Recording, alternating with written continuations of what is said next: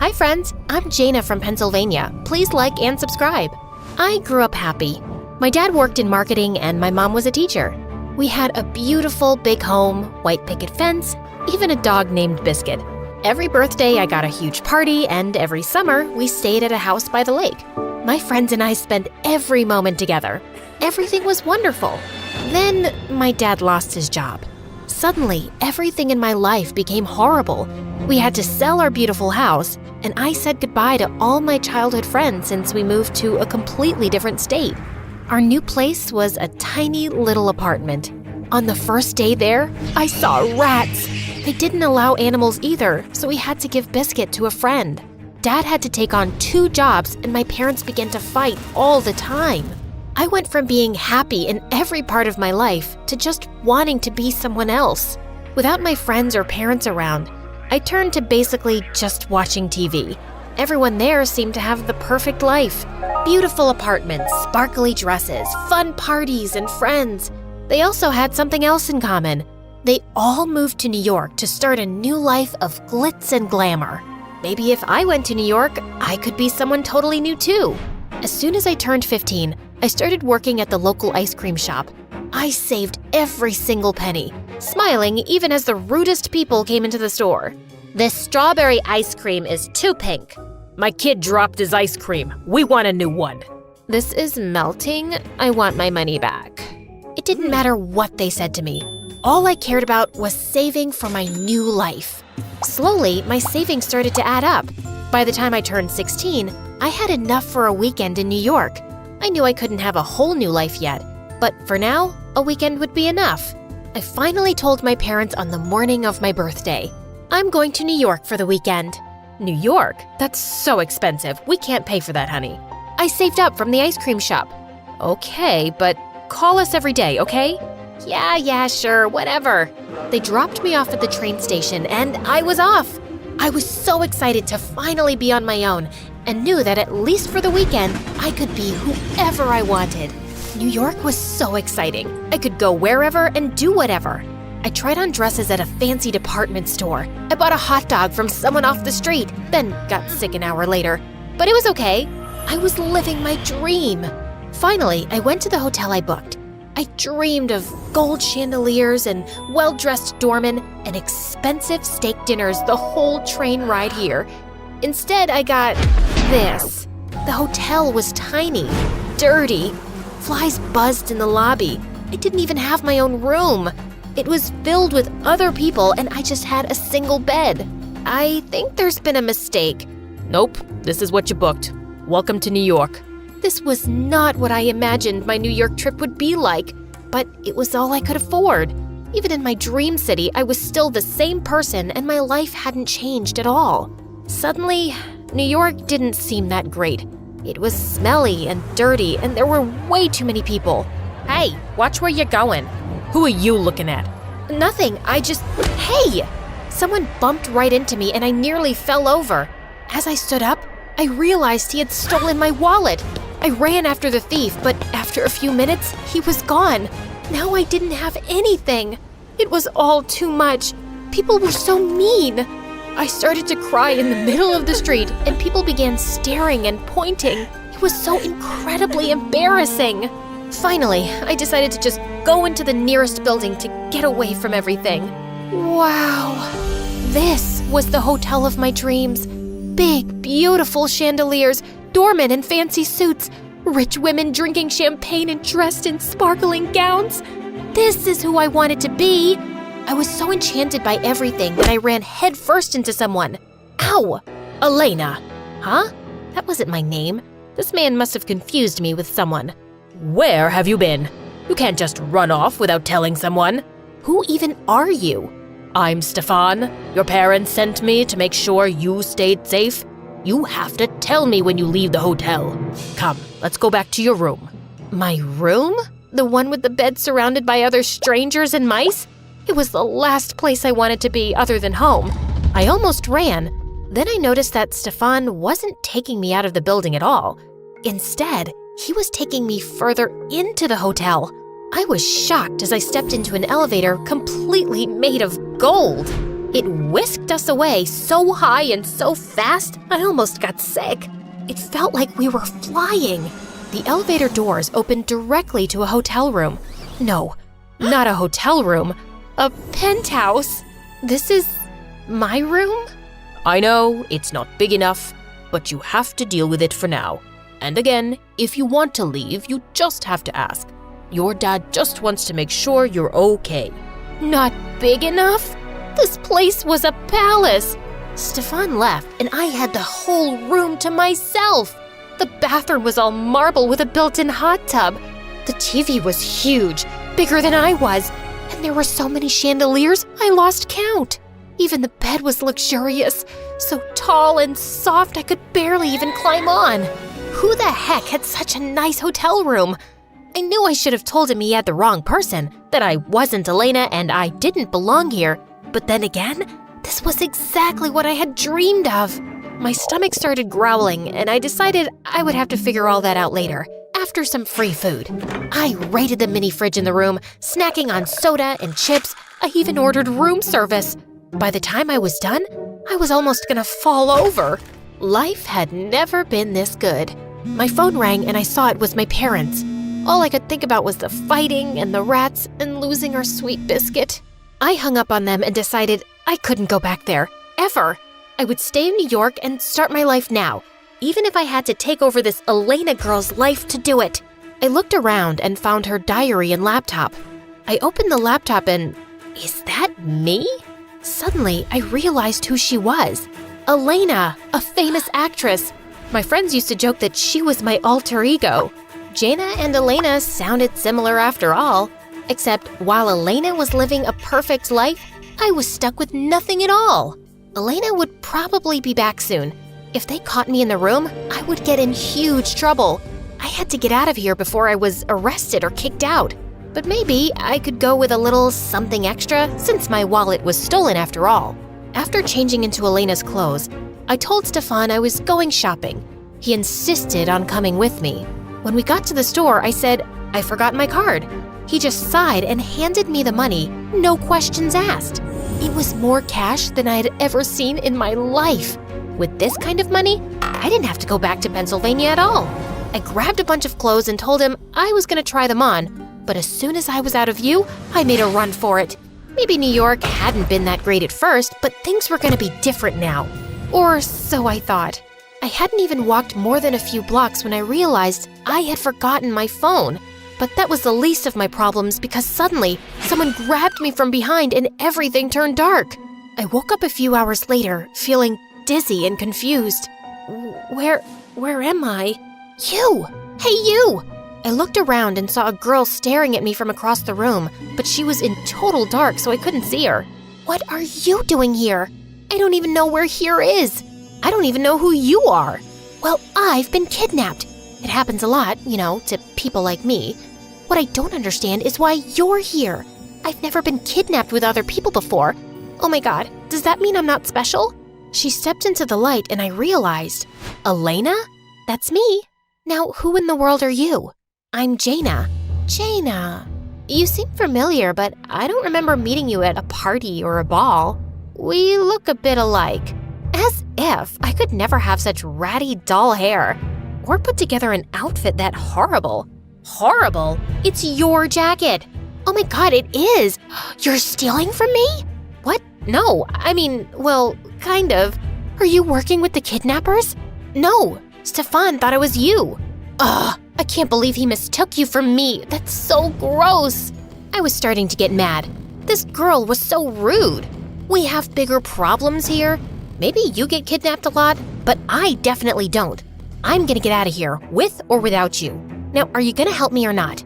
Elena stared at me for a long moment. Fine, but only so I can yell at Stefan. The two of us sat down and hatched a plan. The kidnappers come to check on us every few hours. They have to unlock the door, which means we can escape. How about I pretend to be hurt so they have to come all the way in? Then you can knock them out. I'm the actress. You knock them out. Ugh, fine, okay, then what? We have to tell someone where we are. How the heck are we gonna do that? We gotta steal a phone. Suddenly, our planning was interrupted by something outside the basement. We eavesdropped through the door. What are they saying? They don't know which one of us is actually famous. That's why they kidnapped us both. We only have a little time then. Once they figure out which one of us is the real Elena, who knows what they'll do? Probably wonder how they could possibly have been so dumb to think someone like you could be someone like me. That kinda hurts, you know. Oh, sorry. I'm not very good with people. They usually just want my money or a picture with me. No one really talks to me except bodyguards. That sounds terrible. I'm sorry. I gave Elena a big hug and she began to tear up. You know, I actually liked things better when we didn't have money. Really? Yeah, my dad doesn't care about me anymore. That's why I keep letting myself get kidnapped. All my dad does is work and fight with my mom. I don't think it's the same. They care about you, right? Right. My dad doesn't even remember my birthday. Elena looked very sad. I felt guilty about not answering my parents' call earlier that day. I knew Elena would do anything to have her dad call her. Suddenly, we heard footsteps in the hallway. Quick, the plan! I hid behind the door while Elena retreated to a far corner. She started crying and pretending that she was hurt. It felt like it was straight out of a movie. One kidnapper entered the room and looked concerned. As he walked towards Elena, I used a chair and hit him. He was knocked right out. I rummaged through his jacket until I found his phone. Got it! We dialed 911. Then quietly, Elena and I tiptoed up the stairs and out of the basement. We took off our shoes to be extra quiet and snuck past one of the kidnappers snoring on the couch. We were almost out the door when someone suddenly shouted, Hey, they're getting away! One of them ran and blocked off our exit and reached out to grab us. Elena and I ran in opposite directions. We ran into the dining room. I started throwing everything I could find. A fork, a napkin, a frying pan. Throw your shoes! These are designer! You matter more than your shoes! I grabbed a plate from the dining table and chucked it at the kidnapper. It shattered against his head and took him down. Go, go, go! Elena sprinted to the door. To freedom! Yes! Not so fast, girlie. The last kidnapper grabbed me by the arm, yanking me away before I could make it out. That hurts! You're coming with me. I'll get that ransom if it's the last thing I do. Jana! Elena was standing in the doorway, frozen in fear. Why hadn't she left yet? Go! I won't leave you! Suddenly, the front door came down entirely. Give us our daughter back. Dad! Mom! I was so relieved to see them. I almost started crying. Behind them, I could hear the sirens. The police were on their way. The kidnapper's grip on my arm tightened. Where's our money? Your money? How about our daughter? You're not getting her back without it. Ow! Elena grabbed me and dragged me away from the kidnapper. Come on, Jana, let's go! You threw the shoes! Of course I did. You matter way more than shoes. Police, hands up! And just like that, the police came and arrested all of the kidnappers. They told us that they would be going away for a very, very long time. My parents wouldn't let me go, constantly hugging me and making sure I was okay. How did you know I was kidnapped? You left your phone at the hotel. Stefan called us when the kidnappers demanded they pay up for both girls, and we realized that they had you too. We should have never let you go into the city alone. I didn't think you cared. We love you so much, Jana. Maybe we're not the best at showing it, but at the end of the day, you're our daughter. We might not have a lot of money, but we would give anything for you. I love you too. Let's go home. I smiled at my parents, but I noticed that Elena started to look really sad. Her parents hadn't come at all. It was only Stefan. Are you gonna be okay? I'll be fine. I just wished my family cared as much as yours did. You know, friends can be family too. We smiled at each other, and I reached out and squeezed Elena's hand. Come visit me in Pennsylvania? Pennsylvania? I would love that.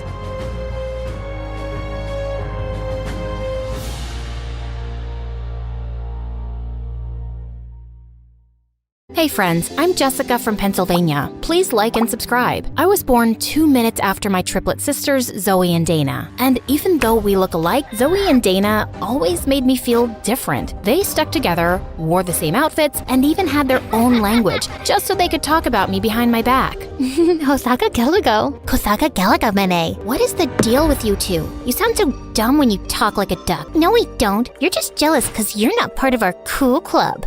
Whatever. They were right. I hated being the odd one out. I think my sisters were jealous because I was prettier, taller, and smarter. And when I turned 13, I landed my first modeling gig for an international teen magazine, and we just grew more distant. They begged mom and dad to get them into modeling too, and my parents went out on a limb to get Zoe to walk a fashion show, but she kept throwing tantrums. OMG. This color makes my eyes look small. Is this Diet Coke? No? Get lost then and get me one. This makeup artist looks like a homeless person. Get me a prettier one. It was so bad, they kicked her out and she never got a call back. I don't get it. We're dressed up better, obviously prettier, and yet somehow you get all these great gigs. Ugh, don't whine if you can't get what's mine. And I'll let you in on my secret, but you have to promise me never to tell mom. I walk on my arms 3 times a day, every day, for at least 50 minutes. That's ridiculous. We've never seen you do that. I won't do it in front of you, dummy. It's called a secret for a reason. Walking on hands helps me with my posture, and I walk better on the ramp. It was a lie, of course, but my sisters were so dumb, they tried doing everything but couldn't even land a handstand. And one time, Zoe ended up falling and crashing right into mom's $1,000 vase, smashing it into pieces. Mom was furious, and they both ended up getting their butts grounded, while I had the TV all to myself for a good 2 weeks. Absolute bliss. But after that day, they never trusted me, but I couldn't care less. Eventually, they gave up on their dream of ever becoming a model. As for me, I continued being the professional that I was, and I only got more famous. One day while working on an ad, I was a bit confused about my lines. It makes me look hot. Excuse me, this is supposed to be a winter wear commercial, right? The lines are all wrong. Let me see. I turned around and saw Peyton walking in my direction. He was modeling royalty with over 10 million followers on Instagram. I was doing this commercial with him? How did I miss the memo? Say it like this. I feel so hot when I'm wearing these, I can barely feel the cold. You try. I feel cold, hot. No, wait. I can get this right. It's okay. I have that effect on girls. I'm Peyton, by the way. I'm sure you've heard of me. Who hasn't? It's such an honor working with you. Peyton and I absolutely nailed that winter wear ad, and our chemistry was so good, we ended up doing a lot of ads together. We started hanging out more and more, and soon became good friends. The more I got to know him, the closer to him I felt. You know, apart from good looks and almost perfect body, I also happen to be an amazing singer. Oh, how cool. I've always wanted to be a model, but do you want me to sing for you? Oh, yes. I'd love to. Before I could even finish my sentence, Peyton started singing, and it was so bad. I could feel my eardrums cry. But despite that horrible singing, when Peyton asked me out that evening, I happily said yes. And when my sisters found out, they burned with rage. Seriously? You think I won't know you're talking about me and Peyton? Guess your secret language doesn't make you cool enough to be with someone like him, so I'm just gonna ignore you. Ignore us all you want, but you can't ignore the fact that Peyton is too good for you, and you'll never be able to keep him happy. Say what you want, I'm late for my meeting with my super hot boyfriend. It felt so good to rub it in their faces. The next few weeks were bliss. The news about me and Peyton being an item skyrocketed our reputation, and everyone wanted to sign us up. Life was perfect until my agent booked us for a Christmas ad, and this time they wanted to use my whole family, including Zoe and Dana. I begged my agent not to go through with it, but she didn't give a rat's butt about it. The press is big on this, Jeff. If you guys crack this, people will run to get in line for your autographs. Come on, I'm sure your sisters are not that bad. They're horrible. But if this brings more work, then I'll try and give it a shot. I tried to make peace with it, but the next day when the photographers came, Zoe plopped her butt right next to Peyton, and I felt my insides explode. Every time Dana gave Zoe a look, Zoe whispered something in Peyton's ear, and they burst out laughing. What? What's so funny? Tell me too. Oh, forget it. Your boring brain wouldn't get our jokes. It's okay, Jess. I'll just tell you everything later. And with that, Zoe whispered another joke to him. The photo turned out great and did a fab job at making us look like a perfect family. If only they could see my inner rage. As the photographer was packing up, I had some final paperwork to sign. When I looked up, Zoe and Peyton were nowhere to be found. I went to look for them outside when I found the two of them hugging. You know you can tell me anything, right? Thanks, Zoe. Feels like I can talk about anything with you. Thanks for being the perfect friend. Excuse me? I thought I was your perfect friend. Jess, that's not what I meant. Then what did you mean?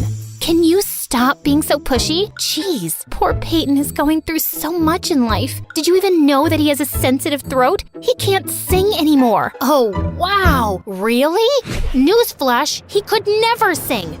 He sang like a toad with a throat infection. You want to be friends so bad? Then go ahead. But I'm done with all of you. Jess, wait. Oh, just leave her. You're better off without her. Peyton kept shouting at me, but I was super mad. The next morning, I was feeling a bit better, so I called Peyton, but he didn't answer. Instead, my agent called me up and gave me the shock of my life. The company we did the Christmas ad for loved Zoe and Peyton's flawless chemistry, and they want to go ahead with them. They want you off the project. Are you kidding me? She's the worst model ever. I'm really sorry, Jess. I was devastated beyond words and rushed to give Zoe a piece of my mind. But when I went to her room, I saw something interesting. Zoe and Dana were arguing over Peyton. You shouldn't keep him all to yourself, okay? We decided I'll get a fair chance to impress Peyton too. Really now? I don't think he's interested in anyone. I mean, look what happened to Jess. She's prettier than both of us combined, and he chose me over her. You don't stand a chance. We'll just see about that. Just stay away from him till I ask him out on a date, okay? Wow,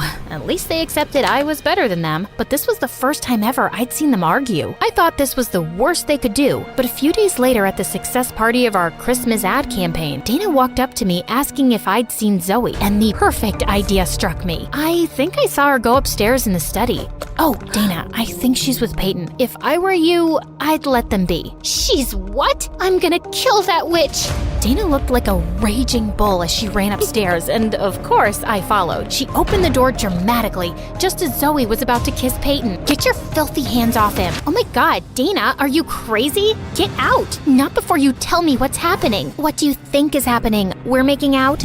And then Dana jumped on Zoe, and the two broke out in a huge fight. Peyton and I tried to separate them. But suddenly, Zoe lost her mind and somehow ended up smacking Peyton across the face. Oh my God, perfect. Peyton left angrily and Zoe followed him, while Dana ran and locked herself in the room. I celebrated with the team alone and managed to impress them so well, they gave me another individual project. That evening, as I went onto the porch to get some fresh air, I saw Dana sobbing silently. Here, drink this. It's vanilla milkshake, your favorite. What? Suddenly, she hugged me tightly and started sobbing inconsolably. I'm so sorry. I'm the worst sister in the world. Please, please forgive me. Ew, you got a booger all over me. Yuck, Dana. Sorry, it's just that I've been awful to you all my life. I even tried to get in the way of your career and love life, and look where it landed me. My life's a mess. No, it's not. Get a grip, girl. And why are you sorry now? Did you not think about the time you left me alone while you gossiped in Egyptian with Zoe? What? Your dumb secret language? Oh, that was actually nothing. We just said some nonsense to piss you off. It was Zoe's idea. So you're telling me there's no language at all? Man, you guys are evil. Wait, Jess, I know we've been really bad to you, but how about we join forces and get some good old-fashioned revenge on Zoe? You know you want it, and God knows she deserves it. And how am I supposed to trust you? You have to take your chances, but I won't let you down, I promise. I had to admit, that sounded pretty tempting, but I wasn't a spiteful person. Or maybe I was. Either way, I wanted Zoe to pay for butting into my life and stealing Peyton from me. So I agreed. The plan was simple. Every time Peyton and Zoe went out on a date, Dana and I would follow them and tip off the paparazzi to take the weirdest pictures, till one of them eventually got annoyed. It went on for days, till one day, Peyton got so fed up that he turned to one of the photographers with a snarl. Come on, Peyton, how about a smile for the camera? How about this instead? Peyton punching the reporter and Zoe's smirking face was all over the papers and tabloids. He lost most of his contracts, and so did Zoe. since she only worked on his recommendation. Once their professional relationship was over, their personal one soon followed. Dana and I watched as Peyton came over to see Zoe. I can't get any work since that terrible night. Why couldn't you control yourself? It wasn't such a big deal. Of course it's not a big deal to you. You like the attention. I don't. What do you mean? I mean that a small-time dumb model like you would want cameras to follow you everywhere. Wait a minute. Maybe it's you who keeps tipping them off. This makes no sense. Oh, it makes perfect sense. Getting photographed with someone as famous as me would be a dream come true for someone like you. Shut up, Peyton. You can't talk to Zoe like that. Why are you jumping to her defense? Did you forget how she took over your life and your boyfriend? Seems like she did me a favor there, because I can do a lot better than a bug-eating idiot like you. And so can Zoe. Now do us both a favor and get out before I knock your teeth in. Peyton pouted and left, and Zoe turned to me. Why did you do that? I clearly don't deserve your sympathy. You're my sister, Zoe. The only person who can talk down to you is me. But I hope you learned a lesson. I did, and I'm sorry for everything. All the times I've been mean to you. Yeah, we're sorry too. We're the ones who tipped off the paparazzi. It's okay. I kinda deserved it, so we're good? Might take me a little while, but I'll get there. Even if it takes us years, we're gonna prove to you that we've always got your back. Triplets. To the end. A few days later, my agent told me that due to bad publicity, Peyton got dropped from his modeling agency. Zoe and Dana worked non-stop to get back into business, and I helped my sisters in every way I could, till they were eventually good enough to land their own gigs. Working together brought us closer. But I think the best part was when we got to go on vacation and just relax and do little things together like chatting and even learning new languages. Agana binagutke, amugachugadu. Hi, I'm Grace, and I'm a liar. But before that, please like and subscribe. When I was little, my mom worked for this rich woman who was the third cousin of the daughter of the king of bleep. Oops, I forgot. Mom and I signed an NDA, so I really can't say which country or what king. Anyway, the rich woman had a fabulous life. She and her daughter Gigi, who was my age, lived in a beautiful mansion. They went to the spa every week and on vacation every weekend. But the only thing was that the paparazzi never left them alone. They camped in front of the house and hid in the trees to get a glimpse of Gigi and her mom. Gigi and I looked alike, so I'd often pose as her decoy. I'd walk out the front door in her fancy clothes and smile for the paparazzi, while Gigi snuck out the back into a tinted SUV and sped off. Life was great until Gigi and her mom moved back to bleep and Mom lost her job. We moved into a tiny house and Mom had to work 2 jobs just to afford the rent. I hated being poor. It made me sick to my stomach. So I decided I had to be rich one day. I worked harder than ever in school so I could get a good job and make a ton of money. Then one day, I was called into the principal's office and she gave me the best news ever. Congratulations, Grace! You've been awarded a scholarship to one of the most prestigious private schools in the city. I was over the moon, but there was one big problem. My new school was filled with rich kids. There was no way I was gonna fit in. That night, I had nightmares about them laughing at me and chasing me through the halls. The next morning, I woke up and prayed that I could win $1 million. And then the craziest thing happened. I talked with your Aunt Maddie. She lives near your new school. You'll be staying with her so I can save some money. I jumped for joy.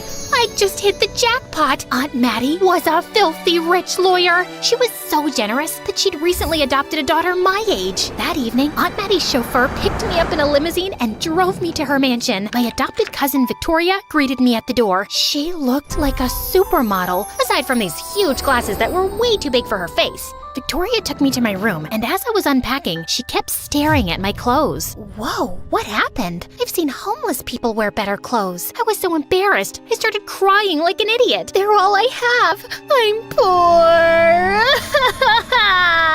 Oh, don't worry about it, Grace. I've got your back. You can borrow some of my clothes. I've got plenty. Victoria led me to her room, where she opened a walk-in closet twice the size of my mom's house, filled with dozens of Gucci and Versace dresses, shoes, and handbags. I was in heaven. When we got to school, I strutted like a superstar down the hallway, and all the kids couldn't stop staring at me. In class, the teacher asked us all to introduce ourselves and share something interesting about our families. All the other kids came from wealthy families that owned huge business empires. Some even had parents who were famous celebrities. When the teacher asked me to introduce myself, I walked to the front of the class. I felt really nervous. I couldn't tell them about my poor single mom who worked as a janitor at a beauty salon and waited tables at a 2-star restaurant. Then suddenly, something strange came over me, and the most unexpected words just fell out of my mouth. Hi everyone, I'm Grace, and I'm an heiress to the throne of bleep. Due to the privacy of the royal family, we cannot... Jeez, can we skip the legal mumbo-jumbo and get back to the story? Now, where was I? Oh yeah, everyone in class stared at me like I was a unicorn. I took out my phone and flashed one of my photos from a magazine, and the kids went wild. Victoria appeared out of nowhere and pulled me to the side. Have you lost your mind? You just told everyone a big fat lie. My mind is right where it's supposed to be, if you must know. Plus, it's not really a lie. You were Gigi's stand-in. My mom told me all about it. You're stealing her identity. I'm just borrowing it. She won't even notice. Victoria walked away. Then a bunch of popular kids ran over to me. My plan was working like a charm. Are you really in line for the throne? Yep. It's a very real possibility. Everyone in line before me is old and sick. I thought you moved back to Europe. That's fake news. But aren't you living with Victoria? Yes. My mother wants me to have a more grounded experience among commoners, but it's just temporary. Ta-ta. Sorry, no more questions today. Maybe we can have crumpets and tea later. Then Damien, the most beautiful boy I'd ever seen, patted me on my shoulder and my heart skipped a beat. His sparkly brown eyes and warm smile made my heart flutter. Your Highness, would you do me the honor of coming to my party tonight? He took my hand and kissed it. Yes, please. That night, I raided Victoria's closet and found the perfect dress. I pranced around in the mirror, flashed my prettiest smile, and practiced kissing my hand. What's up with you? I told Victoria all about how Damien invited me to his party, and she looked pissed. Don't you mention that jerk to me. He's not a jerk. He's really cool, and he looks like an angel. Listen, you'll live to regret it if you choose to hang out with that idiot. Are you sure we're talking about the same guy? Damien's at the top of our class. He smells like fresh strawberries. He's super cute and the captain of the football team. He's perfect. Never mind. I'm out of here. Victoria stormed off in a huff, but I didn't have time to figure out what put a bee in her bonnet. I had to get to Damien's party. Of course, Damien's party was awesome. We danced together for hours, and at the end of the night, he gave me the most romantic kiss. You're amazing, Grace. I know.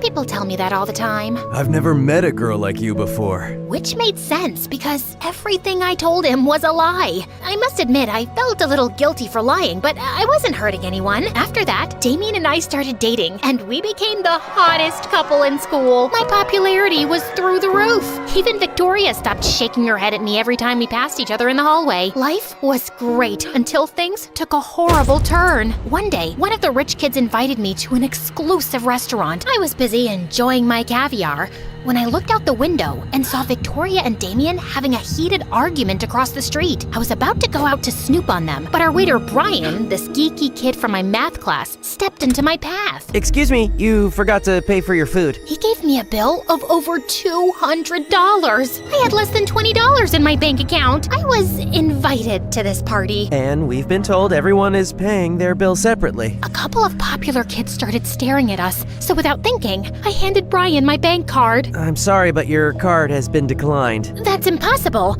I'm heir to $1 million fortune. We also accept cash. This is no way to treat royalty. I want to speak with your manager now. I dragged Brian to the side, but I was so afraid he was going to call the cops on me that I decided to tell him the truth. Listen, there's no way I can pay all that money. Maybe we can work something out. You rich kids always try to take advantage of people. Please pay so I can do my job. Aren't you from some royal family anyway? I'm seriously not a rich kid. That was all a big lie. I just wanted to fit in. Suddenly, tears started streaming down my face. Oh, geez, please don't cry. Listen, I know what it's like to want to fit in with the rich kids. I'll put it on my tab, but you have to pay me back this month. I was so relieved. It felt like a huge weight had been lifted. It was good to tell the truth, but then it hit me. If Brian exposed me, my fabulous life would be destroyed. Could you please keep my secret? Sure, but only if you agree to tutor me. I'm kind of struggling with calculus, and I saw you got 100 on the test. I happily agreed. By the time I was done with this drama, Victoria and Damien were gone, and neither of them answered their phones. I called my driver to take me home. I waited in my room for hours, but didn't hear a word from either of them. I was confused, worried, and a little jealous. What on earth could they have been arguing about? A few minutes minutes after midnight, I woke up to hear a car pulling into the driveway. I looked out the window. It was Damien, and Victoria was in the passenger seat. I saw red. I raced down the stairs and ran straight into Victoria. Why are you sneaking around with Damien? We aren't sneaking around. I saw you two arguing at the party. It's complicated, and I'm really tired. Can we talk about it later? It's not complicated at all. You're a jealous witch and a boyfriend stealer. And don't try to deny it. You hate that I'm more popular than you and that Damien's in love with me. Victoria marched to her room and slammed her door in my face. Something fishy was going on between those two, and I was gonna find out what. The next day, I asked Damien about Victoria. Don't worry about it, babe. She's my partner for a school project. We were only talking about that. You know I only have eyes for you. After that, Damien got really busy with football practice, so I focused on school and tutoring Brian. To my surprise, I enjoyed hanging out with Brian. He was smart and funny, and we were both huge fans of classical music. One night, he played one of Mozart's concertos on the piano for me. That was beautiful. I didn't know you were so talented. I'm kind of a music prodigy. That's how I got a scholarship to our school. A couple of weeks later, Brian aced his calculus test and invited me to his piano recital. I'll be playing that piece you like, and a new song I wrote for you. You wrote a song for me? Brian blushed, and so did I. It's a thank you for all you've done for me. I wouldn't miss your concert for the world. That night, just as I was getting ready to go to the concert with Brian, Damien showed up in a tuxedo. What are you doing here? You're funny. I told you I was picking you up. Oh God, I'd totally forgotten that Damien had invited me to be his date for his family's annual charity ball. Come on, we don't want to be late. Damien took my hand and rushed me to his car. When we arrived at the ball, Damien's parents were excited to meet me. They spent the whole night introducing me to all their fancy friends and bragged about how their son had landed the heiress to a throne. I needed a breath of fresh air, so I went out into the back alley for a bit to find Damien and the school's head cheerleader kissing. When they saw me, they turned as white as bed sheets. It's not what it looks like. Actually, it is. Damien and I are in love. I was gonna tell you after the party. I just wanted to impress my parents by saying you were my girlfriend. You're their favorite royal, and they've been dying to meet you. I slapped Damien hard in the face and stormed out of there. The next day, Brian marched up to me at school with a huge scowl. I waited for you for over an hour, and you didn't even call. I'm sorry. I had another engagement. Like what? Your fake royal duties? If you didn't want to go, you should have just told me. You didn't have to play with my feelings. I may not be one of the popular kids, but I don't deserve to be treated like trash. Brian stormed off. I was gutted. And just when I thought the day couldn't get any worse, I got an alert on my phone. A gossip website had done a news report on me and outed me as a fraud. All the kids crowded around me like an angry mob. I ran outside and straight into a bunch of crazy paparazzi. They chased me through the parking lot. I darted down the street and jumped into a cab. Get me out of here, please. The driver hightailed it out of there. When I got home, I raced up the stairs and locked myself in my room. Then suddenly, someone unlocked my bedroom door and turned the knob. Terrified, I hid under the bed. My lies had finally caught up with me. The police would haul me off to jail. My mom would be so embarrassed she'd disown me. The whole thing might even go on my permanent record. I closed my eyes and braced myself for the worst. Please have mercy. I'm just a kid. I made a mistake. I'm sorry. Don't be so dramatic. It's just me. I told you all this would blow up in your face. The lying. And most of all, Damien? Was he dating you too? No, gross. Damien and I lived in the same foster home years ago. That night at the restaurant, I got a text about our foster mother. She'd gotten into a bad accident and had to have a major surgery. She'd just woken up and was begging to see me and Damien. That's it. Damien hates that he was poor and he won't tell anyone he's adopted. Or that he and I know each other from a foster home. And he's always trying so hard to impress his snooty parents. You're not that different. He just wants so bad to fit in. That information hit me like a ton of bricks. At that moment, I decided to make a change. I apologized to Victoria and sent Brian a dozen I'm sorry memes. And I came clean to everyone at school. After my truth was revealed, I wasn't popular anymore, of course. I was even mocked and branded as a liar. But I had Victoria, and I eventually made friends with some nice kids. And it took a while, but Brian and I started talking again after I offered to tutor him for free for a year. In the end, I realized that being a popular fake royal didn't hold a candle to being surrounded by friends that loved me for me.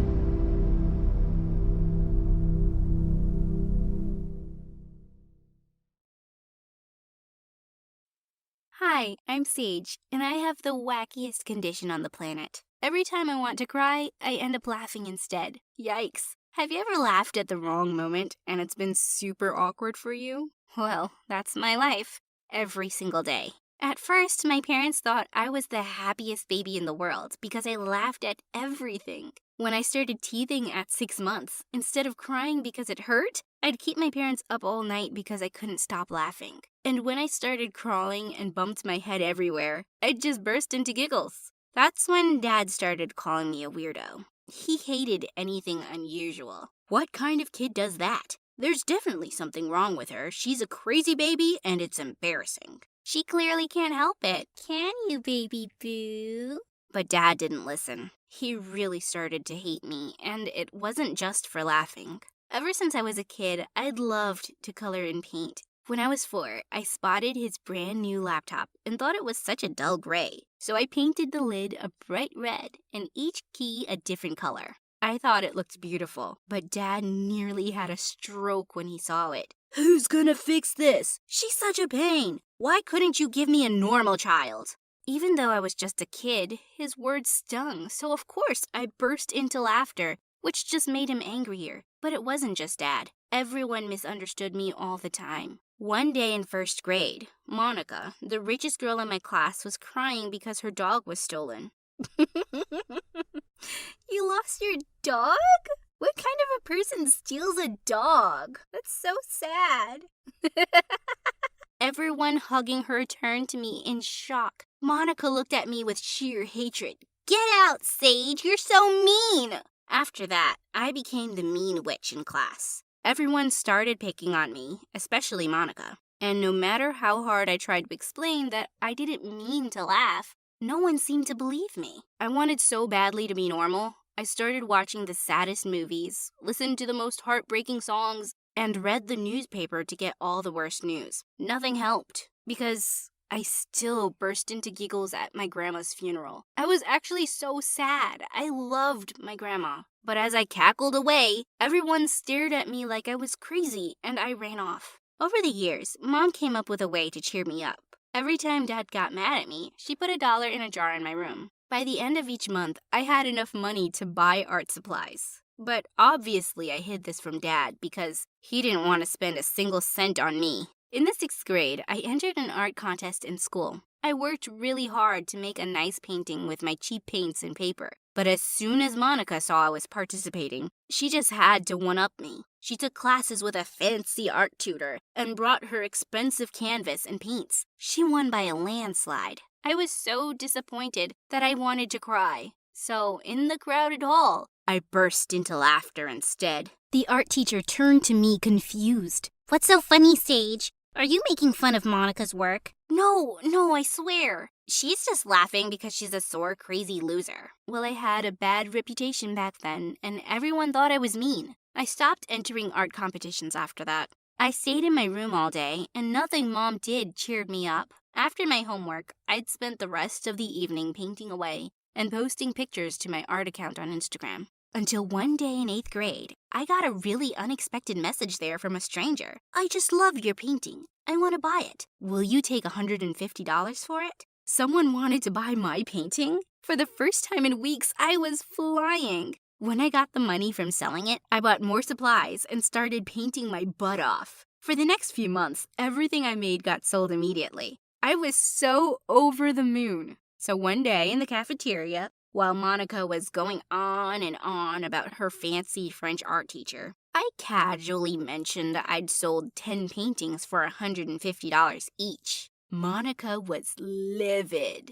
She practically choked on the caviar she was eating. There's no way you and your trashy art will sell on my watch. Oh, and how do you think you're gonna stop it? You'll see. And just a few days later, I did see how low Monica could go. Someone stole my sketch pad from my bag. And right after, a new Instagram account sprung up with all my artwork on it. I knew it was Monica, obviously. I ran to complain to my teachers, but I was pretty upset and couldn't stop laughing. So they all thought I was joking. Why would I do this when I'm so much better than her? Monica convinced everyone that I was a jealous liar who tried to frame her. And then she and her minions started blaming me for all kinds of things I'd never done. One day, she put super glue on the teacher's chair, and when the teacher got up, the chair was stuck to her butt. As everyone started giggling and she tried to pull it off, her skirt ripped. Monica pointed straight at me. I saw her with the glue. You can even check her locker. As everyone stared at me accusingly, I laughed until my stomach ached. And that's how I started ending up in detention every week, because teachers thought I was rude and a troublemaker. At first, I was furious, but suddenly I realized I loved detention. No one could bother me here, and I could paint in peace for hours. As I was busy painting one day, someone tapped me on the shoulder and I turned to see a boy who gently wiped my cheek with a tissue. You had some paint on your face. I just stared at him like a dummy. Who was this cutie? I've seen your paintings and they're amazing. Well, you're amazing. Do you think you could teach me? Eugene was a new boy at school who got stuck in detention often because he'd always prove his teachers wrong. I became his detention art tutor. He was really kind and clever, and somehow he didn't judge me for my laughing. I don't think you're crazy or mean at all. It could be a medical condition, you know. Maybe my dad can help. He's a neuroscientist. I did go see his dad one day without telling my parents. He explained that I had a condition where my brain would get the wrong signal when I felt sad, and my body's response was laughing instead of crying. He said it wasn't in my control at all, and I never needed to feel bad about it. A week later, Eugene made an adorable hand-painted card to ask me to go out with him. Of course, I said yes! One day, I was putting away my stuff in the locker when Eugene came running to me excitedly with a poster for a national art contest. You should enter this, Sage. You're really talented. I'm sure you can win. Just then, I heard Monica's nasty voice behind us. Ew, why are you telling this crazy loser that she's talented and raising her hopes for no good reason? Because he's my boyfriend, that's why. And why are you even talking to him? My step-cousin is your boyfriend? Are you out of your pea-sized mind? It's my turn to laugh at you. But I'd had enough. I pulled Eugene close and gave him a long, steamy kiss right in the middle of the corridor. My eyes! Ew, I can't watch this. Oh, no problem. We can just make out in the janitor's closet. And with that, I dragged Eugene into the closet while everyone was hooting outside. Obviously, both of us got detention again, but we didn't care. That was our happy place anyway. I started focusing on the upcoming competition, and I was really pumped for it. With my Instagram sales, I'd even made enough money to buy good quality materials. On the day of the competition, as soon as I started to unpack my supplies, I knew something was wrong. I started laughing. This could not be happening. My tubes of paint had been squeezed almost empty. Just then, I spotted Monica staring at me with a big, evil grin on her face. I couldn't give up. I wasn't going to let her bring me down. I did the best I could with whatever little paints I had, and miraculously, I won. But as I got off the stage with my trophy and a $1,000 check, Monica walked up to me. You think you can fool everyone, but I know you're just a big fraud. I was wondering who that idiot was who keeps commenting on your Instagram and buying your paintings. And well, I had them tracked down. All this time, you've been pretending to be a great artist when your mommy has been buying your lame art. What are you talking about? Go on, run home and ask Mommy Dearest. Monica was just a lunatic. But when I got home, I saw something that made me actually like Monica more than my own mother for a minute. Mom was carrying something down to the basement. When I followed her, I saw that every single art piece that I'd ever sold on Insta was lying there. Mom, are you my mystery Instagram buyer? She turned to me in complete shock, and then she started to cry. Yes, it's me. You were so sad after losing that contest, and I just wanted to encourage you. You lied to me. All this time, I thought I was actually good enough. Honey, you are really good, and that's the truth. I only bought these paintings to make you believe in yourself. You what? We turned around to see Dad in the doorway, looking beyond furious. You're telling me that you spent my money just to make her feel more talented? I want every cent back. Give it back to me right now, Sage. Just then, he spotted the check in my hand and leapt forward to snatch it, but Mom stepped in. Don't you dare. It's her money and her talent. Well, it's my house, and I want you both out of it. Mom and I spent the night at Grandma's. The next day, when we went back home, hoping Dad would have come to his senses, I couldn't believe what I was seeing. He'd thrown all my paintings in the yard, and he was driving over them. Mom, I'm not staying here another minute. Dad doesn't love us or care about us, and he's a maniac. Let's just leave him. We can manage on our own, I promise. We took all our stuff and moved to Grandma's for a while. After graduation, I worked super hard and built a new website to sell my art. Mom found a new job, but in another city. I was really sad to leave Eugene behind, but I knew Mom needed me. We tried to make it work long distance, but with work and school, it was really hard. Eventually, we both decided to call it quits. I laughed over my broken heart for days. Eventually, I got into a great art college on full scholarship and had my projects exhibited in many galleries over the years. On graduation day, I broke down into fits of laughter 5 times during my valedictorian speech. Soon after, someone emailed me saying they wanted to be my agent. We set up an interview at the cafe the next day. When I saw the agent, my heart stopped. Eugene! Ha! I knew you'd be surprised. I ran up to him and gave him a hug. He said he'd been following my work, and he couldn't wait to represent me. He booked me for shows that same week. During the last one, he whispered in my ear, "I made a painting for you. Do you want to see it?" I followed him to the end of the gallery and saw a painting of me and Eugene sitting in detention at school. I felt so moved. Suddenly, I felt something I'd never felt before. Wet tears streaming down my face. Was I finally crying? It was the best time of my life because that's when I fell in love with you. Sage, do you want to be with me again? I threw myself in his arms and gave him a kiss. Yes! Eugene was actually so excited that he'd made me cry. This had to be the weirdest romantic moment ever. 2 years later, we got married. We have 3 children, and the youngest, Freya, is just like me. No tears, only laughs. Mom, am I weird? Everyone else gets to cry. Why can't I? No, you're strong and you just laugh everything off, even when things are hard. You're not weird. You're absolutely okay. I made sure that not only her, but none of the kids in her school would be bullied. I studied to be an art therapist and started after-school programs for kids to help them channel their emotions into art. Little by little, I tried to make things better for our kids every day. Hi, I'm Dinah from Sweden, and I've got a story to tell you from many years ago about the weirdest parents ever.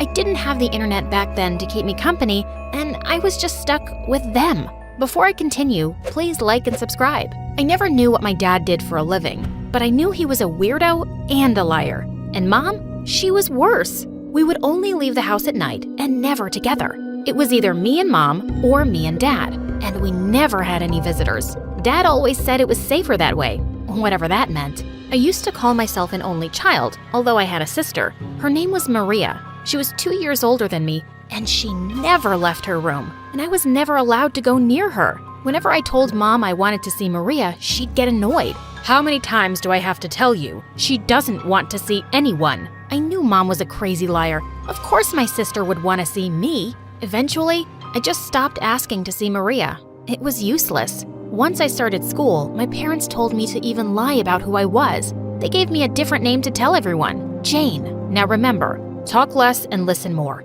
In fact, if you could act like you're mute, that would be perfect. Yes, Mom, I'll do exactly that. I only had one friend named Hope, and she was nice and really talkative. Once when we were in 4th grade, she said, "So Jane, why don't you ever talk about your family? You never asked." "Okay, I'm asking now. What's your family like?" "Oh, you won't believe it. They're weirdos. Dad never lets us go outside, and we never have any visitors, except some strange men he brings sometimes. And Mom, she's insane. She does whatever Dad tells her to do. Also, I have a sister, but I kinda don't have a sister. How to explain this? Okay, let me start from the beginning." And I told her every single thing about my weird family. And the next day, Hope was gone. I asked the teacher about her, and she said that she and her family had moved to another city. I was furious. That day, I screamed at my parents and blamed them for sending Hope away. They acted all innocent and said they had nothing to do with it, but I didn't believe them one bit. I didn't talk to them for days, until one night, I sneaked into the lounge and found my parents watching TV. The news channel was showing a picture of my dad with big words on the screen like liar, hypocrite, and fraud. And even worse, my picture and my mom's were also being shown. I knew it! You're an evil man, a criminal. Finally, everyone knows who you really are, and they'll take me away. Me and my sister will be free. Mom came running to me and picked me up and took me to my room. Put me down! Pack your things, Dinah. We're leaving. What? Where? Why? There's no time for questions. I'm not doing anything you say. I slammed the door behind Mom and locked it. I climbed into my bed feeling furious, and after some time I dozed off. And when I woke up, I was in a different room. Apparently, we had moved to another city. I was so pissed at my parents. But at least I'd go to a new school now and have new friends that I could tell everything to. But one night, Dad came to my room with a gift. This doll is for you, baby. I'm too old for dolls, Dad. Do you even know how old I am? Well, we have the entire year to know each other because I've decided to homeschool you. What? There's no way that's gonna happen. Dad ignored me, but I was determined not to be homeschooled. Whenever they tried to teach me, I'd come up with some excuse. Nope, I'm sick. My eyebrows are hurting. Ugh, I had a bad dream that a chicken ate me. I'm still not over it. Try tomorrow. And it kept going on like that for a year until my parents gave up. Dinah, you can join school now and even use your real name. You mean my real name? And everyone would know I'm your daughter? Yes, honey, exactly. You guys are awful. I saw Dad on TV. Now that everyone knows he's evil, you want people to know that I'm your daughter? No way. I'm not falling for your games again. You're gonna give me a fake name, you hear me? No, your dad isn't a bad person, Dinah. It was all a big misunderstanding, and it's cleared now. Don't defend him. I don't believe you. Don't believe us, but you're still going with your real name. Fine, but I'm not showing anyone my face then. I'm gonna wear a mask and a hoodie, and no one will ever know who I am. That's not going to happen. I didn't ask for permission. I'm done listening to you guys. I'm going to school, and I'm wearing a mask.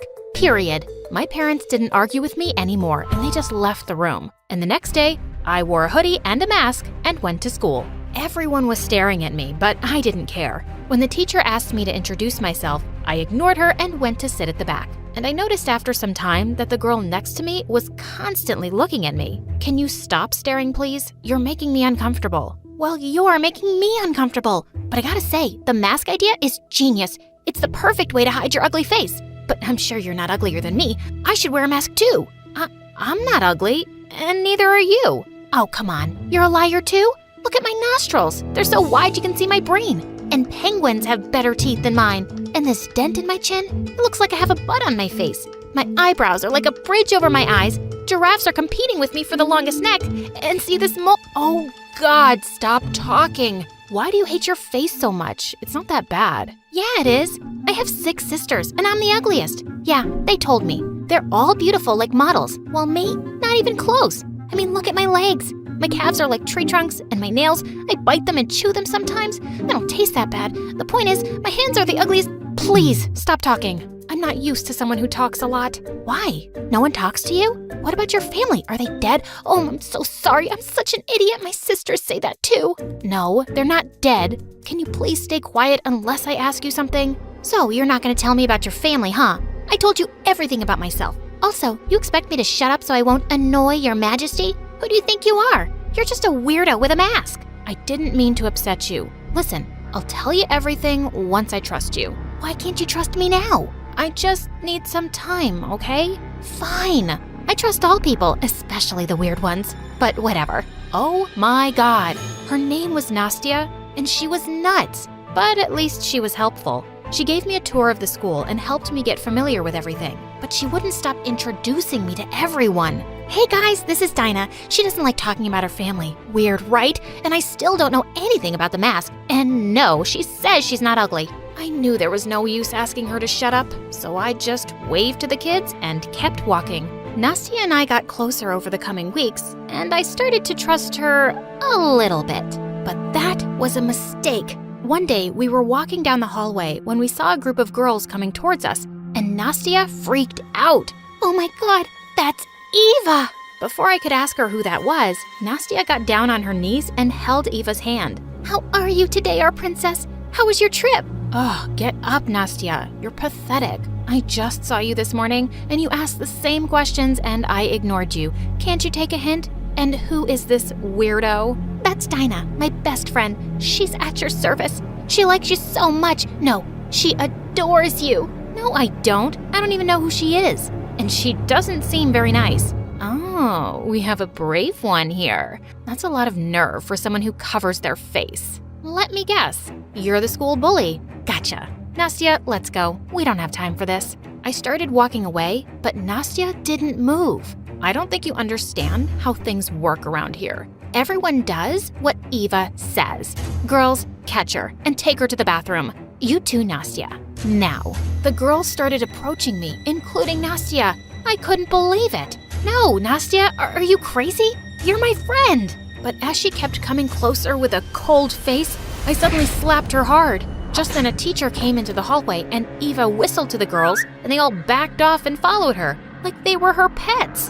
And I couldn't believe that the only person I trusted a bit turned out to be as terrible as my parents. I was never going to talk to Nastya again. But I had a bigger problem right now. Eva. It looked like I'd made an enemy out of the most feared girl in school. I found out from some kids that she was 2 years older than me, and she could make or break your life here. And she was untouchable. Eva has perfect grades and perfect manners in class, and the teachers worship her. She never gets into trouble. She put stolen exam papers in my sister's locker and got her expelled just because my sister refused to do her homework. My best friend is in therapy because of how much Eva hurt her. Jeez, this girl seemed like a monster. And now, I was wondering what she'd do to me. The next day when Nastya walked into the classroom, I almost fell off my seat. She was wearing an avocado-shaped outfit with 2 horns on her head. Everyone was laughing as she sat down. What are you staring at? Why are you wearing that? What? You're the only one allowed to look weird? I don't care, dude. Be as weird as you like. It's not like we're friends. Why was I even talking to her? And Nastya didn't take off that ugly outfit for days. But then one day I was in the bathroom stalls when I heard some voices outside. Eva, I've been wearing this for 4 days and it's itchy. Can't I take it off now? A deal's a deal, loser. You begged me not to hurt Dinah, and I said I'd leave her alone if you wore the outfit for a week. Now stop whining or else. Wait, Eva hadn't hurt me because of what Nastya did? I peeked out the door to see Eva leaving, and then I came out. You've been wearing this ridiculous costume for me? Why are you doing this? You don't have to be so afraid of that witch, Nastya. I'm not. That's because you don't know her, Dinah. She's my sister. I have to do what she says, or she'll make me miserable. She's already making you miserable, can't you see? You can't live like a coward. Coward? Says the girl who can't show her real face to anyone. And if you had a sister, you'd understand. I do. Do what? I have a sister. I don't know what happened, but the moment I said the word sister, I broke down and started crying like crazy. And I told Nastya everything, but I made sure not to mention my parents' names. When I was done, Nastya didn't say anything. She just hugged me tight. Despite my protests, Nastya wore the outfit for the whole week, and we started hanging out again. Eva seemed to keep her distance, but I didn't trust her one bit. A few days later, Nastya came running to me excitedly at recess. Oh my God, Dinah, you won't believe this. You know that cute jock Peter I have a crush on? The one in Eva's class? I saw him putting this note in my locker. Pinch me or punch me. I think I'm dreaming. I saw the note, and he'd asked her out to the Valentine's Day dance. You saw him put this there? With my own ugly eyes? No, my eyes must be beautiful if Peter likes me. But Nastya, has he ever even talked to you before? Why is he suddenly asking you out? What's your point, Dinah? I mean, what if this is a prank? What if Eva planned it? And suddenly, Nastya looked mad. Gosh, you really can't trust anyone, can you? And basically what you're saying is, why would someone like Peter ask out someone like me, right? No, that's not what I said. You didn't have to. I'm not as stupid as I look. You're no better than my sisters. And before I could reply, Nastya ran away tearfully. I tried talking to her the next few days, but she just acted like I was invisible. I had no plans to go to the Valentine's Day dance. I didn't even have a date. But my gut feeling kept telling me something about the whole Peter thing was off.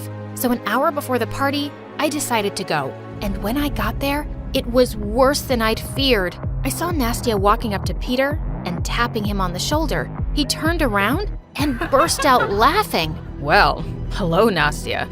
I didn't know this was a party for clowns.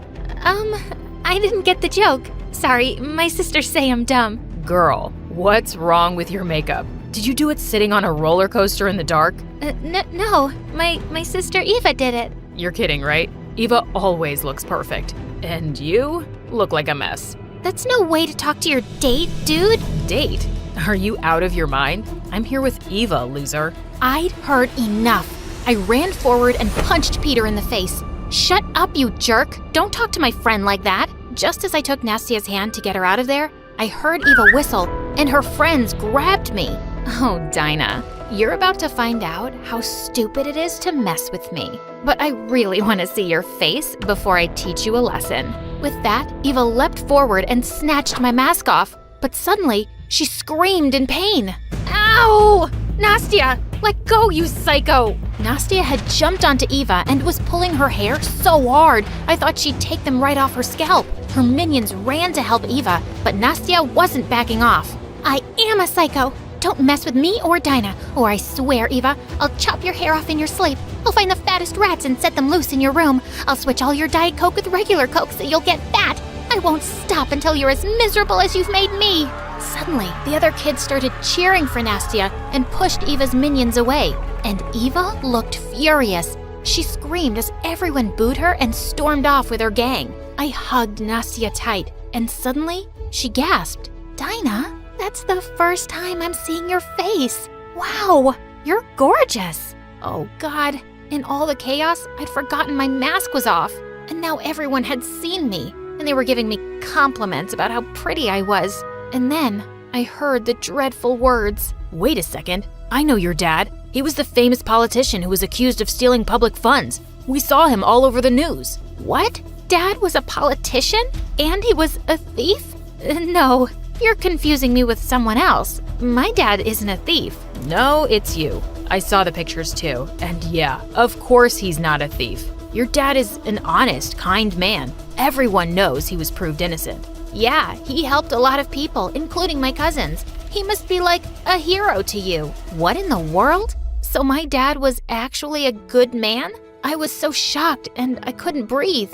I just ran away and Nastia followed me. I went straight back home to confront my parents. You're not wearing your mask. Just tell me one thing. People are saying you used to be a politician, Dad. A very kind one. Is that true? Yes, honey. We tried telling you he was a good man, but you never listened. Why didn't you tell me the truth from the start? Why did you treat me badly? Sweetheart, we never meant to treat you that way. There were many people who wanted to hurt me while you were growing up, and we thought the less you knew, the less danger you'd be in. We're sorry we didn't tell you the truth. We just didn't want to scare you. What about my sister? I want to see her, now! My parents looked at each other and then led me to her room. I saw her for the first time lying on her bed, sleeping peacefully. She's been in a coma for years. We were wrong to keep this a secret, but we didn't want you to feel sad about her. We're sorry for all of this, Dinah. We love you so much. She's so beautiful, just like you. I turned around to see Nastia and I hugged her. Guys, I think it's time for you to hug your daughter. Such weirdos. My parents joined our hug and I whispered, I'm sorry. It's okay. We love you. I love you too. I love you 3. Cheesy, but who cares?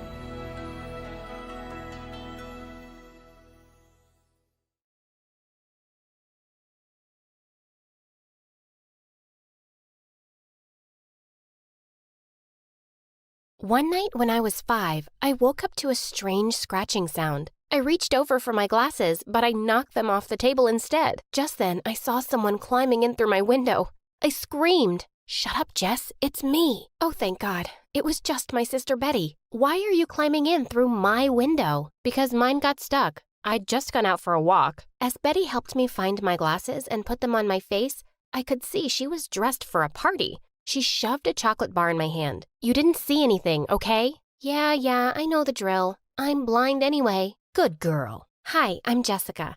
And I am kinda blind without my glasses. I have a condition called myopia. I can't see anything clearly unless it's 2 inches away from my face. But this isn't the biggest problem in my life. That's my wild older sister. Before I tell you my story, click like and subscribe. My mom was a marine biologist, and when I was 3, Betty was 13, and Sarah was 1, we found out that her research boat got lost at sea. Dad got really depressed and kept himself busy at work. This left Betty in charge, and she was the craziest substitute mom ever. Once when I was 6, Betty took me and Sarah to the mall and left us at an ice cream parlor saying she'd be back soon. But she wasn't. I took Sarah's hand and said I knew the way home. Well, I didn't, and we got really lost. When we finally managed to find our way home after hours, we walked in on Betty making out with some boy on the couch. Where'd you guys come from? I thought you were in your room. She forgot us at the mall and even forgot she'd taken us there? I'd always been a bookworm, and by the first grade, I'd even taught myself Spanish. Betty came running to me one day and said, "Hey nerd, tell me a sentence in Spanish that'll make a guy think, wow, how can someone be that pretty and smart?" I told her something, and she happily skipped off. I went after her. She walked up to a cute boy who'd just moved in next door and leaned in. "Tu aliento huele a caca de perro, idiota." I nearly choked trying not to laugh as he pushed her aside and stormed off. Of course, I paid for it when she left actual dog poop in my room. The smell didn't leave for days. This one time, though, her carelessness led to something really serious. In the second grade, I came home one day and couldn't find Sarah anywhere. Betty just shrugged. She was here a while ago. She said, "I am Superman," and I said, "Prove it." And then she just left. 2 things you need to know about Sarah. She only talks in 3-word sentences, and only when she's excited or upset. Just then, we heard our neighbor scream. We ran out, and to our horror, Sarah was up on the roof wearing a red t-shirt as a cape. "Sarah, no!" "OMG, don't prove it. I believe you. You're Superman." Thankfully, Sarah stepped back, but once she was down safely, Betty and I had a screaming match. Do you realize what could have happened? When will you start acting like an adult? You think I haven't been an adult taking care of you two? I never asked to be your mom, and sometimes it's really hard. What was she talking about? We were the nicest kids. Soon after, she went off to college, and I was responsible enough to take care of myself and Sarah anyway. She visited less and less frequently, but anytime she did, it was with a new guy. Life was just fine until I joined a new school in the 7th grade. On my first day in gym class, we were playing dodgeball when suddenly one of the girls ran right into me and knocked me over, and my glasses went flying somewhere. "Hey, can someone please give me my glasses?" Just then, I saw a blurry shape walk up to me. "Wait, I want to try them on." "Gosh, you're totally blind, aren't you? Let's play a game. How many fingers am I holding up? Hello?" Knock it off, Annie. Suddenly, a strong hand pulled me up and the person gave me my glasses. As I put them on, the cutest boy's face came into focus. "Gosh, Raymond, we were just having some fun. It's good to have you here, owl face. Well, until your home planet calls you back." And with that, Annie and her friends walked off laughing. I felt pretty embarrassed, so I ran off too. A whole year went by and the jerks kept bullying me any chance they got, but I just got used to ignoring them. Mrs. Harry Potter, Four-Eyed Freak, Geek. They just kept throwing lame names at me. Also, I had a huge crush on Raymond, but I knew I didn't have a shot with him. But then, life at school went from bad to worse. When I started 8th grade and we had our first science lesson, I almost fell off my chair in shock when the teacher walked in. It was Betty. While I was sitting there with my mouth open, I realized so were the other kids, especially the boys. Even Raymond was staring at her. "Hi guys, I'm Betty, your new teacher and best friend. Mindy, where's some blush? Girl, you look like a vampire. And Raymond, I think Jessica has a crush on you. But of course, you're way out of her league." OMG. I wanted the ground to open up and swallow Betty whole. After class, I stayed back to talk to her. "What are you doing? How did you get hired as a teacher?" "No, hello, how you doing, sis? And for your information, my degree is in teaching. But don't worry, I'm just the substitute for 2 weeks. It'll be fun." It was not. She was so dumb and didn't know the first thing about science. She once told the whole class that the Earth has 7 moons, 1 for every continent. She also said tattoos make you smarter, and when it rained too hard, that was just God crying over ugly people. And even worse, everyone found out we were related. One day in the cafeteria, Annie walked up to my table. "That dumb Betty is your sister?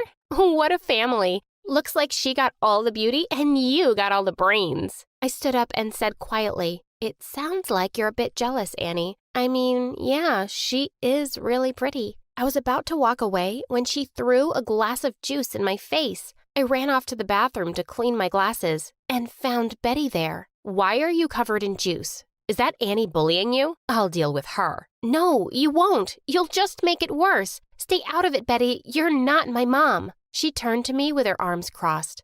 "Fine, but let me tell you, The only way to deal with a bully is to fight back in a way they understand. She's only picking on you because of her own insecurities. Don't be her punching bag. It's easy for you to say, you've probably never been bullied. Oh yes, I have. And you think I don't know the things people still say about me? I just don't care, Jess.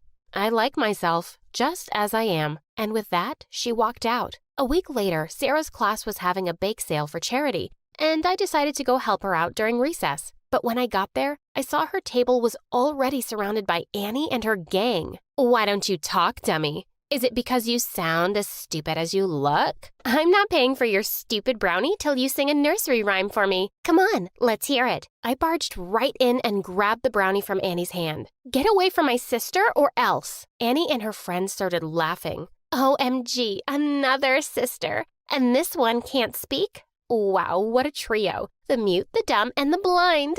She's not mute. She just doesn't want to talk to you. And Betty is amazing and wise.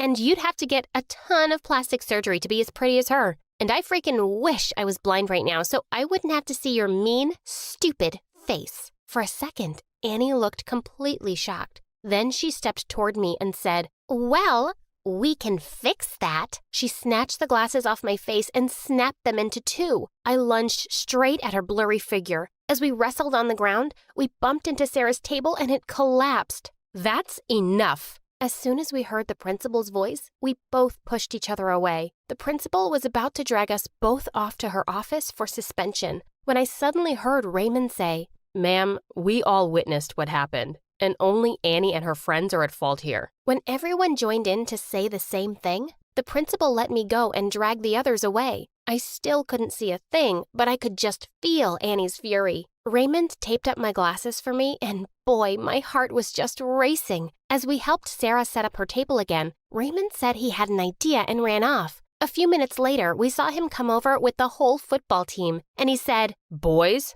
attack. Within seconds, the jocks had finished all the brownies and Sarah raised a good deal of money. And with a sudden boost of confidence, I just turned to Raymond and asked him out. He said yes. Later that afternoon, as Betty was leaving school, I ran after her and gave her a big bear hug. Thank you. You were right, and I stood up to Annie, and it was awesome. She hugged me back and smiled down at me. Whoa, let's get you some new glasses. Then we'll go home and you two can tell me all about it. You'd think we'd had enough excitement for one day, but we had a shocker waiting for us back home. When we walked into the lounge, a woman with thick glasses was sitting on the couch. I had no idea who she was, but Betty gasped and turned as white as a ghost. Mom? Wait, what? Mom isn't dead? The woman jumped up from the couch and started crying when she saw us. Oh, my babies, you're so big now. And wait, your dad said I was dead? He said your boat was lost at sea and you were never found. Where were you then? Suddenly the woman, Mom, turned red. I think you girls should sit down for this. As we all sat down in shocked silence, Mom said, I guess your dad tried to protect you by not telling the truth. You see, I left because I fell in love with someone else. He died last year and But Betty jumped up from the sofa before she could finish. You what? You just abandoned us and left me to be a mom at 13? How could you be so selfish? I swear, I thought of you guys every single day, but your dad and I weren't happy. I did it for love. Look at us. As Betty angrily looked at Mom's picture with her lover, her face suddenly changed. Okay, he's much hotter than Dad, I get it. But we can't forgive you just like that. Leave, now. Mom started crying and begging for forgiveness. But Betty opened the door for her to leave, and she left. Mom then never stopped trying to contact us. I felt sorry for her, and honestly, I missed having a mom and wanted to give her a second chance. Sarah and I tried convincing Betty to forgive Mom, but she refused to listen. Until one day, Dad said, I wasn't a good husband for your mom. And when she left, I kept her away from you, by law. I made a huge mistake. I want your mom back. I want us back. Forgive me, my daughters. Now the three of us were mad at Dad, and we didn't talk to him for weeks. Until one night, Betty opened the front door with Mom behind her. I think it's time to have our mom back. We ran to Mom and hugged her. I'm so sorry I left you guys when you were so little. I put my hand through Betty's. Well, we had a pretty cool mom growing up. Long story short, Our missing mom is back in our lives. We're slowly getting to know her, and she and I have myopia and a lot of other things in common. Hey, I'm Miley from Venice. Before you listen to my story, please click like and subscribe. Ever since I was born, my parents were just busy in their own world, and they sometimes forgot I existed. When I was 3, my parents were getting ready to go out for their anniversary dinner. But minutes later, they walked out the door and left me home all by myself. I ran to the window and started yelling out loud, and that's when they came back running. "Oh God, what are you still doing here? You're making us late." But you forgot me, Mommy. Come on, no time to talk. Hurry up. This kind of stuff happened all the time. Then once when I was in 4th grade, I invited them for my annual day function. I was playing the role of a princess and was super excited for Mom and Dad to see me. But like always, they didn't show up. Ugh, I was so pissed. The other kids were taking pictures with their family while I was standing there all alone. And I finally lost it. I decided to walk back home by myself. As I was passing a sandwich stall, I saw a girl a little younger than me trying to steal a sandwich. "Hey, no, you can't do that. Stealing things is bad." But I'm very hungry, and I haven't eaten for days. I saw tears in her eyes, and she did look like she was having a rough time, so I offered to pay for both our sandwiches. Her name was Lucy, and when I asked her about her family, she told me the most shocking thing. I don't have a family. I lived in an orphanage, but the caretaker was so evil. She made us work a lot and didn't even give us any food. So I ran away. It broke my heart to see her so sad, and I asked her to come with me. I have parents, not the best, but at least I can promise you a home. Besides, I've always wanted to have a sister. Suddenly, her eyes lit up and she hugged me. Later, when we reached home, I asked Mom and Dad to adopt Lucy, but they refused straight to my face. But Mom, I really want a sister. You guys barely have time for me, so you picked a thief from the streets? Not happening. They took Lucy back to the orphanage, and I cried my heart out. I wouldn't even eat or sleep, and I'd run off to the orphanage and wait for Lucy outside every day. Seeing me this way, my parents finally gave in and agreed to officially adopt Lucy. And I was the happiest. And in no time, we were like real sisters. Soon after, Lucy was starting school with me. And even though she was nervous, I promised I'd be there for her all the time. But the moment we entered, we fell in the eyes of Diana, the meanest girl in the school. "Hey, Miley, is that your new adopted sister? Ew, what garbage dump did you pick her up from? She stinks like a skunk's butt." "Shut up, Diana, or I'm gonna kick your butt right now." Ugh, cut it out, Miley, and send her back. I don't think orphans like her belong with us rich people.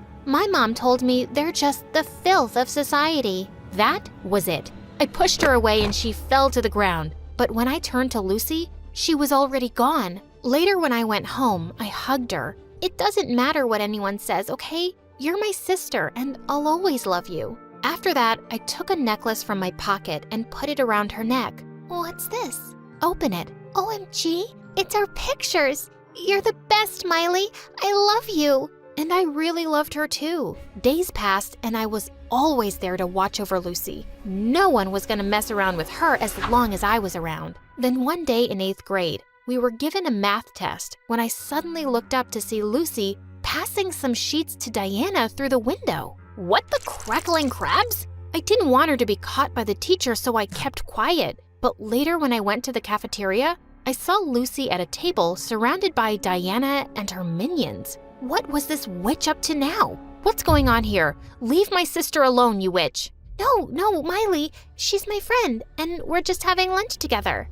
Friend? Are you crazy? She's a bully, stay away from her. Ooh, it looks like someone's really possessive. And it's not like I threatened her to hang out with me. She wants to be friends with the cool kids. What is she talking about, Lucy? You come with me right now. You're not staying with these girls another second. I tried pulling Lucy away, but she brushed off my hand roughly. No, I'm not going anywhere. And please, don't embarrass me in front of my friends. I'm not a baby. I couldn't believe my ears. My sister was fighting me for some bully? Later, when Lucy came home, I tried to talk to her, but she wouldn't listen. She's not bad, okay? She saved me from other mean girls in the washroom once and asked me to join her gang. Now I'm cool like them, don't you see? She's turning you into a bad person like her. I saw you helping her cheat today, Lucy, and that's not cool. But my words had no effect on her. And after that, she started hanging around with Diana all the time. She'd be carrying around Diana's books, bringing her food, wiping the table clean for her. It was so annoying. She even missed my birthday and went shopping with Diana. And when I saw her pictures on Diana's account, Lucy was carrying loads of bags after her like a maid. Why was she such a doormat? A few days later during recess, I walked into the girls' bathroom and to my shock, I found Lucy ripping a little girl's notebook and throwing them in the toilet while Diana and her minions were watching. What are you doing, Lucy? Have you lost your mind? Drop that book right now. Ooh, here comes the bossy older sister. She just wants to tame you and put you on a leash like a dog. Do you want that, Lucy? Or do you want to be your own master? Listening to Diana's words, Lucy looked at me and ripped the book in half. She's right. You're not my mother, Miley. You're not even my real sister, so don't tell me what to do. Got it? How dare you? I always thought of you as my sister, but I think I made a mistake. I should have left you in that orphanage and never brought you home. You're a monster. I tried to pull the little girl out of there, but Lucy jumped on me and we broke into a wild cat fight. Just then, one of the other girls shouted that a teacher was coming, so they all ran away, leaving me on the floor. I was so done with Lucy now. That stupid bully was no longer my sister. Lucy would sneak out of the house at night all the time, and I couldn't care less. But then one morning, she didn't come back home. And when I went downstairs, Mom was furious. That devil child. She's at school and was caught trying to steal something. What? No way. We immediately drove to the school and saw Lucy sitting in tears in the office. Diana was there too, looking bored. The security guards had caught Lucy stealing final exam question papers from the principal's office. But I didn't want to do it. Diana made me do it. Seriously? I don't even know your name. And how could I make you do anything? You're just some loser. And I wouldn't even keep you around to wipe my shoes. Ugh, this witch. But there was no proof against Diana. So she walked free and Lucy was expelled. As she ran out of the office crying, I tried to stop her, but she pushed me aside. You just want to say I told you so, right? Well, don't. Just leave me alone. I didn't follow her. She'd brought this on herself. And maybe when she was less upset, she'd realize it. But when I went back home, I was shocked to find that all of Lucy's things were gone. She'd just left without a word. I tried looking for her for weeks and months, but didn't find her anywhere. Soon after, I left for college where I met John. We fell madly in love and got married soon after. My married life was perfect. But a few years later, I discovered that I could never have children. Both me and John were devastated by the news. And as years passed, things started to get worse. On our 5th anniversary, I cooked John's favorite dinner and waited for him to come home. But he didn't show up at all. And the next morning, the doorbell rang. And I found 2 kids about 3 years old holding a letter addressed to me. Miley, please forgive me, but I can't take care of these kids anymore. I've lost all my money and I'm in debt and I have to leave. Please don't look for me. I stared at John's handwriting in complete shock. And now he was running away and leaving them with me? Oh my God, that jerk! I immediately took the kids to the police, and it turned out they were my husband's kids, and their mom passed away some time ago. The cops decided to send these kids to the orphanage, and that instantly reminded me of Lucy. My heart sank thinking how awful her orphanage was. And without thinking, I suddenly yelled, "No, I'll adopt them." And in no time, the kids moved in to live with me. Their names were Dan and Dean, and they were adorable. The first night, I fell asleep next to them. A few hours later, I woke up to crazy sounds.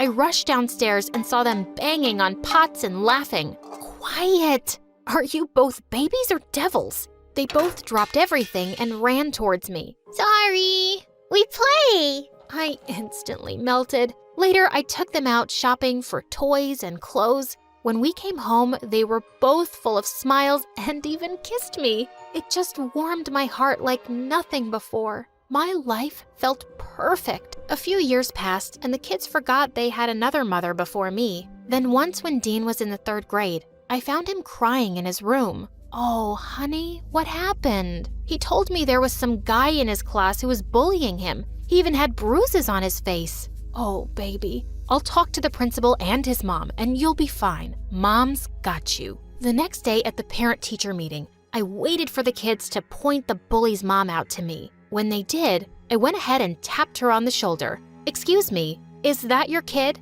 I turned around, and my jaw dropped. "Miley? Lucy?" Oh my God. We just stared at each other in shock, and then I spoke. "Was it your kid who bullied my son?" "What? Not possible. My son is an angel." "Oh, really? Then why does he steal my kids' lunch and hit them? Is that what you're teaching him?"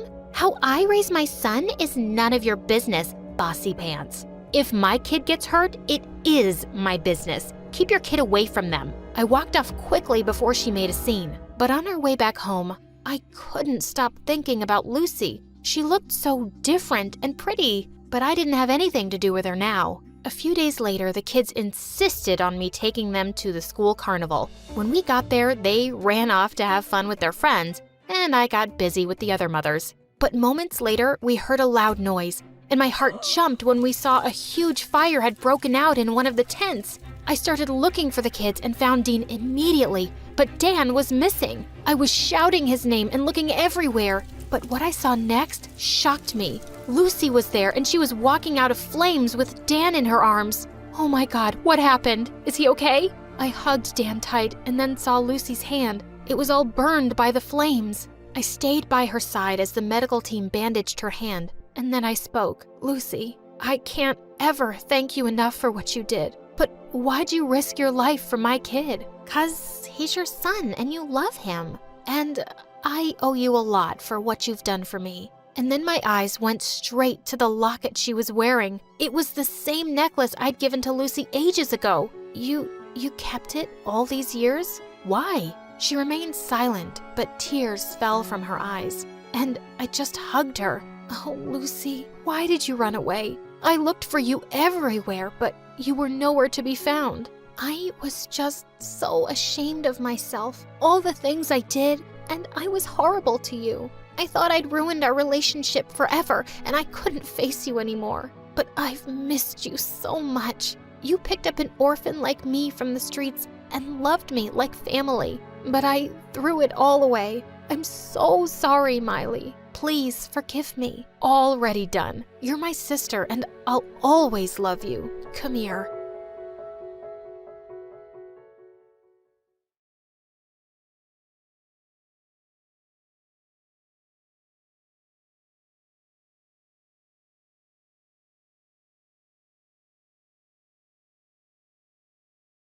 Hi, my name is Leanne, and boy, do I have an extraordinary story to share. But before I continue, please like and subscribe. I had a really happy childhood as the only daughter of 2 loving, wealthy parents. We lived in a beautiful mansion with huge gardens, a pool, and practically a zoo in the backyard. My parents would take me traveling with them around the world, and my favorite thing to do was taking pictures. Everywhere I went, the camera went with me. Life was great until one day it took a tragic turn. When I was 8, we were on our private jet to the Bahamas when suddenly the plane started shaking violently. The pilot and other crew members were shouting and running about, and I just knew something was very wrong. Minutes later, I felt a strong blow and everything went black.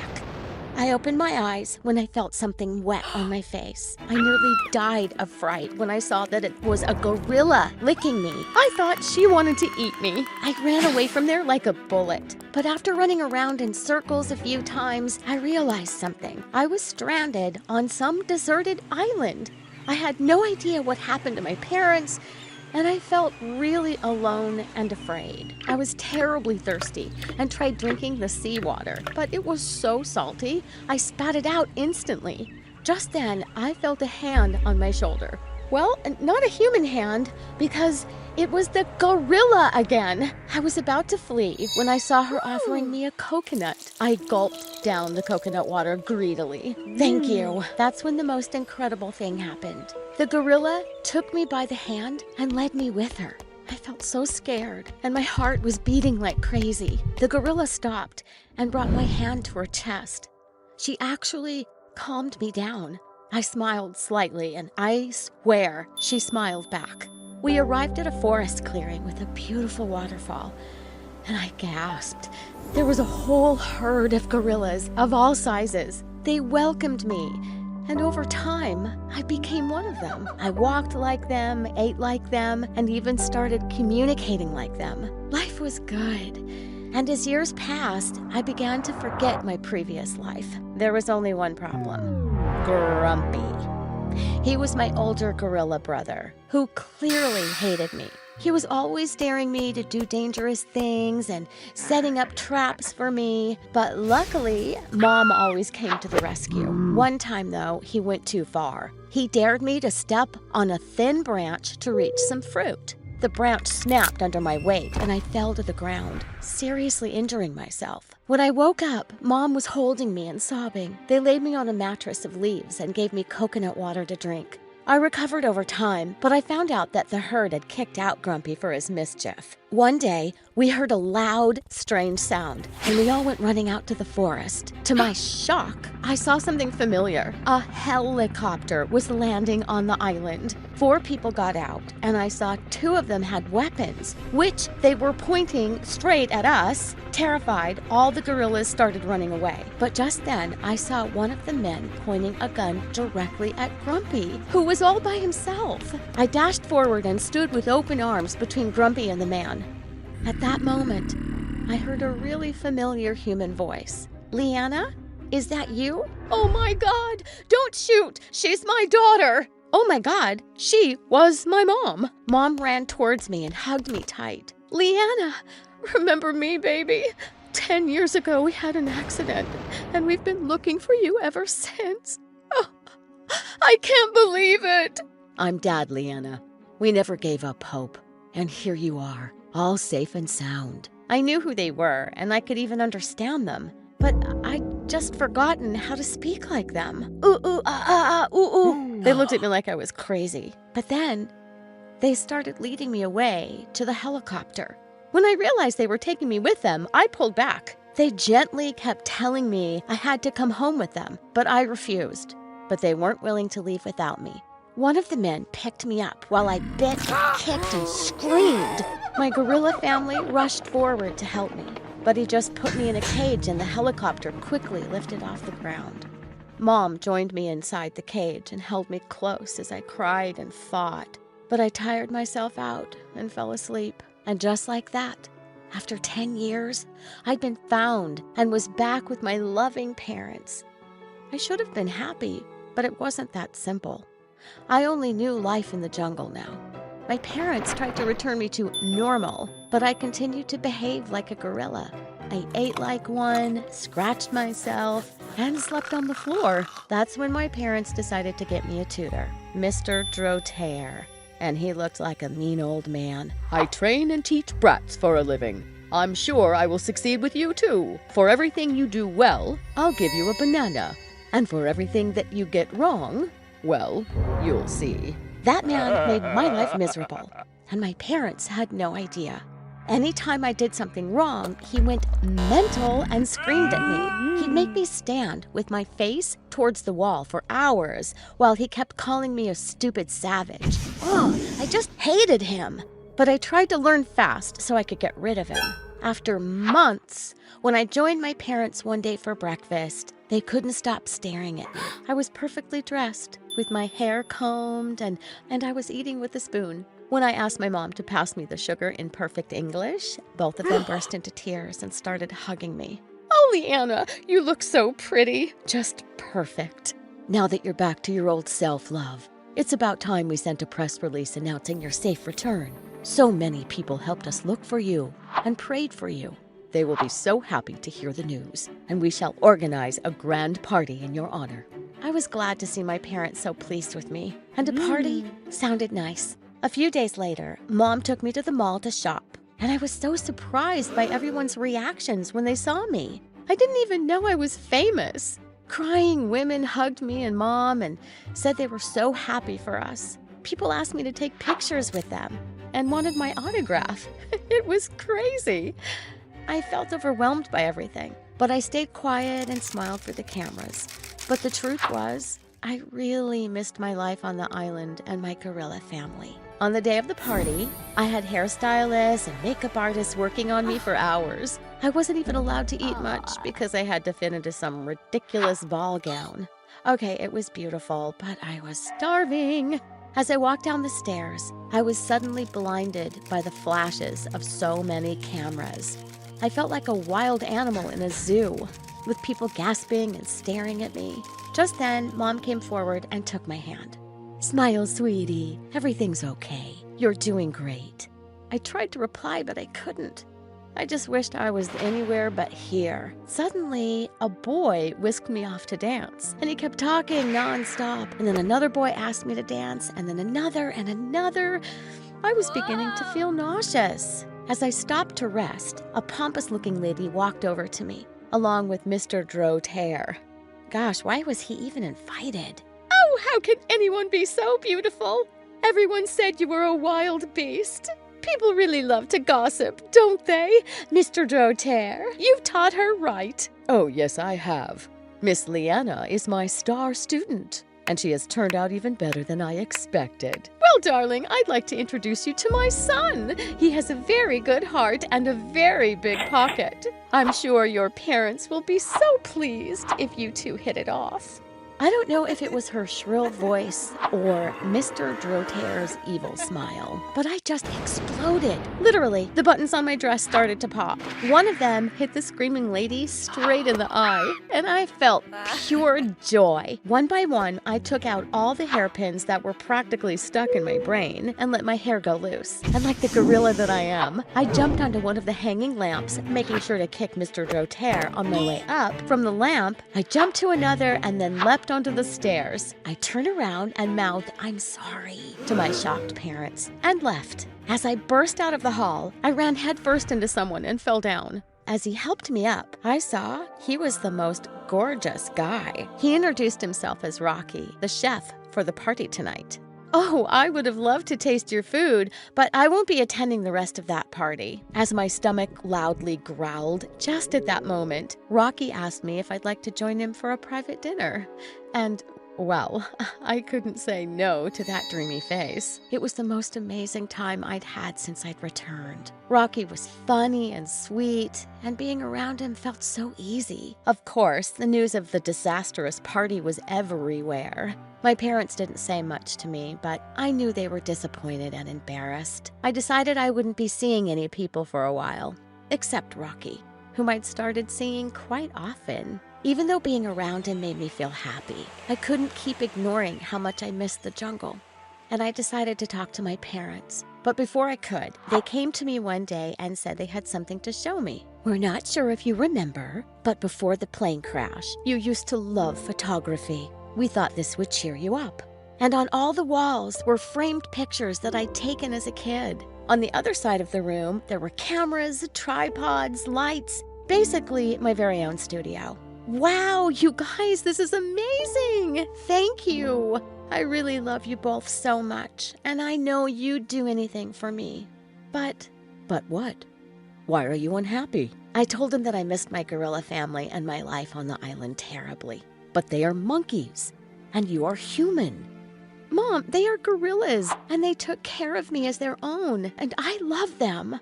Leanne, sweetheart, what do you want to do? I want to go back. Mom burst into tears and protested and fainted. But Dad supported me, and after much talking, they both seemed to understand that going back was the right thing for me. And now I had another very hard goodbye to say. I told Rocky that I'd be leaving, and he looked stunned. "Leanne, you're just breaking my heart. Maybe I can come with you. I mean, I could try." "Oh, Rocky, I couldn't ask you to do that. You belong here. You're a brilliant chef and will go on to do amazing things. I know it. And I will never forget you." With tears in his eyes, he pulled me in for a long kiss, and fireworks exploded in my head. I ran off and didn't look back. When I landed on the island, I was so afraid my gorilla family wouldn't even recognize me. But they came running straight at me and knocked me over with their hugs. I was so happy to see them. Weeks later, I saw a boat coming onto the shore one evening, and I nearly fell back in shock to see that it was Rocky. "Oh my God, what are you doing here?" "You were wrong, Leanne. I don't belong there. I belong wherever you are." And now, yes, the end of the story has arrived. At least for you. For us, this is just the beginning.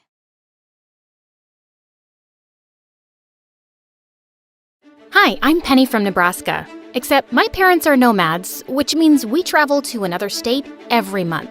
Before I continue, please like and subscribe. By the time I was 8 years old, I'd lived almost everywhere. I stayed in a tent in the desert, old abandoned houses in the forest, and even in a beach cave. My dad and I couldn't be happier with our crazy life. Pinky promise me, Daddy, you'll never make me go to school. We'll swim every day in the ocean, and you'll take us to the moon one day. I pinky swear, my love. Though when I was 13 years old, everything changed. Mom woke me up one morning to tell me her and Dad were splitting up. Dad wanted to keep traveling, while Mom wanted to settle down in the city. Well, I don't want to settle, so I'm gonna keep traveling with Dad, and I really think you should join us. Penny, I want you to stay with Mom. I love you, but taking you with me is too much work. But we were gonna see the world together and fly to... I'm sorry. Good luck, honey. Dad kissed my forehead, and then he freaking left. Mom and I moved to Nebraska City, and I was shaking with anger. I tore up every picture I had of Dad and threw them in our fireplace. 2 years passed, and all I wanted was to forget about him. Then one day, things took an interesting turn. I went for a walk in the park when a letter flew at my feet. I looked up to see a boy smiling at me through the bushes. Oh my God, you scared me. What are you doing? I'm sorry. I didn't mean to scare you. I was just too nervous to talk to you, but I still wanted to look at you because you're beautiful. The boy rose up from the bushes and holy crud, he was majestic. Take a walk with me. I'll take you somewhere magical. Okay, Prince Charming. I'm actually gonna jet because I don't go off with strangers. I ran away quickly, but when I reached home, I saw the guy had followed me. All right, now you're just stalking me. Leave me alone or I'll call the police. You're right. I'm sorry. I can't explain it, but I feel like we're meant to be together. Just let me take you on one date. I'll meet you right here at sunset. If you don't like me after the date, I'll leave you alone. I swear. Okay, fine. You're kinda cute. But we have to be in a public area around other people. The guy agreed, but when I went out to meet him, I almost fell back in shock. He had landed a golden jet in my driveway. Hey, gorgeous. Want to fly to Europe for dinner? Did you just fly here in a gold jet? I didn't even know that was a thing. Well, I'm a billionaire. I also brought you a few presents. An iPad, some chocolates, and I bought you your own horse. My jaw dropped open when I literally saw a man trot by on a black horse. This was getting to be a bit too much. Listen, I appreciate all these gifts, but maybe we can just go somewhere simple, like the park we met at?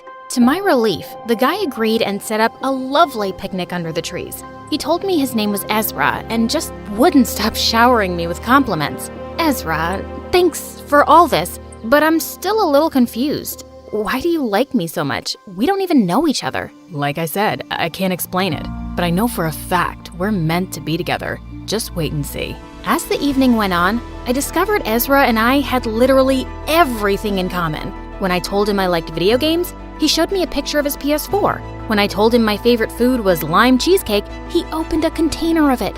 Then my shoulders started feeling sore since I suffered from neck pain. And before I said anything, Ezra offered to give me a neck rub. How did you know I have shoulder pain? Only my mom knows about that. I could just tell you were in pain. I understand you in a way nobody else does, Penny. After Ezra's massage, my neck felt better than ever, which is insane. No doctor or masseuse had ever been able to make my pain go away. As time passed, Ezra and I kept hanging out. He kept buying me every gift I could want, And whenever I needed something, he was always at my beck and call. He was a literal angel. It didn't take me too long to agree to be his girlfriend. Sometime later, Ezra said that he'd transfer to my school next term. I couldn't stop squealing about it to my friend Jenna. I'd love to meet him soon. He sounds like a guy out of a storybook. And dating someone that hot will probably make you super popular. What do you mean popular? Oh, right. I forgot you were homeschooled before you moved here. Being popular means everyone thinks you're cool because you're dating a boy like Ezra? God, my life was just getting better by the second. Ezra met Jenna and I by a quiet bus stop as I kissed him. He even got me a caramel latte. Isn't he perfect? Ezra introduced himself to Jenna, but she just stared at us, looking horrified. Jenna, what's wrong? Why aren't you saying hi to Ezra? Penny? No, I am not saying hi to him.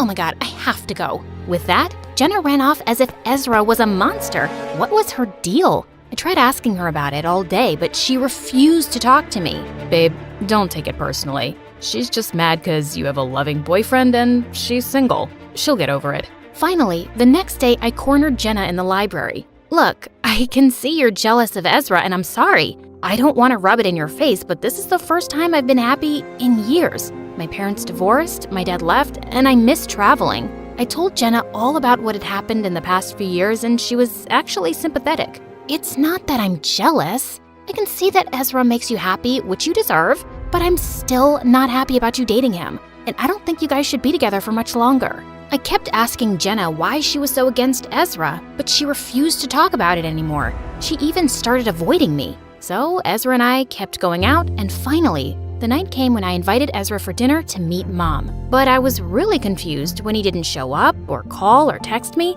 In fact, I didn't hear from him at all the next day either. I was starting to get really worried. I didn't even know where he lived. But on my way to the bus stop the next morning, I saw him sitting on a bench. Ezra, what happened? You totally blew me off last night. Just go away, Penny. I hate you and I never want to see you again. What are you talking about? What happened? I said, get away from me. Do you want me to call the cops? Ezra stormed off angrily and tears stung my eyes. What did I do to make Ezra so angry? I told Jenna all about it when I got to school. Wow, he broke up with you? I didn't think that would happen. I thought he'd stay with you for longer. Jenna, what are you saying? Do you know something about Ezra that I don't? Do you two know each other? Yeah, we do. I didn't want to say anything before, but I know Ezra and he's bad news, Penny. He used to date a friend of mine and really hurt her. Just stay away from him, please. Judging from Ezra's behavior, Jenna was probably right, but I was still confused and sad for the next coming weeks. Jenna kept trying to cheer me up and suggested she set me up with someone new.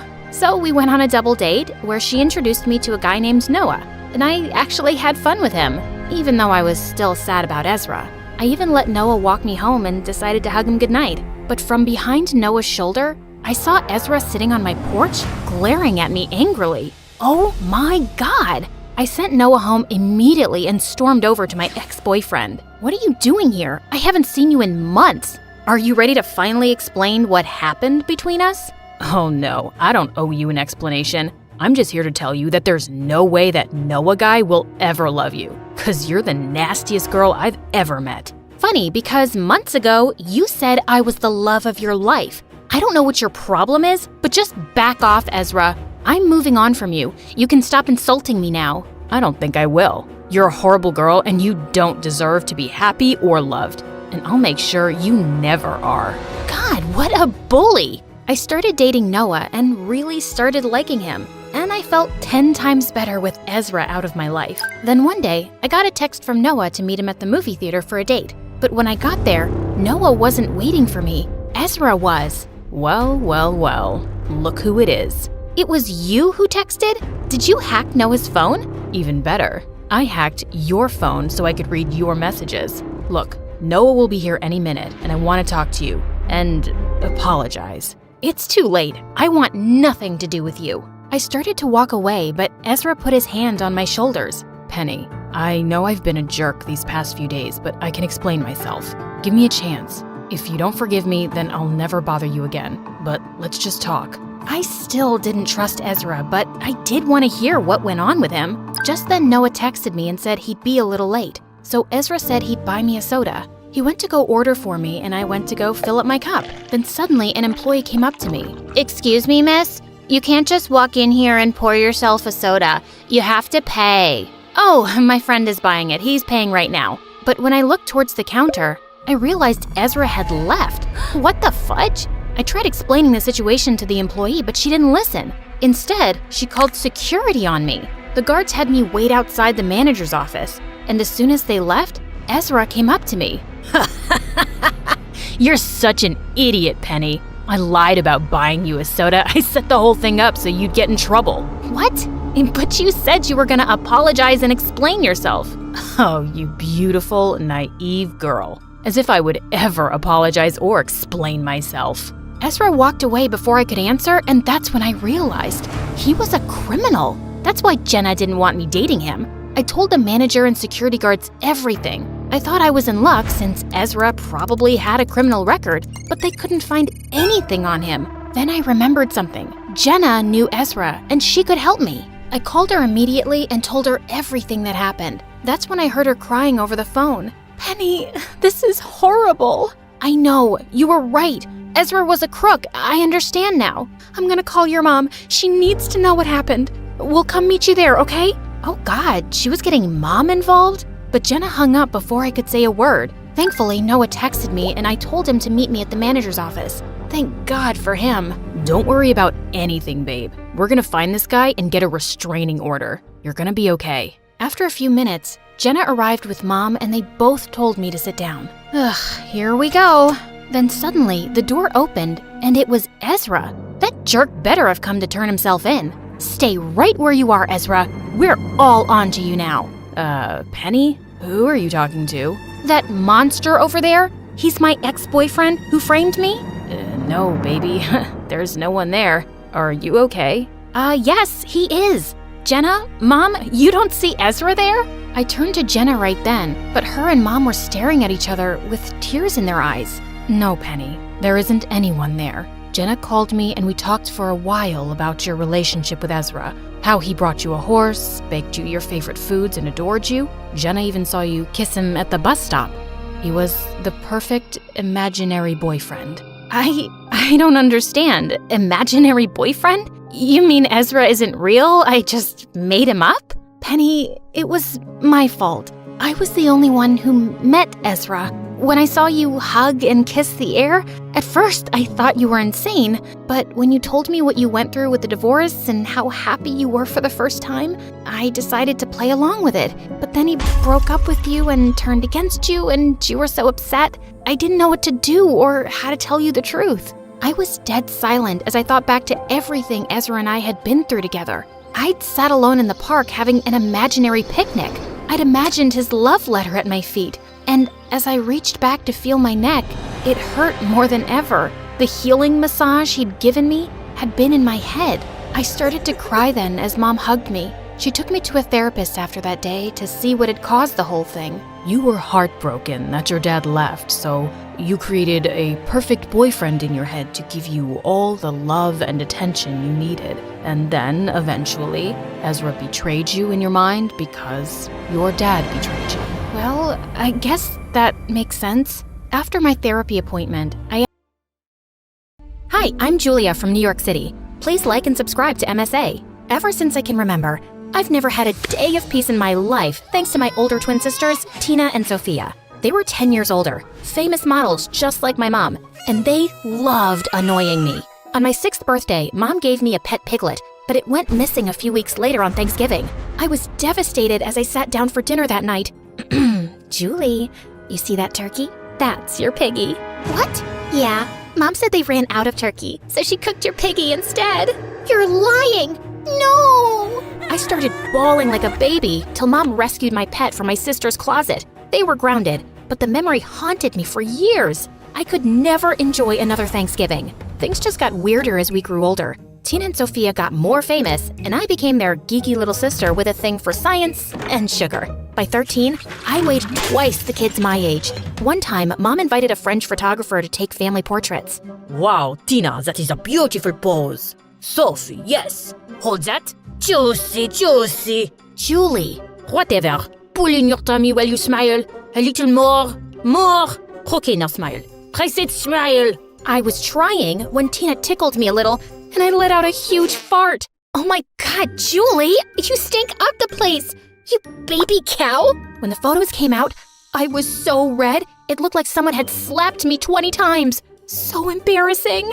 I exercised and lost most of the extra weight, but my sisters never let me forget that incident. Worse, kids in my school constantly questioned me about my famous sisters, and I hated that. My older brother says that Tina bathes in milk. That's why she's so pretty. And Sophia brushes her hair with a comb made of feathers. Tell us, please, is all this true? I got so annoyed, I jumped on one of them and pulled her hair. Tina's breath stinks and so do her clothes. And Sophia brushed her hair last winter. It's all makeup, you moron. Now leave me alone.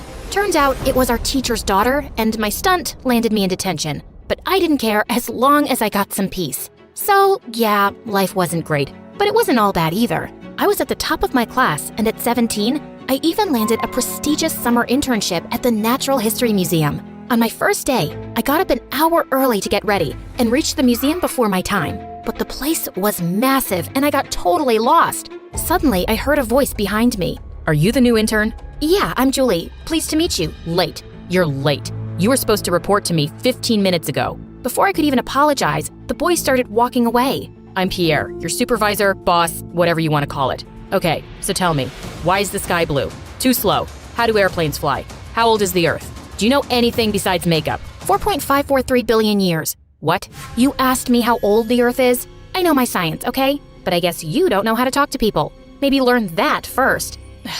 You're right. I'm sorry. I had a tough morning and I took it out on you. How about we start again? Hi, I'm Pierre, and it's nice to meet you. Over the next few days, Pierre and I hung out a lot. He was my age, the son of a diplomat, and he'd only recently moved to New York. He was also really smart, and we'd often spend hours discussing science stuff. Slowly, I even started liking him a little. One day, I was cleaning up a fossil when my shirt got caught and ripped. Pierre rushed to my side and gave his shirt to me. You're bleeding. Huh? Oh no. Dang it. Pierre hurried back with first aid, and as he was tending to me, I couldn't stop staring at how perfect he was. There, all done. Thanks. I feel much better. Much better. Oh, God. You must think I'm crazy. Nope. I think you're cute. And also, I think you should go out on a date with me. Really? You do? The next day, Pierre took me out to the most amazing restaurant, and we had the best time ever. Soon after, we started dating officially, and things were perfect. That was until one night. Pierre and I were closing the museum, and my sisters stormed in with some friends and started messing around with the museum artifacts. What are you guys doing here? You're always working, so we thought you could use some fun. Oh, are you the guy she keeps texting? Dude, she makes the funniest faces when she's on the phone. Like she wants to poop, but can't. Let me show you. Can you stop embarrassing me and go to a club or something? Where's the fun in that? My sisters and their friends just ignored me as they went around taking selfies. But then the museum security heard the noise and chased them away. I was given an earful, but at least the situation was under control and nothing was damaged. But the next morning, I spotted Tina wearing a dinosaur tooth around her neck. Oh my God, Tina, you're not supposed to take that. It's worth $40,000. Why would a rotten old tooth cost this much? Here, you can have it. I immediately wanted to leave for the museum to put the tooth back before someone noticed, but just then, the police knocked on my door. Apparently, the museum staff had seen the CCTV footage, and my sister had already been caught on tape. The twins would have been arrested for stealing, but I called Pierre and asked if his dad could help. He told me once his dad was on the museum board of directors, so I had to take a shot. He saw the video footage too, and he's really mad. I know it's a huge favor, but I'm asking, please, if he could just help me out this one time. I'll even apologize in person. Actually, there's this fundraiser that he wants me to attend. Maybe you can come along too and talk to him. That'll be perfect. Okay, I'll see what I can do. Pierre pulled some strings and the police let off my sisters. And for the first time, they were sorry. The fundraiser wasn't as bad as I thought, even though his dad was really cold even after I apologized. And soon, Pierre started asking me to all the events he got invited to. And things were exciting for a while. I enjoyed dressing up and going around with my handsome boyfriend. But between studies and work, I was getting burnt out. One evening, I didn't have anything, so I raided Tina's closet. Oh my God. Who died and left you this hideous dress? It's yours. Must be something I bought to give to a homeless person. Listen, kid, no matter what you wear, you'll always be a dork.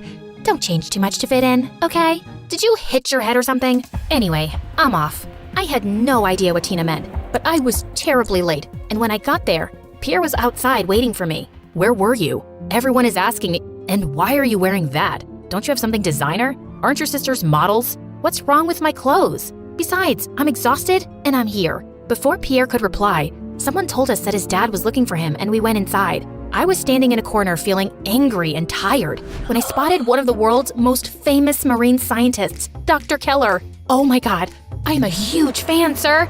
Your work in the space of dead turtles is groundbreaking. And that piece on how sharks are misrepresented in shark movies is amazing. You've read that paper? No one ever has. You should come by my office sometime. I'd love to. I even have something I'd like you to see. Julia, there you are. I want to make you meet someone. Before I could say anything, Pierre dragged me to the other corner of the room. What was that? I just saved you from the worst conversation of your life. You should thank me. Thank you? A world-famous scientist just invited me to his office, and I was discussing my research with him when you dragged me away. Dr. Keller is a bit of a cuckoo. He invites everyone to his office because he's bored all day. It's nothing special. Give me a break. So you think I'm not actually good at what I do? You know what? Save your breath.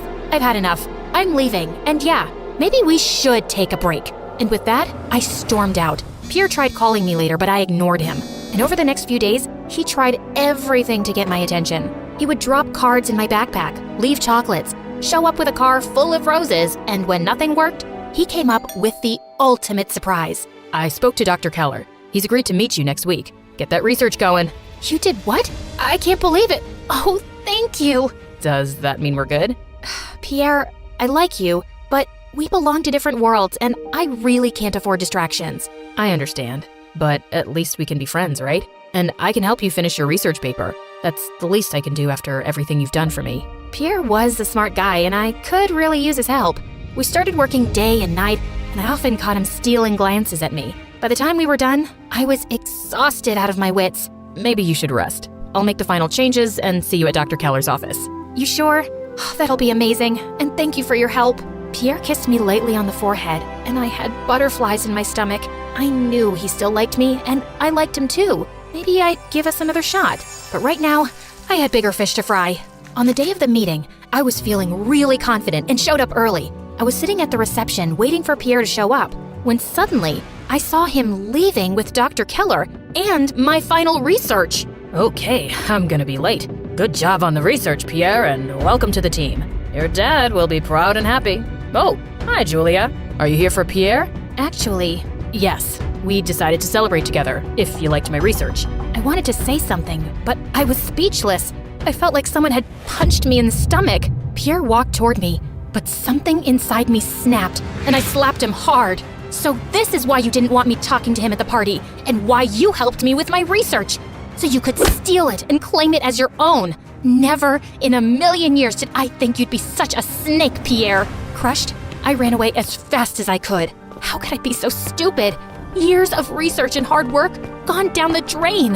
When I got home that day, my sisters could immediately tell something was wrong. They sat me down, and I told them everything. Ugh, why do you even care about this stuff so much? Because I do, okay? It's what I want to do in life. How would you feel if someone took away all your hard work and claimed it as theirs? We wouldn't know.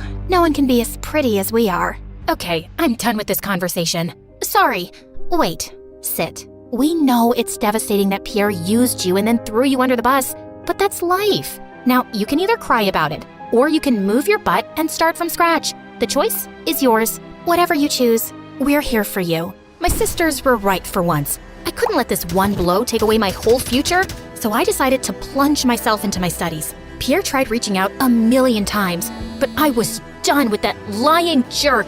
I graduated top of my class and went to Harvard. Slowly, I started building my research from scratch and things started looking up. But for some reason, I could never completely understand or forget Pierre's betrayal. Maybe what I was looking for was closure. A year later, my sisters and I were vacationing in Costa Rica when a familiar figure approached me. Julia, is that you? Pierre?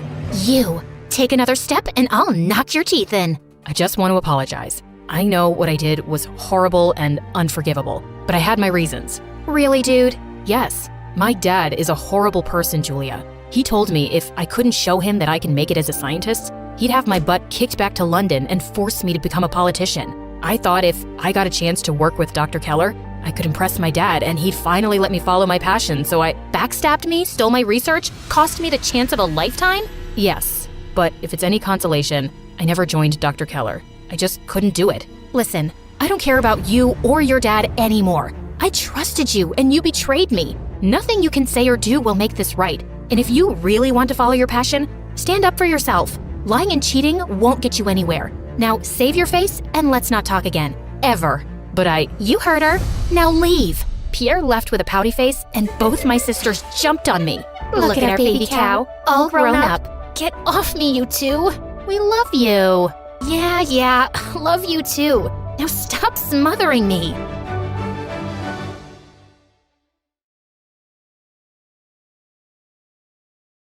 Hi cuties, my name is Amy, and get ready to dive into the drama that is my life. A real-life soap opera that even Shakespeare would have loved to write. But first, hit the like and subscribe button. Now we can start. You know those apparently perfect families where the father is a smiling, rich businessman, and the mom is a lovely housewife who does everything for her two blonde, pink-cheeked, perfect-teeth children? Yeah, me neither. Ever since I can remember, in my life, it was only me and my mom, Margot. My mom loved me, but when it came to my dad, she made every effort to delete any trace of him. And she did a darn good job. Mom, I was wondering if my dad... What dad? Here, have a bag of candies. It was always like that with Mom. Have a bag of that. Or keep this sock of chocolates. Or look, that marshmallow looks like Grandma Teresa. So, instead of finding out anything about him, I just gained a lot of weight. Eventually, I stopped asking. Even my mom understood that something was off with me when instead of playing with our neighbor's kids outdoors, I spent all my time locked in my room reading books alone. At some point, she must have thought that I needed a father figure, which was true, and decided to get one for me. Unfortunately, her dating life was so disastrous that it probably made Cupid consider early retirement. For real, it was the same thing over and over again. It went like this. Amy, please let me introduce you to insert name, my new boyfriend. We love each other so much. Of course, 2 weeks later, there we were, indulging in a second bowl of ice cream and watching Titanic, with her sobbing uncontrollably on my shoulder. Jack, take me with you. We were supposed to stay together forever. Mom, you met him like a month ago. The best month of my life. But honestly, my mom had a PhD in ruining her relationships. All of her boyfriends had a lifespan shorter than a goldfish's memory. She would get bored of them and then do something to sabotage the relationship. And then, magically, it was always their fault. Antonio the chef seemed like a perfect candidate because who wouldn't want a dad who can whip up 5-star meals? But then... Can you believe it? He left me alone all night to go to a restaurant by himself, choosing puff pastry over me. Huh. Mom, he works there. Then there was Marcin. I thought a cop would keep us safe, right? But I was expecting a rose or diamond, but he gifted me a police scanner. And Philip, I always dreamt of a dad who could always make us laugh, but he couldn't stay serious for 10 minutes straight. Well, today, he's the world's most famous comedian. I was already abandoning the idea of having a stepfather when my mom came back home one day with a new surprise. This time, though, I felt something was different, and I was right. Here, love, this is Ben. Benjamin, this is my daughter, Amy. What a lovely fairy I see. Am I welcome into your manor, my fair maiden? That man was not like the others. Ben looked older, with such a fine white beard and mustache, and those small round spectacles that made him look like some woodsman from old stories. In my mind, a dad had always been similar to him in appearance. Surprisingly, Ben actually became a father to me, and he really knew how to show me his love. Like that time when I got an A+ in mathematics, and Ben recited a poem he had written for me. Here is the smartest of my muses, the shiniest of my lights, a new Pythagoras in disguise. Nobody had ever appreciated me so much. Or that time, December 16th, when I came back home after a full day at school, only to find the hall full of fat-bearded guys, and Ben in the middle of them shouting toward me. Surprise! Happy birthday to our fairy! Those were Ben's friends from the War Games Club. I didn't expect any birthday celebration because Mom had always forgotten it herself. But now she was there too, right in the middle of them. Could Ben have changed her so much? Ben, I have no words. It's only my duty to make you smile, my fair maiden. I hugged him the strongest I could and started crying like a baby. Sir Benjamin, I love you. I had finally found a father after 10 years of my life, and we were like a real happy family. It felt like a dream. And like in every dream, at a certain point, I had to wake up. A few years later, Mom started receiving strange phone calls in the middle of the night. She would pick up quietly like a thief and go to the bathroom to speak as any guilty teenager would. Once, I caught her coming out of the bathroom with a suspicious smile on her face. Who was it? Oh, just some friend. Don't worry about it. Don't worry? I make a living out of worrying. I knew something was wrong. The calls suddenly stopped, but the signs were still there. Why would Mom be sending herself those goofy bouquet cards decorated with plastic roses? Can't I buy nice things for myself? Not to mention the gold-sprayed aluminum ring I found she was wearing out of the blue. After a life of hating rings and necklaces. It's just part of my midlife crisis. Or the giant heart-shaped balloon we suddenly had in the main hall, glittery as a disco ball and red as love. Or hell. Wrong address. Or maybe the wind brought it here. Yeah, like I'm that dumb. Then one morning I was sick at home, searching in my mom's bedroom for her laptop, ready to consume my eyes in yet another Harry Potter marathon. Where is it? At the old laptop. What is this? There was a letter on my mom's nightstand. Strange. I haven't seen the postman in a while. My love, I'm like a lost sock just looking for its match. Ew, so cheesy. When Mom got back home that night, I confronted her. How could you do this, Mom? Amy, I can explain. Ben is the only dad I have ever had, and you're betraying him. If you would only let me talk, please. I don't want to listen to you anymore, Mom. I'm tired of you and your... MSA won't let me say the next word, but you can imagine what I mean. I wasn't gonna let her ruin our relationship with Ben. I had to act fast. So the next day, I went to confront that homewrecker, getting his address from the letter. I rang the doorbell nonstop. Open up! What the? The man was about to blow up, but when he saw me, surprise filled his eyes. Ah, you, please, come in. That mysterious man looked like a retired rock star, or an extra from Pirates of the Caribbean. He invited me inside his great villa, which was full of instruments. Look, whoever you are, my mom's with someone else. Just leave us alone. Don't mess up our lives. I've barely found my dad, and you? What if I told you I'm your real dad? His words hit me like a mute button. I was eager to meet you again, but your mom thought you weren't ready. Of course, he could have been lying, but somehow I knew he wasn't. My father disappeared when I was a child. Amy, I'm really sorry. Things got messed up between your mom and me back then, but I'm here now, and I want to be part of your life. I was left completely speechless. My mom soon joined us. Mom looked truly happy after all those years. She told me she hadn't connected with anyone else because she wasn't over Dad and only wished for him to stay with us. Of course, I was thrilled about having my real dad with me again. But then, a sudden doubt fell upon me like a spaceship out of fuel. But Ben, He already knows everything, and he still wants to be a part of your life. We can be a big family. so, just like that, I went from having no dad to having two. You would think it's like winning the lottery twice, but not quite. I felt overwhelmed and with a great weight on me. Before, I didn't have to worry about disappointing anyone, but now I had two dads who had high expectations of me, and let's say they weren't too fond of each other.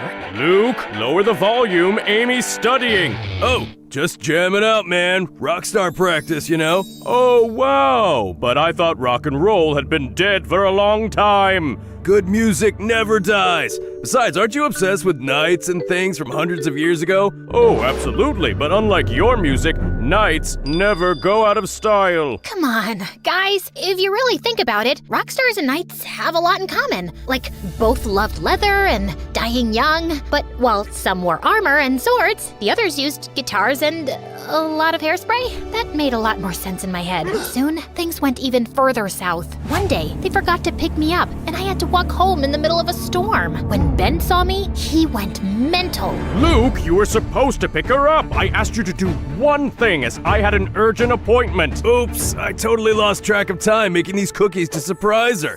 Come try one, honey. As I reached for a cookie, Ben sprang into action like a movie hero, dove over the couch in slow motion, snapped it from my hand, and sent the whole tray flying. These have peanuts! Amy's your own daughter and you don't even know she's allergic to peanuts, or you just don't care. I don't even want to remember the fight that followed. Can you imagine two gunslingers in front of each other, ready to open fire at the slightest movement? Well, it was kind of like that. The constant fighting became a part of my life. I realized that this was affecting them as well. Ben looked more deteriorated and tired than ever, and my dad seemed constantly anxious, as if he was hiding a big secret. On my first Christmas with my new family, they dove into a full gift duel. The prize of it wasn't a juicy bounty, but my love. Dear, I got you, Ozzy, your new puppy. Are you serious? I got her Lady Godiva, the most majestic kitten in town. Aw, thank you guys. I love them both so much. Of course, getting double presents was quite fun, but soon my new pets were casualties of the parents' war. Lady Godiva was given away to our neighbor's children by my dad after he definitely saw me sneezing with her nearby. It was mid-December, by the way. A few days later, someone shaved Ozzy completely, making him a pink bear with a black nose. Oh, that's horrible. Nobody ever found the mysterious culprit. Then it came, December 16th, my birthday again. My dad must have known what Ben did on my last birthday and decided it was a good idea to outdo him at his own game. So he called all of his musician friends to blast a birthday party rock serenade for me. To my beloved daughter, you all, the people of the world, rock! This song is for you! But then, right before the concert started, another group of people appeared. Vikings, Romans, Celts, who knows? They were an army of guys dressed for a historic recreation, waving toy spears. What is all this, Ben? There is a time for peace and a time for war, Luke. Men, be ready! Someone sounded a war horn, and my birthday soon became like the final battle of Avengers Endgame. But instead of aliens and superheroes fighting, I had cosplaying history nerds versus elderly musicians incapable of accepting the passage of time. A clash for the century! After watching the battle for a bit, I went home all set to blow out the candles and dive into the cake. But I found my so-called perfect family in the middle of a loud argument. What are you even doing here, man? Amy's with her real parents. She doesn't need you anymore. This whole uncle situation is bizarre. That's true. Explaining it to people is a real pickle. Say what you want, but I've been her father longer than you. Well, he has a point about that. Her father? A history nerd with a Willy Wonka mustache? You must be joking. I don't think Willy Wonka has a mustache. My mother's mediation skills are truly out of this world. Why don't we let her decide then? Oh no. Yeah, she's old enough to decide who should be her dad. No, I am not! Mom, you are my last hope. Please stop this madness. Maybe that's for the best. Thanks for nothing, Mom. So, that's how it is. You're piling your responsibilities onto me? Why can't you guys understand? I want both of you in my life. But if you can't handle that, I'd rather have neither than choose between you two. I was ready to storm out, but then my dad said something really strange. Are you happy, Ben? This was your master plan? First you found me, then you invited me to your cosplay parties and made me realize that I should get back with Margot. Why did you do all that if you didn't want me here? Everybody's eyes went on Ben at those words. Mine too. What was all that about? You're absolutely right, Luke. I shouldn't be here at all. I'm really sorry, Amy. Then Ben darted away, leaving things abruptly. What the hell is going on? I ran after Ben, just in time to catch him while he was already at the park, gasping. He doesn't look too good. He fainted the very next moment. Ben, what is going on? Are you okay? Ben! We rushed him to the hospital, and a few hours later, he woke up. I guess my plan didn't run as smoothly as it did in my mind. Why did you do all this, Ben? My heart is breaking, Amy. Literally. The only thing keeping it together is you.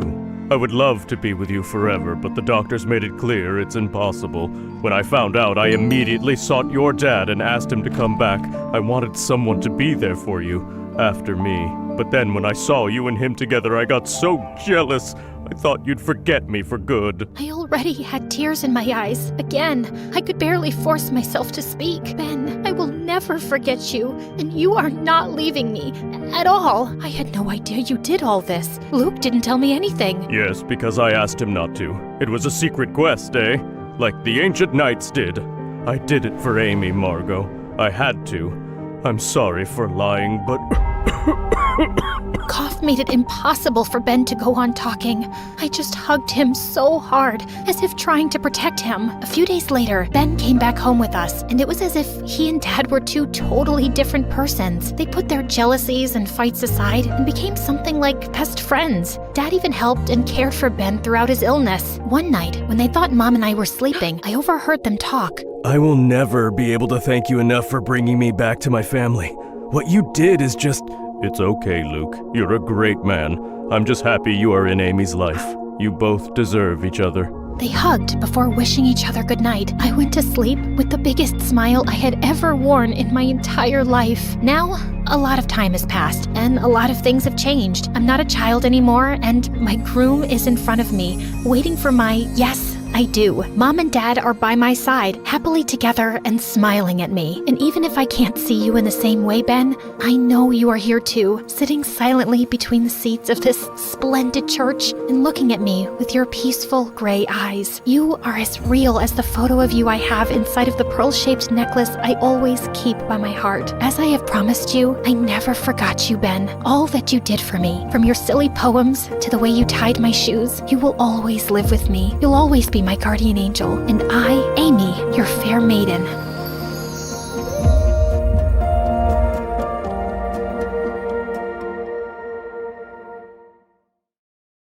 Hi, I'm Laureen, and for as long as I can remember, I have wanted to be famous. But I didn't want to be famous for just anything. I always envisioned myself as a rock star, screaming into a microphone in front of millions of adoring fans, like my idol. No one in my family even liked music. In fact, everyone downright hated it. The only thing Dad ever watched was the boring news on TV, and my suck-up siblings always followed suit. So every time I turned on music, my dad would yell at me, "Go to your room and put earphones on. I can't believe any of my children could be such a bum." So I would do that and get so lost in the music that I would start to sing out loud. The only problem was every time I really let go and sang my heart out, someone in my family would come banging on my door. "Be quiet in there. You're so annoying." And every time that happened, I would sing louder. I found out this later, but one day, as I was singing in my room loudly as usual, my dad's friend came to visit, and he heard my voice. "Oh my God, what a beautiful voice. Who was the singer?" "No one." "Oh, come on. "Call her. You know I have some connections with someone who can make her a famous singer." "Oh yeah? So you're now that angel who was sent to change her life?" "Just call her. She's the one with the angel's voice." All I knew was that I was minding my own business when Dad banged on my door screaming, "I said no singing!" My friend got so annoyed and he left. So shut it now. A while later, my whole family came in. My sister said, "It's like hearing nails on a chalkboard." My brother said, "It's like listening to an alley cat." My mom just burst into tears and said, "Music and singing is rotting your brain." I just couldn't take it anymore, and I yelled back, "No, it's not. You guys are.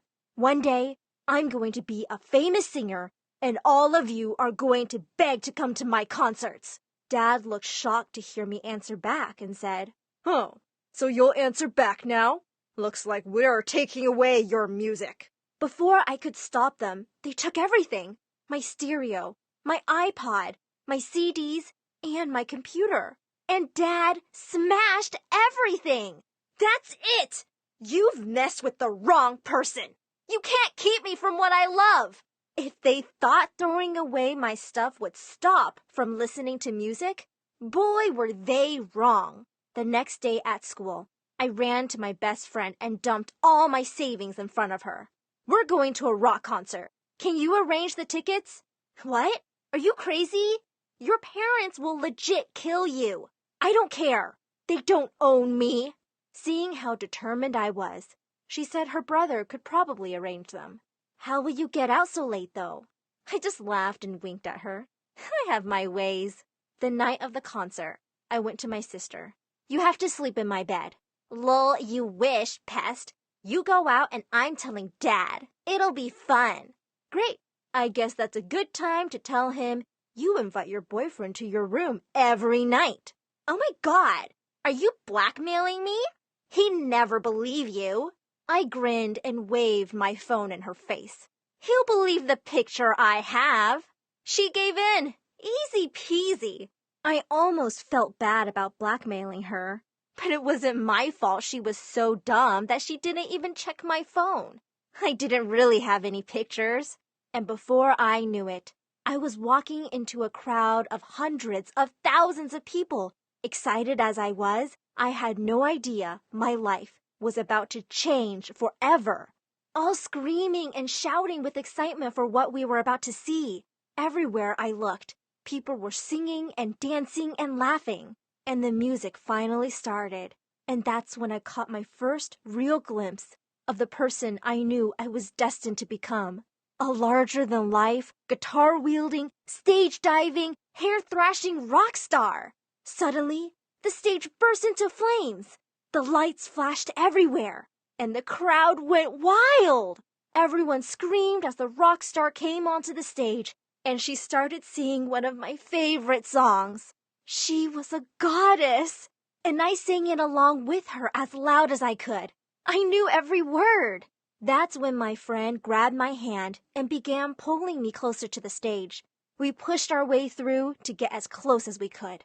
And when the song ended, someone handed me a bouquet of flowers and told me to throw it on stage. I did, and the rock star picked it up, and she looked right at me, and, I kid you not, she winked.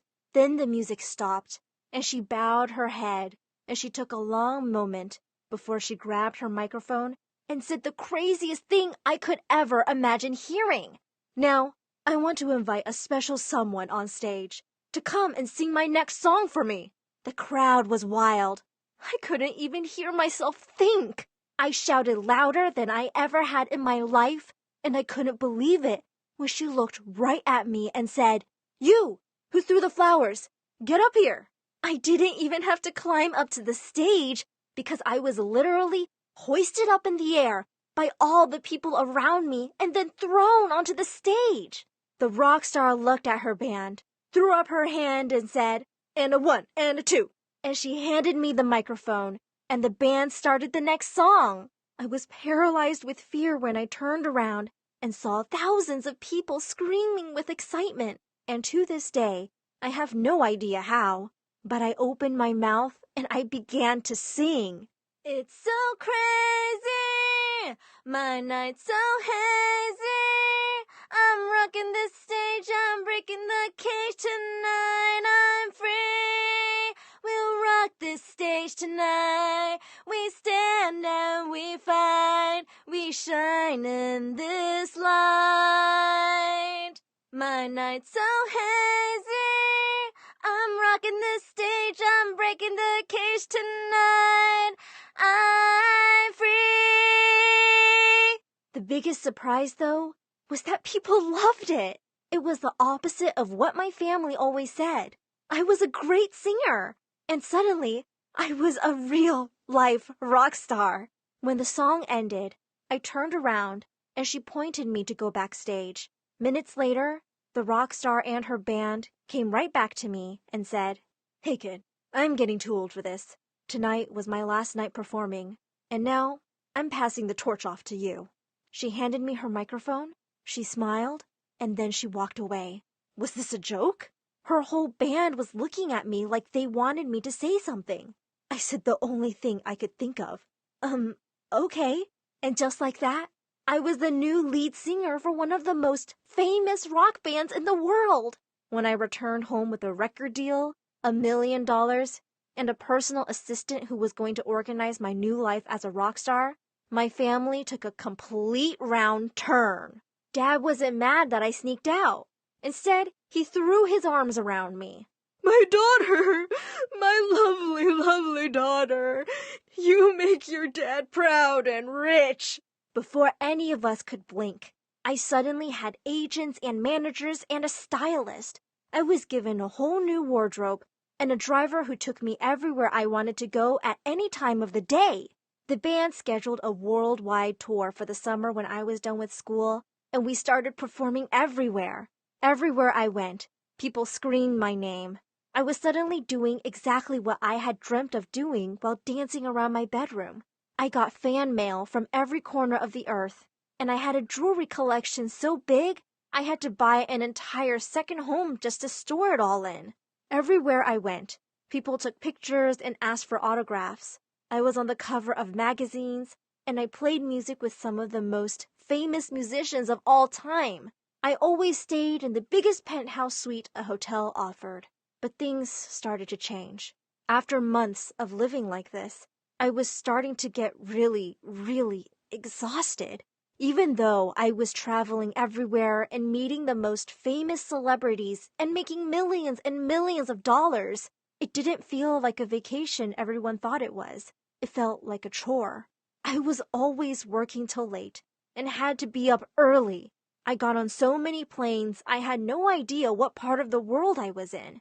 One day, I finally tried to take a quick vacation, but I couldn't even leave the hotel because there was a mob outside waiting to take pictures with me. There wasn't even a single place I could go without someone harassing me for a picture or to give me a compliment. One fan told me my hair was so beautiful, and then they tried to rip out my hair so they could keep some. One time my parents called and told me my fans had broken into our home to find things of mine. It was like I was a zoo animal. Worst of all, though, I didn't know who to trust or who to talk to anymore. My best friend who brought me to the concert only ever wanted to hang out with me when I was invited to parties. My already selfish siblings only ever called when they wanted something, which was a lot. Hey, we've always been the nicest siblings. Why not introduce us to this celebrity? I'm sorry, I can't. Of course you can. You're famous. Okay, then at least get us free tickets to their concerts. I said I can't do this. I'm sorry. Stop lying. You're such a show-off and think you're important. You're just a stupid singer. Nothing more. And they hung up. My parents were the worst. They were suddenly doing interviews on television, telling the whole world how they supported me when I told them I wanted to be a singer. They were taking credit for my good luck and hard work, and everywhere I looked, someone wanted something from me. No one even asked me how I was doing. I was trapped, and I realized I didn't even like to sing anymore. One day, as I was on stage, I realized I couldn't even hear myself sing because everyone was screaming so loud. And that's when I decided, if I couldn't even enjoy the one thing I truly loved, I didn't want it. And that meant I would do exactly what was done to me. And I needed to find someone to take my spot. I scanned the crowd in front of me until I saw a girl singing all the lyrics to my songs.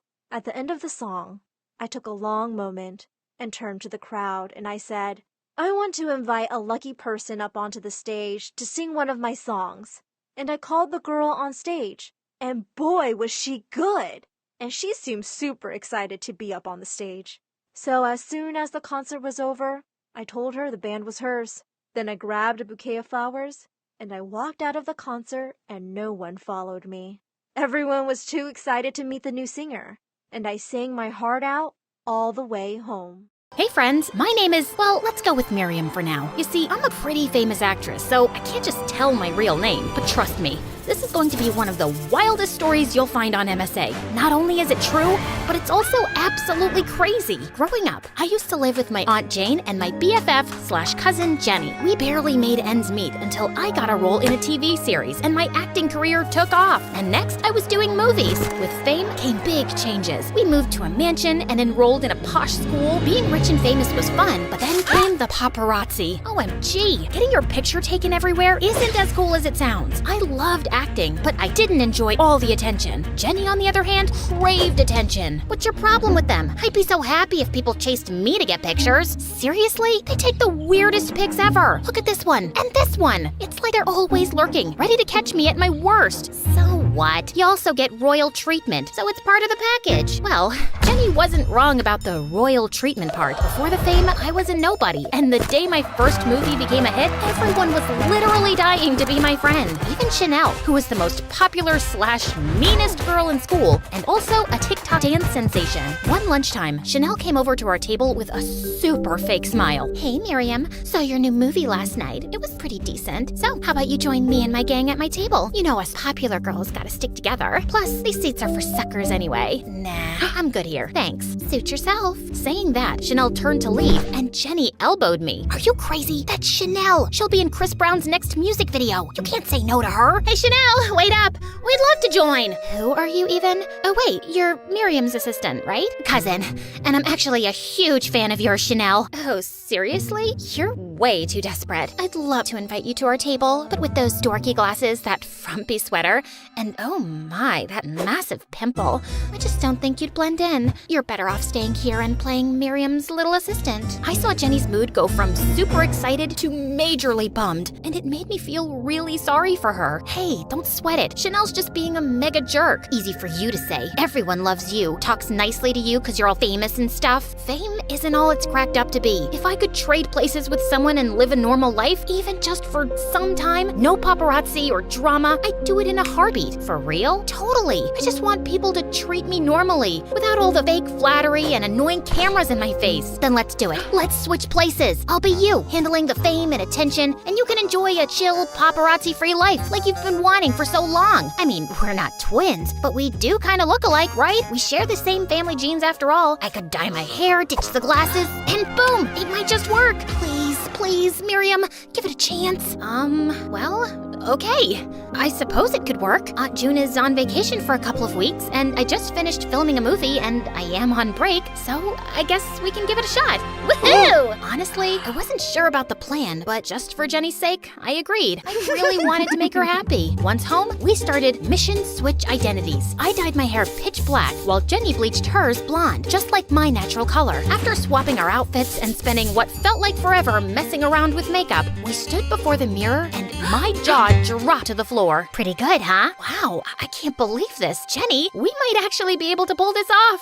Yay! When I started school as Jenny, it felt awesome to be normal. It was like a break from all the flashing cameras and fans. But when Jenny strutted in as me, oh boy, it was a whole show. She wore this super flashy dress, and as she walked in, the crowd went wild, cheering and clapping like she was a superstar. She blew kisses like she was on a red carpet. See how well I take in fame? It's like I was meant for it. If you say so, Jenny. Later in our first class together, Jenny spotted a guy sitting in my usual spot, and whoa, she went complete diva mode. Are you nuts? This is my seat, and I don't share it with losers like you. The last time I checked, the class had a first come, first get rule on seats. Did it change? Whoa, you've got some nerve to talk back to me. Let's teach you a lesson. Boys, it was like looking at a total new side of Jenny. The poor guy ran out in tears. I couldn't take it anymore, and I had to say something. Okay, that's enough, Miriam. Come with me, now. I pulled Jenny into the girls' bathroom to have a serious chat. She was giving off such negative vibes, and I was seriously regretting this whole identity switch. You can't treat people badly just because you're rich and famous. Why not? It's like this superpower, you know?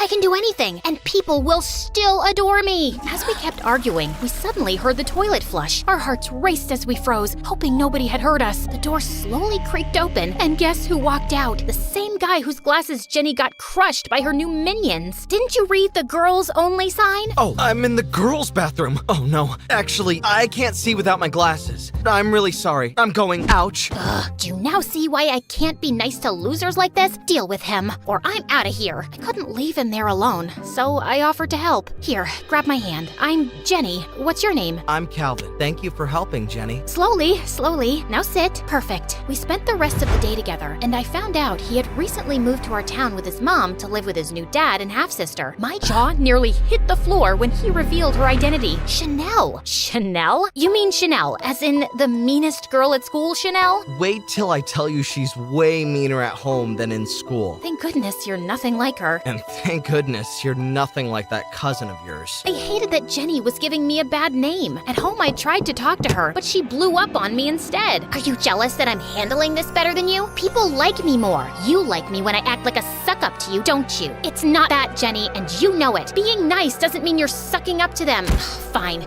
Do whatever you want. The next day, Calvin showed up at my locker. Thanks for yesterday. I don't know what I would have done without you. No problem. Hanging out with you was fun. Calvin then gave me a tiny wrapped present. I tore it open and found a beautiful necklace inside. It was the first time someone gave me a gift just because, not expecting a shout out later. I was thrilled. Thank you, Calvin. I love it. As Calvin helped me put it on, Chanel approached us with a sly smile. Well.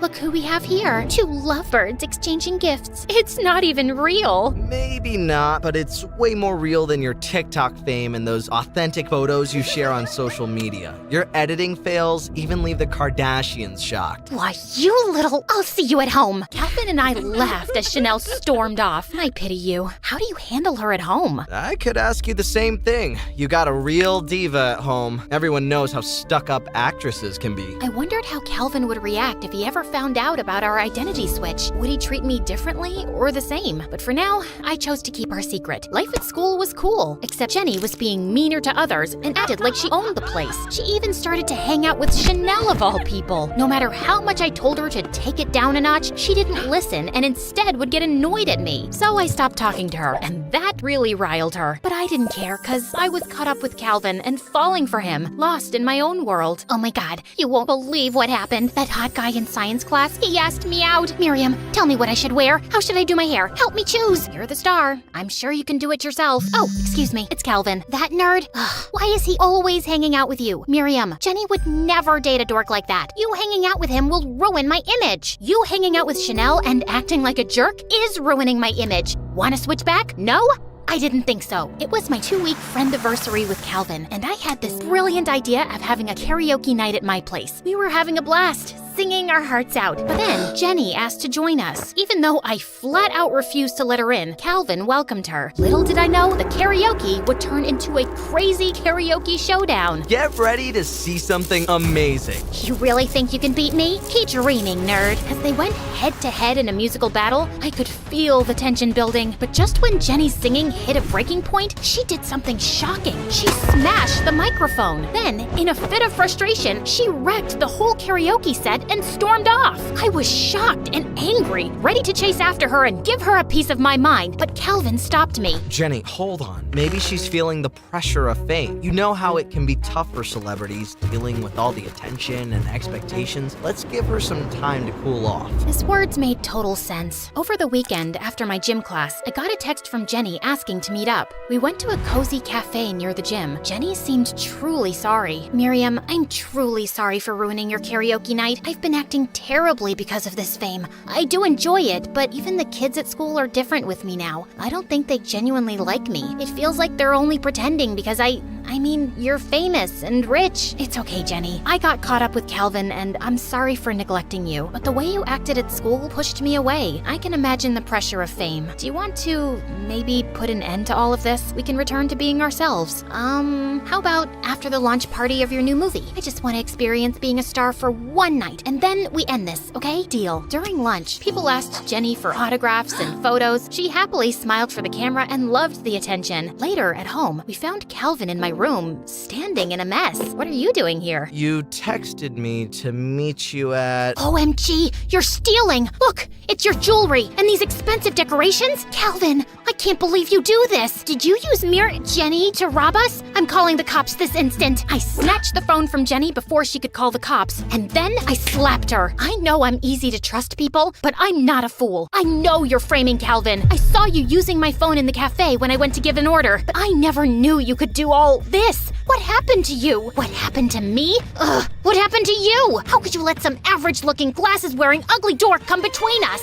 Enough! Get out! Leave! Now! You don't mean it. Don't make me say it again. You know well it's my mansion and I can kick you out anytime I want. I hate you! Once Jenny left, I apologized to Calvin, who was upset about the situation. I called my aunt to spill the beans about everything. She said not to stress as she'd already talked to Jenny and told me how she'd be home soon, but she didn't. The next day felt pretty depressing. I was still annoyed at Jenny, but I still just wanted her to return so we could patch things up. But my hope got drowned in the school hallway when everyone was glaring at me. I couldn't make sense of it until I spotted a video of Jenny making the rounds among my classmates. That's when it hit me. Because of our argument from the previous night, Jenny made a video telling the entire school lies about me. Seriously, guys, you won't believe the things I faced. Miriam's turned me into her personal butler. From laundry to homework, she's got me doing it all. I swear swear, I felt like Cinderella while she played the wicked stepsister. She even made me switch places with her just to pull a prank on poor Calvin. She calls him a nerd behind his back while pretending to be head over heels for him, all to humiliate Chanel, whom we all know is a total saint. She's just jealous that Chanel is a rising star and one day might take her place. The aftermath of Jenny's nasty video was a total nightmare. Kids were snickering at me, and Chanel seemed to be having a field day seeing me miserable. And when I tried to talk to Calvin, he gave me the cold shoulder. Stay away, Jen, Miriam, whatever. I thought we had something. We did. We do. No, I can't even trust you. You're a liar. When I got home, Aunt was there, and she comforted me. She said Jenny would come back when she felt better, and she's staying at their old home for a while. Everything seemed to be spinning out of control, so I decided to go live and clear everything. Hey everyone, I messed up big time, and I'm really sorry. Jenny, my cousin, came up with the idea for us to switch identities, and I went along with it. I shouldn't have lied, especially to Calvin, who I really care about. I liked being normal for a while, but it somehow got out of hand. I just want to say, I miss you, Jenny, and I love you. The things I said to you that day, I regret them. And Calvin, I'm not a perfect person. There are many things I wish I didn't do, but I continue learning. I never meant to do those things to you. And so I have to say before I go that I just want you to know I found a reason for me to change who I used to be, a reason to start over new, and the reason is you. With that, I ended the video, and then I went ahead and deleted all my social media accounts for some peace of mind. A week passed, and I finally mustered the courage to return to school, and surprisingly, people were smiling at me, genuinely, and some even hugged me. Some even asked how I felt and offered to listen if I wanted someone to talk to. At lunch, I noticed Jenny scanning the cafeteria for an empty seat, and the only two that were left were beside me and one next to Chanel. She tried sitting next to Chanel, but the witch straight up told her off. I decided to be the bigger person and invited Jenny to sit with me, but she turned me down cold. I don't need your sympathy, Miriam. Listen, Jenny, we can't keep fighting. Aunt June and I miss you, and we want you to come back home. I'd rather count the sands on the beach than live with you again. You kicked me out of your mansion, remember? She was determined to stay mad, and there was no convincing her. That evening, while Aunt June and I sat to watch the latest MSA video, we heard a loud knock on the door, and when I went to check, it was Jenny. Before I could say anything, she broke into tears, crying. I'm sorry for saying bad things about you, Miriam, and telling on you to everyone at school. It was just the way you and Calvin were so happy together. I had no one to talk to. Yeah, I had friends, but no one compares to you, and I let my jealousy get the best of me. Please, forgive me, Miriam. It doesn't matter. As long as we're all back together, safe, we'll work things out. And then we shared the longest hug before Jenny's voice broke the silence. I know I ruined things between you and Calvin, but I got him to come over with me so both of you can talk. Right then, Calvin walked in with a warm smile. This was the first time he'd smiled at me since the incident, and I felt butterflies in my tummy leaping for joy. Would you like to take a long walk with me? How about we start over? I'd like that.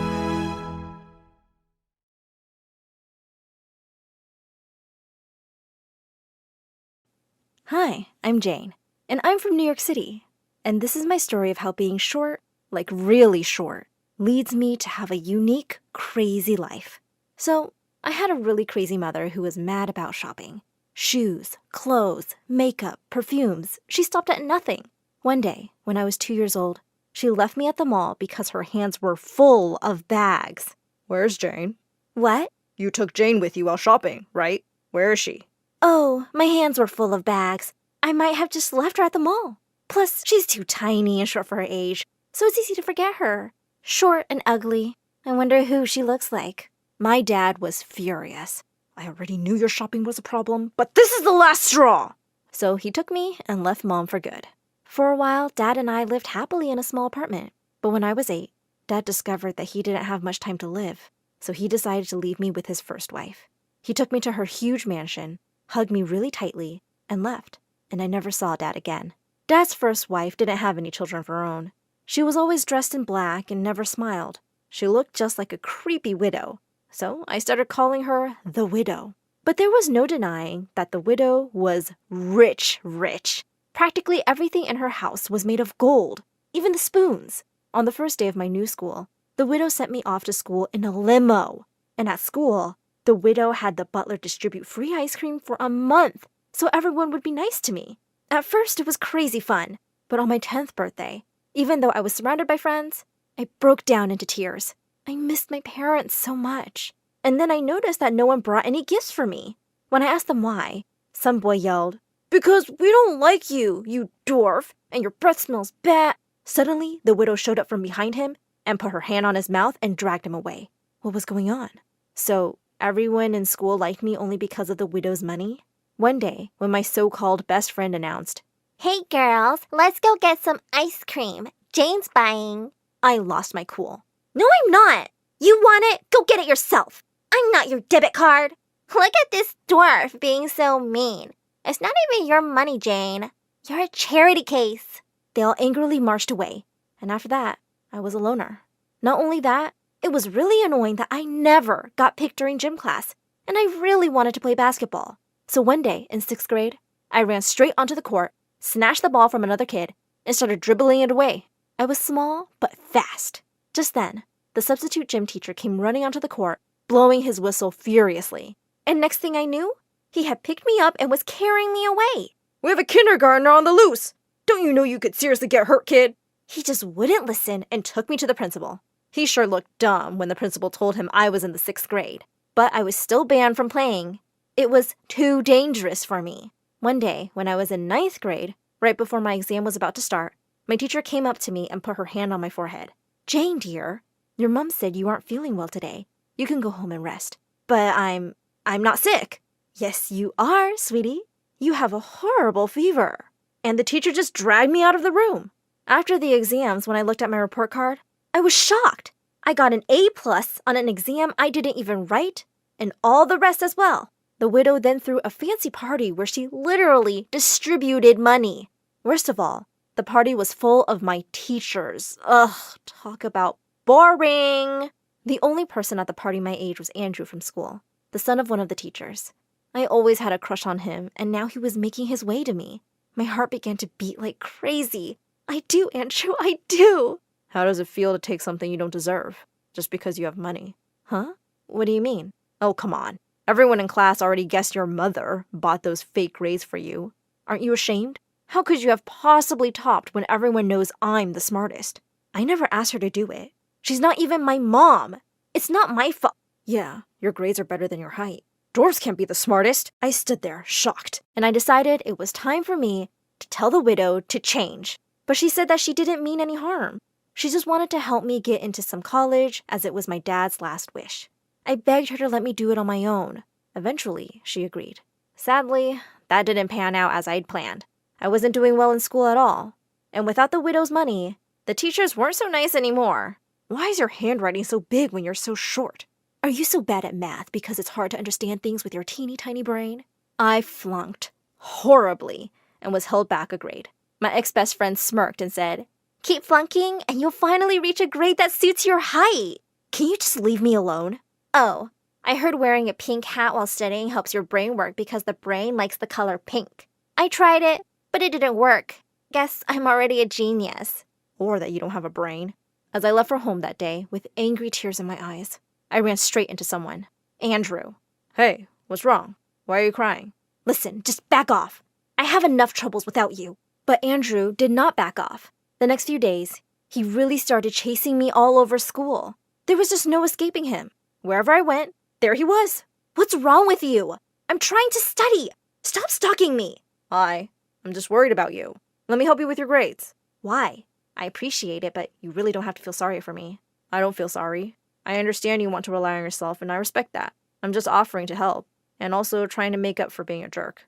Well, I knew he was a math whiz. If anyone could help me, it was him. From that day onwards, every night, he snuck in from my window to help me study. But he was so distractingly cute and funny. We were becoming super close. The night before the exam, the door flew open and the widow barged in. She started yelling at me. "Boys ruin everything. This is probably why you don't get good grades. You're so distracted all the time." Then she dragged him to the window and told him to leave the way he came. "He isn't my boyfriend. He's my private teacher. He's helping me with math." But she wasn't listening. So Andrew climbed down the tree outside the window and left. The next day, I passed the exam and was over the moon. I ran to him and threw my arms around him. I did it! I passed the math exam on my own! Then, before I knew what I was doing, I kissed him. And what an utterly stupid thing to do that was! Because the minute our lips touched, He froze. I was so embarrassed. I let him go and stepped back. I'm so sorry. Jane, I had no idea that you felt this way about me. I'm sorry if I gave you the wrong idea, but I was just looking out for you. You know, like a little sister. You're just not my type. Wait, what? I never felt so humiliated in my entire life. Without another word, I just turned around and fled. And that was my real first heartbreak. I refused to go down for dinner that evening and shut myself up in my room. A little later, the widow knocked and came in. Do you want to tell me what's wrong, Jane? I burst into tears and told her everything. You were right. Boys ruin everything. From now on, I'm just going to focus on me. I'm going to get a university scholarship and leave this stupid place. And for the first time ever, the widow hugged me. It was really awkward, but also kind of nice. I'll send you to any university you want. You just focus on studying really hard. And that's what I did. I really focused on my lessons. And at home, the widow started to help me out too. She also had her chef make me really healthy food and gave me multivitamins regularly. She helped me out with all my college applications, and for the first time since Dad, I felt like I did have a parent. As I was about to graduate high school, our student counselor called me one day to her office to give me some really amazing news. You got into your dream university, Jane! Congratulations! I squealed in excitement and hugged her. In my excitement, I knocked over my bag, and my bottle of vitamins fell out. Just then, the counselor picked up one of the pills, looking confused. Jane, why are you eating these? Oh, they're just multivitamins. No, they're not, Jane. These pills are given to kids with ADHD to improve focus. No one should be taking these unless a doctor prescribes them. I couldn't believe it. Why would the widow do this? I rushed home and barged straight into her room, throwing the pills on her bed. Why have you been lying to me that these are vitamins? Why are you feeding me pills I don't need? Are you trying to poison me? The widow looked stunned. Then she said, Jane, just let me explain. I was only trying to help you get better. Oh, so you thought I'm so dumb that I needed pills to make me smarter? I only want what's best for you, Jane. That's all I ever wanted. And then I said the words I would regret for the rest of my life. Well, in case you forgot, let me remind you, you're not my mom. You're just a pathetic old widow, and you don't deserve to have kids. And with that, I stormed off to my room. I didn't speak a word to her for the next few weeks, and then I left for university. I felt bad for the things I'd said, but I was too angry to take them back. I was doing really well at university and met a wonderful guy, Dave. He was the only person I'd ever met who didn't treat me like I was dumb, and he never made me feel little in any way. One day, while we were on a date, I got a terrible phone call. It was a doctor from some hospital saying the widow had been found unconscious in her home and was really unwell. Dave drove me straight to the hospital, and when I went to her, it broke my heart seeing her so pale and weak. I sat down by her and started to cry. Please be okay. I'm sorry. I didn't mean those awful things I said. I love you. You're my mom. Just then, her eyes fluttered open. She gave me a weak smile. Jane, I'm so glad you're here, dear. I'm sorry, too. You were always so tiny. I became really overprotective. I see now that you didn't need that at all. I moved back with Mom to take care of her, and soon she fully recovered. I graduated with honors from university, and I was so happy she could be there. After university, Dave and I got married and had 2 beautiful kids together. We named our son after my dad, and our little girl after the widow, her godmother.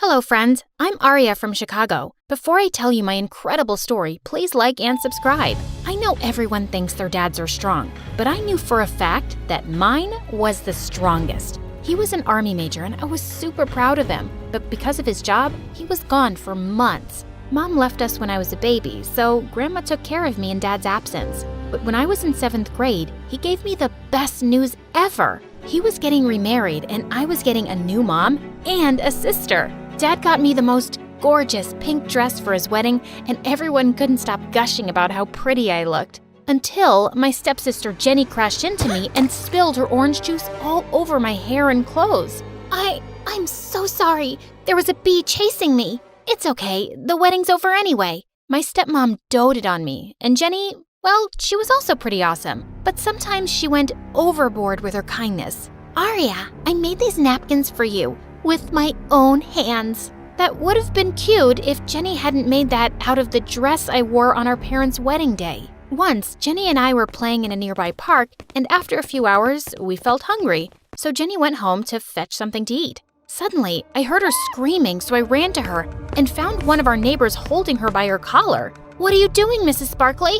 I caught this little thief trying to break into your home. She was crawling through the kitchen window. That's because I forgot the key and no one's home. Yeah, she's not a thief. She's my sister. Your sister? I'm sorry, honey. You're so pretty. You both don't look related at all. It was true that Jenny and I looked different, but the way Mrs. Sparkley said that made me feel bad. And Jenny looked ready to explode. And you look like you're related to a family of pigs. Here, eat some dirt. Jenny grabbed a fistful of mud, threw it on Mrs. Sparkley's face, and ran away. Dad had to face the anger of a furious Mrs. Sparkley for an hour that evening. Soon, Jenny joined my school, and I was glad to introduce her to my friends. But I noticed that she tried to copy me in everything. We ended up buying the same clothes. She joined the school's drama club like me, and she even brought pasta to school every day like me, even though she hated it. Then one day, I got to know she wanted to play the role I was auditioning for in the school play, so I simply stepped back to give her the chance. And she did manage to land the role. When we got home, she happily broke the news to Mom and Dad. But just then, Dad got a call, and when he hung up, he cried with joy. It was your drama teacher. Some casting director watched your recent play, and he wants to cast you in an upcoming teen movie. I was ecstatic.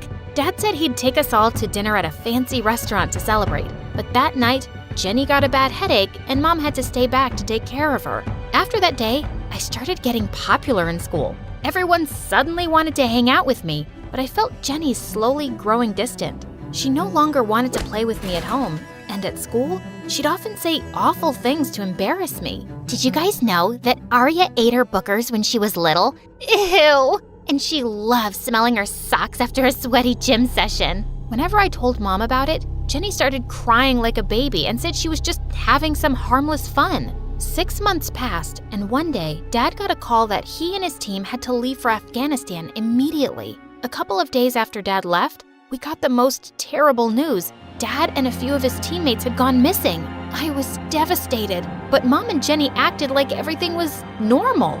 It was Jenny's birthday in a week, and both of them were busy planning for the party. Aria, should I get a Barbie cake or a unicorn cake? How can you even think about celebrating when there's still no news about Dad? It's my 13th birthday. I can't let anyone ruin it. Besides, who knows if he'll ever be found? That made me so angry. I gave Jenny a tight slap. She pounced on me and we fought like wildcats until Mom pulled us apart. When she heard what happened, she grounded me for a week. But when the party was in full swing, I may have sneaked into the kitchen and sprinkled some extra pepper in the food and poured a bottle of vinegar into the lemonade. Mom, I feel like I ate the sun. Get me some lemonade, quick.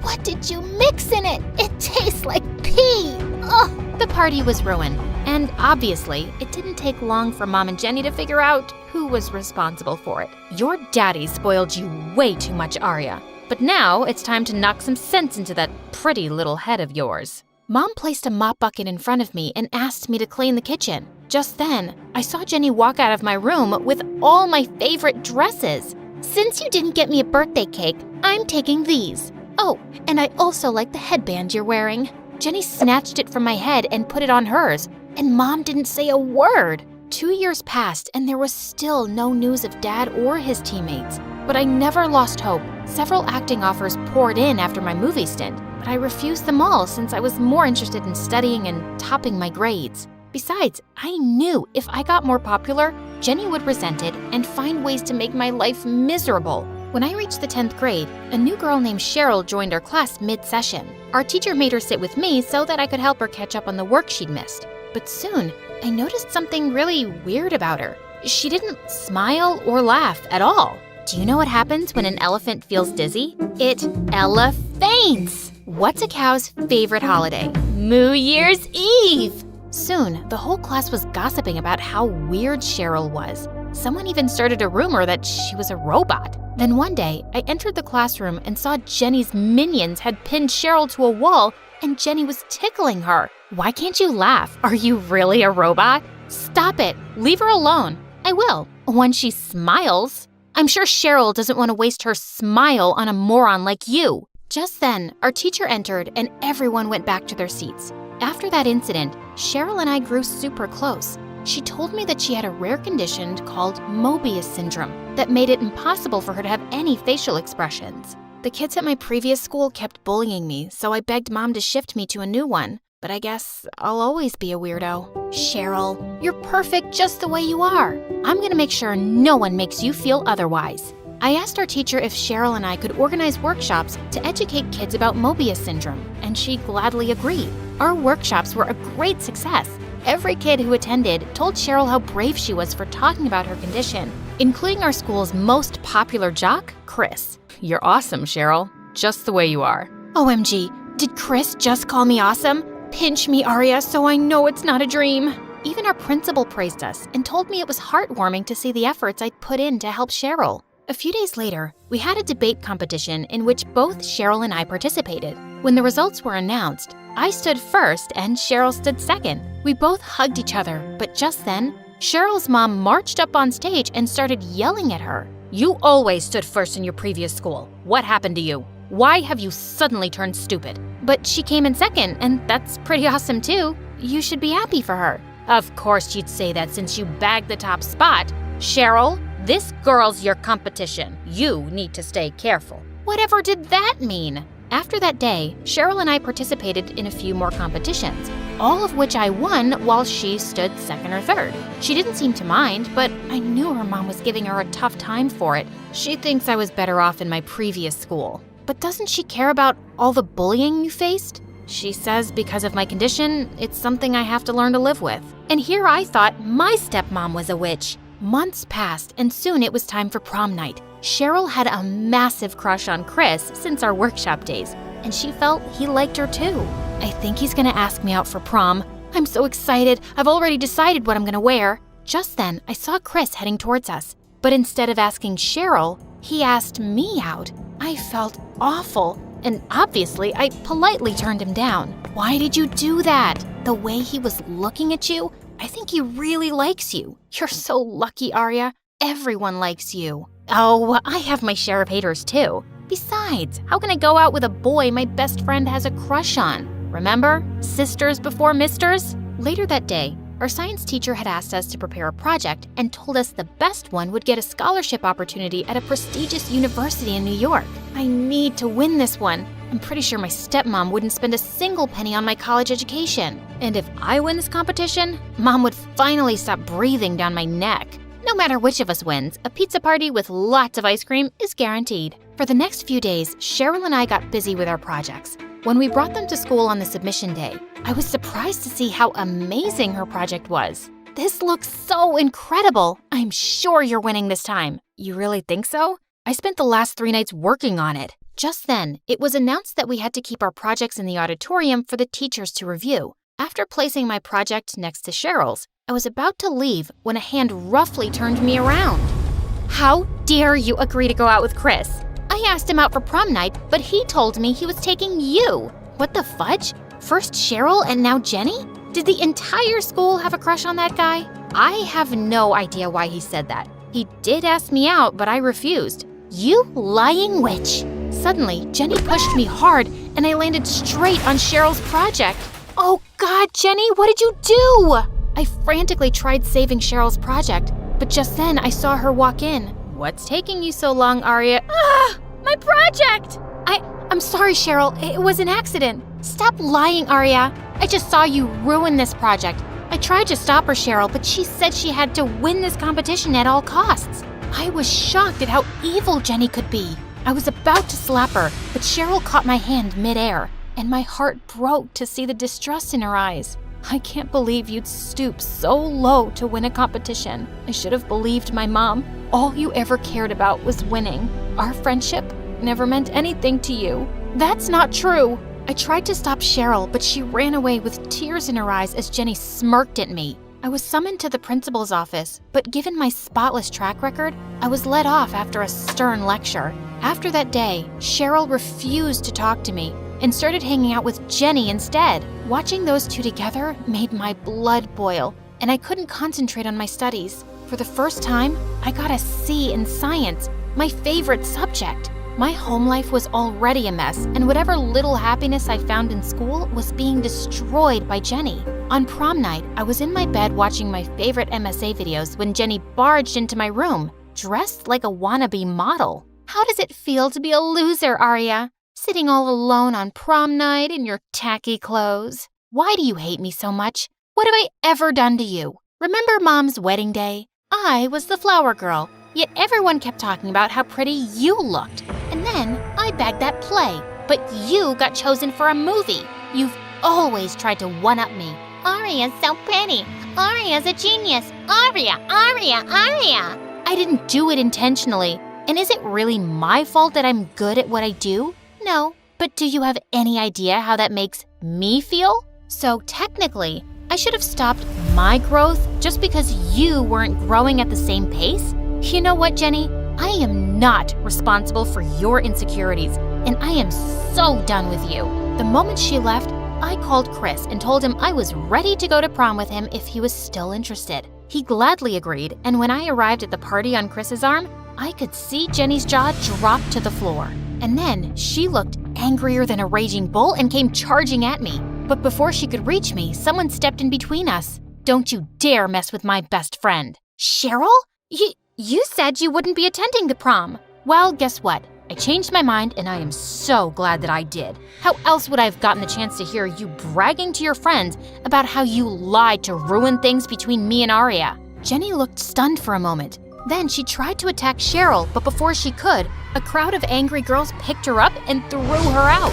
Cheryl apologized to me a lot, and I decided to give her another chance. Later that night, when Chris dropped me home, I opened the main door, but right then, a bag came flying at me. Thankfully, I dodged it just in time. How dare you think I'll let you into this house after what you did to Jenny? Stealing the boy she likes? Humiliating her at prom? Take your bag and get lost. Go scrub someone else's toilets now. No one talks to my daughter like that. It was Dad! I was thrilled to see him and ran straight into his arms. He'd listened to every word of what Mom said, and he was furious. Dad asked me if this is how I'd been treated in his absence, and he immediately sent Mom and Jenny packing. Dad then told me he'd been captured by the enemy and held hostage for 2 years. But then the government struck a deal with them and they released him. I missed you so much, Dad.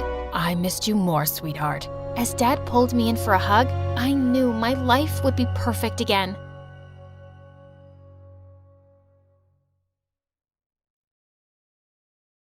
Okay, ready? On the count of 3, we'll jump from the wall. Kiana, are you sure this is safe? What if we miss the air mattress? Guys, chill. We're not even that high up. I've seen people on TV do this. It'll be fun.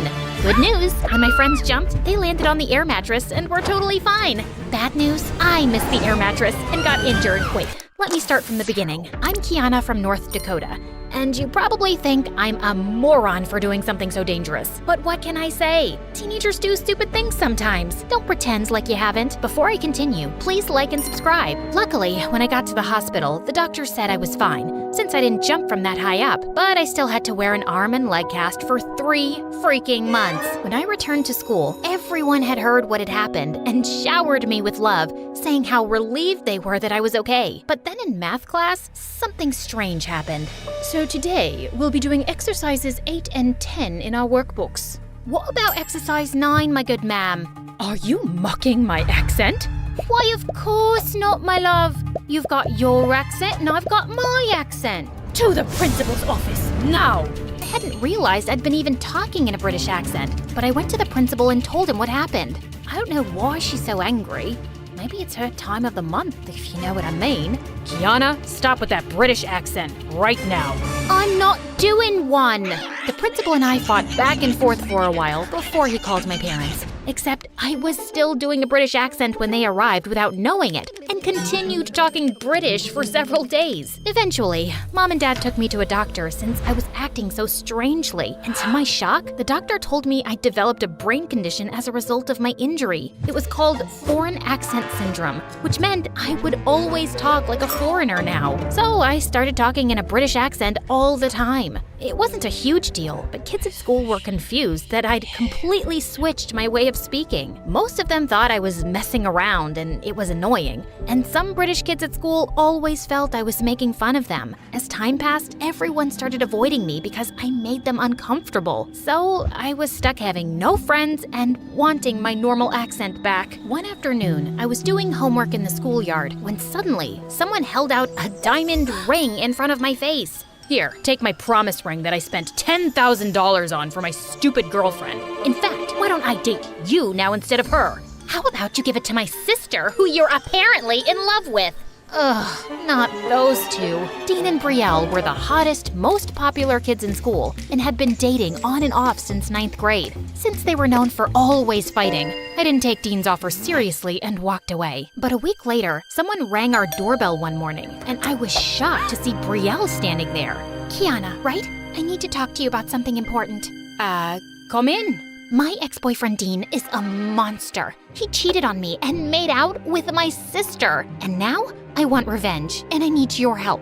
Why do you need my help? You and I have barely even spoken before. Look, I know a lot of kids at school think you're weird, but Dean's always found you very attractive. I always catch him staring at you during class, and if he hadn't been with me, he probably would have asked you out. So I was thinking, maybe you could get him to date you for a month. Then you can make a TikTok fake crying and telling everyone that he hurt you and took advantage of you. I don't think anyone would take it seriously if I did it, since we're always fighting about one thing or another. Can you please do this for me?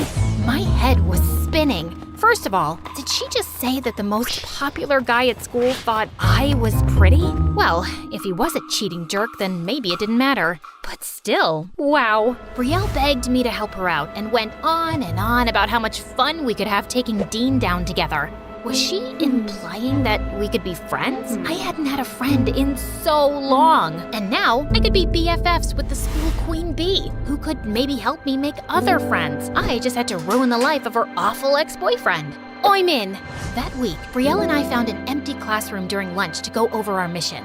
Step 1, flirt with Dean and let him know you're interested. Smile at him during class, give him a compliment, or do a classic dropping your school books to get his attention. I hadn't flirted with any boy since before my injury, but I was confident I still had game. So when I saw Dean, I walked close to him and threw my textbooks onto the floor. But unfortunately, one of them landed on his foot and he screamed, "Ow! Ow! My foot is broken. I'm gonna lose a foot. Oh, I'm so sorry.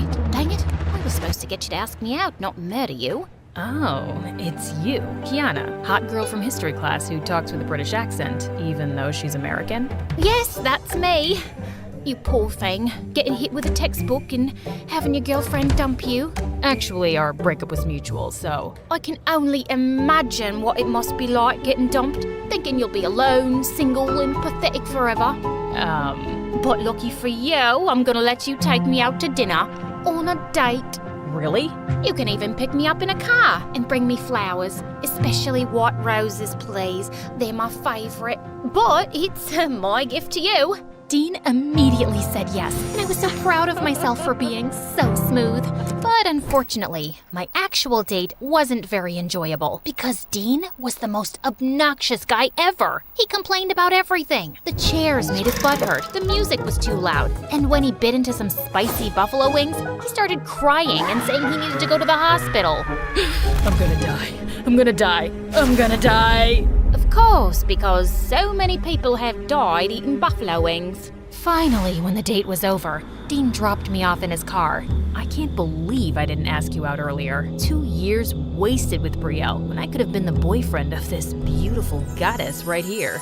He was looking at me with stars in his eyes. Oh boy. I told Brielle everything over video chat. This is perfect. You've already got him wrapped around your little finger.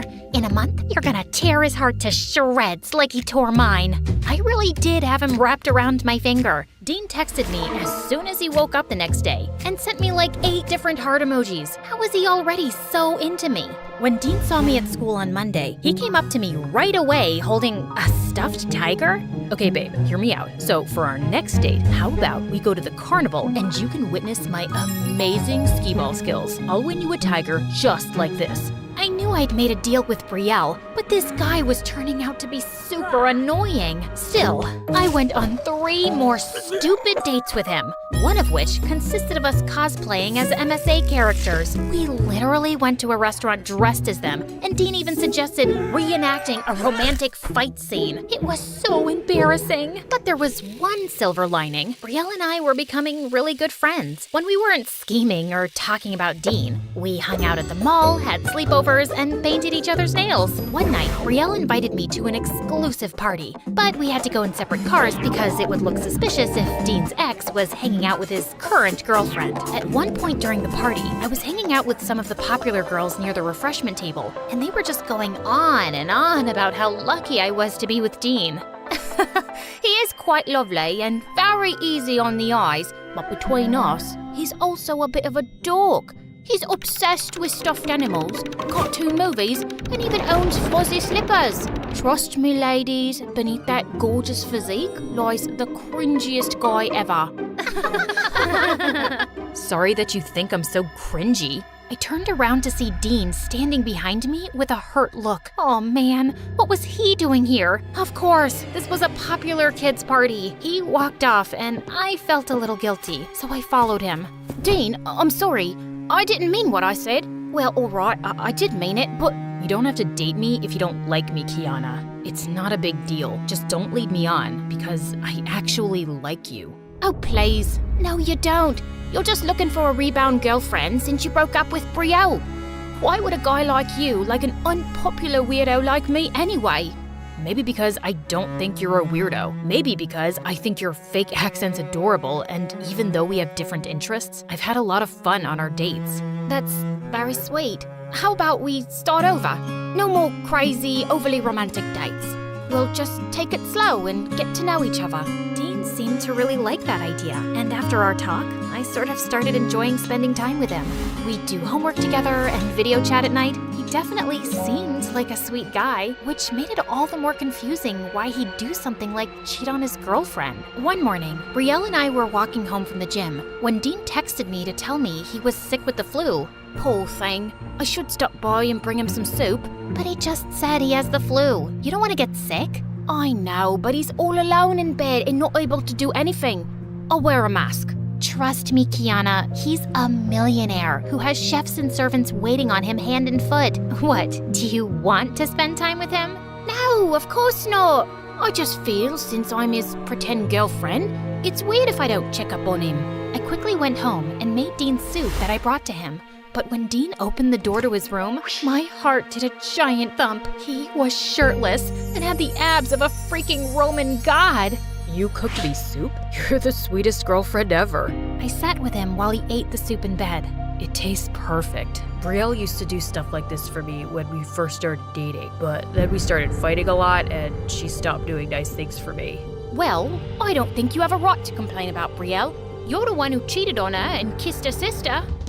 She told me about it. We ran into each other. Okay, fine. I cheated on her, but that's only because we got into a huge argument and in a fit of rage. Brielle started talking about how handsome my best friend was and that she was gonna leave me and date him. I thought she was serious, which is why I hit on her sister, but she wasn't serious and that's why we broke up. Right after that, I bought her that diamond promise ring. I guess it was both our faults. We both cared about each other. We just weren't working as a couple anymore. I was speechless as Dean told me all of this, and suddenly, it didn't feel right following through on the plan anymore. And the whole day at school on Monday, I avoided Brielle. But finally, she caught me reading a book in the school garden and asked me what was going on. All right, fine. I needed a bit of space from you.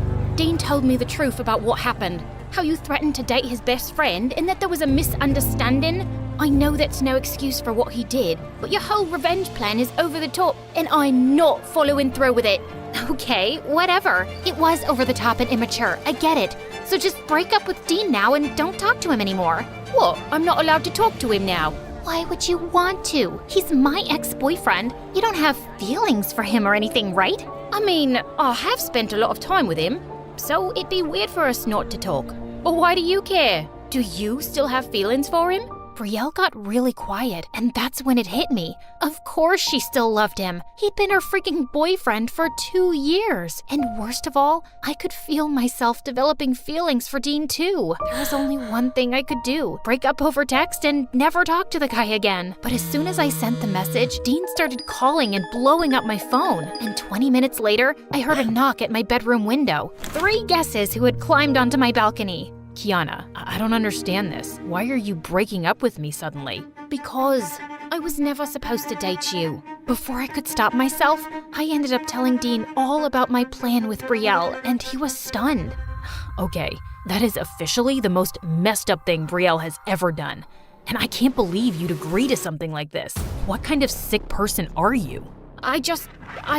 What? I wanted to make a friend. Wait, did I just talk in my regular voice? The doctors had said foreign accent syndrome could go away with time, but that was the first time I'd spoken in an American accent since the incident. I immediately ran downstairs to tell my parents what had happened, completely forgetting about the drama with Dean and Brielle. My parents and I jumped up and down and cheered, while Dean just stood there staring at me. He was probably thinking what a freak I was, so that probably meant he was over me. It sure seems like it anyway. He avoided both me and Brielle at school. Brielle was happy for me about my recovery, and we both kind of pretended like the Dean drama never happened. But one day, she came over and dropped a bombshell on me. She was leaving the city and moving hours away. I was heartbroken.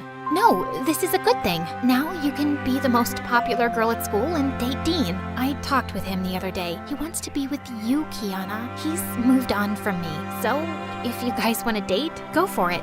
But how would that make you feel? Don't you still love him? Yeah, I do, and it will hurt knowing he chose you over me. But I want you to be happy, Kiana. I know our friendship started with just you doing me a favor, but I've grown to care about you. You were there for me at one of the hardest times in my life.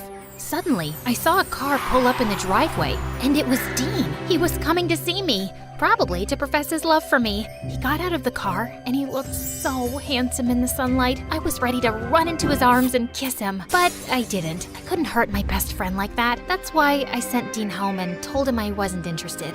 Kiana, you don't have to do this. I'll get over my pain. You have my blessing to be with him. I know, and maybe I will one day when you are over him.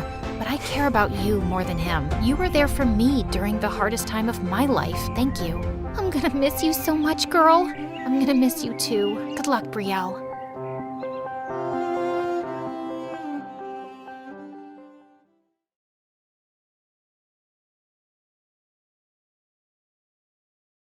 Hi, my name is Demelza. Please like and subscribe. My first memory of Mom is of her voice. She'd sing lullabies to me every night, and it was the most beautiful sound in the world. The minute she stopped, I'd start screaming for more. By the time I was 1, I could hum every lullaby perfectly. Dad would play the grand piano, and I'd jump onto his lap and press the keys, delighted by the sounds I made. On Dad's 30th birthday, there was a grand celebration at our mansion. In the middle of it, I climbed onto the table and started singing the birthday song. Suddenly, a hush fell over the room. Happy birthday to you. Happy birthday to you. Happy birthday, dear Daddy. Happy birthday to you. When I was finished, I looked around in surprise to see grown men crying. Oh my God, she has the voice of an angel. I always had a feeling Demelza was gifted. I'm so proud of you, darling. My parents hired the best musicians and vocal coaches for me, and there was no stopping me after that. At every party, I'd put on a show for our guests, and I'd make them pay me too. My life was perfect until one day when everything changed. When I was in the 3rd grade, Dad had just returned from a business trip, and I stopped short when I saw a scrawny little girl get out of the car too. She was trying to hide behind Dad, but he gently pushed her forward. Demelza, this is Isabel. She's your sister, and she's going to live with us now. Will you take care of her? I looked into her scared, dark eyes and immediately took her hand. Always. But the day Isabel walked in, a dark shadow was cast over our happy home. That evening, we overheard a huge fight between my parents. You've broken my heart, and now you've brought a reminder of that to live with us? She can't stay here. I won't raise a child that isn't mine. She has nowhere to go. Her mother's gone. I know you hate me right now, but please, don't take it out on her. She's just a kid. I didn't want Isabel to hear this, so I said, "Come on, I'll play something for you. What's your favorite song?" I didn't fully understand what was happening, but one thing was clear. Mom hated Isabel. She pretended like Isabel didn't even exist. But Dad and I adored her, and we more than made up for Mom's ice-cold attitude. But in the 8th grade, we got some news one day that turned our worlds around. Dad had been in a terrible car accident, and he was gone. We were all devastated, but Mom just shut herself up in her room for weeks. One night, I was reading a story to Isabel when Mom suddenly barged in. "What are you doing in my daughter's room? You're just a poor maid." Mom, are you okay? She's not a maid. This is Isabel, remember? How could I forget her? Everything bad that's happened to us is her fault. I stared in horror at Mom as Isabel started to cry. Pack your things first thing in the morning, Isabel. You're going to be sleeping with the maids now. What? No, she's not going anywhere. Either she goes to the maids or the orphanage. This is her last night here. As Mom was leaving, she suddenly pounced at Isabel, grabbed her stuffed bunny, and threw it in the fire. No, my mom made that. Isabel cried for hours, and I hugged her to sleep. What had happened to my mom? The very next day, Isabel was shifted to the maids' quarters and made their helper after school. I was scared she'd be sent away, so I didn't fight with Mom, but I'd sneak food to her and help her with her homework at night. And at school, we could always hang out together. But one day, I was really surprised to see Mom marching into the principal's office. "Mom, what are you doing here?" "Oh, I'm here to withdraw Isabel from school, of course." "You can't do that. She has to go to school." "Why? She's never going to be anything but a maid like her stupid mother. You don't need an education to sweep floors." As she turned around, I grabbed Mom's wrist. "If you make her drop out of school, I will too, and I'll tell everyone why." "Are you sure you want everyone to know how you really treat Isabel, Mom? Dad would be so disappointed in you." Mom looked shocked, then angrily pulled her arm away and left. I'd won this little battle, but God knows what she'd do next. Things weren't great at home, but at least I had Eric. He was my boyfriend for 2 years and was just crazy about my voice. One evening when I was on a date with him, I suddenly started getting calls from Isabel. "Come home, right now." I ran home to a scene of complete chaos. Mom was tearing apart Isabel's room. What's going on? "Your dad's watch is missing, and I'm going to search all the maids' rooms. And when I find it, I'm kicking out the thief for good." Just then, a servant came from another room, saying it was under Mom's personal maid's bed. Mom looked completely shocked to find out it was her, but she threw her bags out instantly. Some days later, it was Isabel's 13th birthday, and I snuck into her room with a cake. When she blew the candles out, I asked her what she'd wished for. I wished your mom was dead. "Isabel, you don't mean that. She's my mom." Isabel stayed silent, and I got up to leave. I'd never seen that look of hatred on my little sister's face before. In the middle of all this drama, I had a huge audition coming up. A prestigious music academy was looking for talent from different schools, and being selected would be a dream. But 5 days before the audition, I woke up with my throat hurting. I called out to the maid, but to my horror, my voice was gone. Mom rushed me to the doctor, who diagnosed me with laryngitis. What he said next left me shocked. Your voice will return to normal soon, but this is the end of your singing. If you strain your vocal cords too much, you could lose your voice permanently. I just couldn't believe it. On the day of the auditions, I slipped into the auditorium with Eric, feeling devastated. I wanted to be up on that stage more than anything. And then one of the judges said, "The last performer is Miss Isabel." Wait, what? Isabel stepped onto the stage and started singing. You made me insecure. I was stunned. Her voice was beautiful. The judges gave her a standing ovation and said they'd be in touch with her soon. As everyone started to leave, I caught up with her. Isabel, that was amazing. But why didn't you tell me you could ever sing like that? She brushed my arm off angrily, her eyes blazing. You never asked. You just assumed that you're the only one with any talent. But I guess that's something we both got from our father. It makes you unhappy, doesn't it? Why would you say that? I've always had your back, Isabel. Yet, I've been living as a maid in my dad's house for years. And you did nothing. You think sneaking me food makes up for how I'm treated? No, it doesn't. All it does is make you feel good about yourself.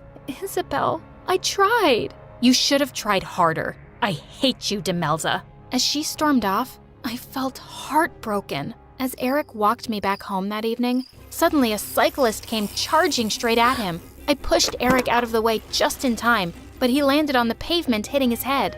I quickly called an ambulance, and after hours of waiting at the hospital, we were shocked to get the news. Eric was in a coma. The doctors were hopeful he'd wake up soon, but weeks turned into months, and before I knew it, a year had passed. I was almost done with high school, and Isabel was in her music academy on full scholarship, but we never spoke anymore. One day when I went to see Eric, I was shocked to see him sitting up in bed. "Oh my God, you're awake!" He gently pushed me away. "I'm sorry. Who are you?" "Eric, it's me, Demelza, your girlfriend." "Can you sing?" "Yes. Well, I used to, but then I got sick and had to stop, remember?" "No.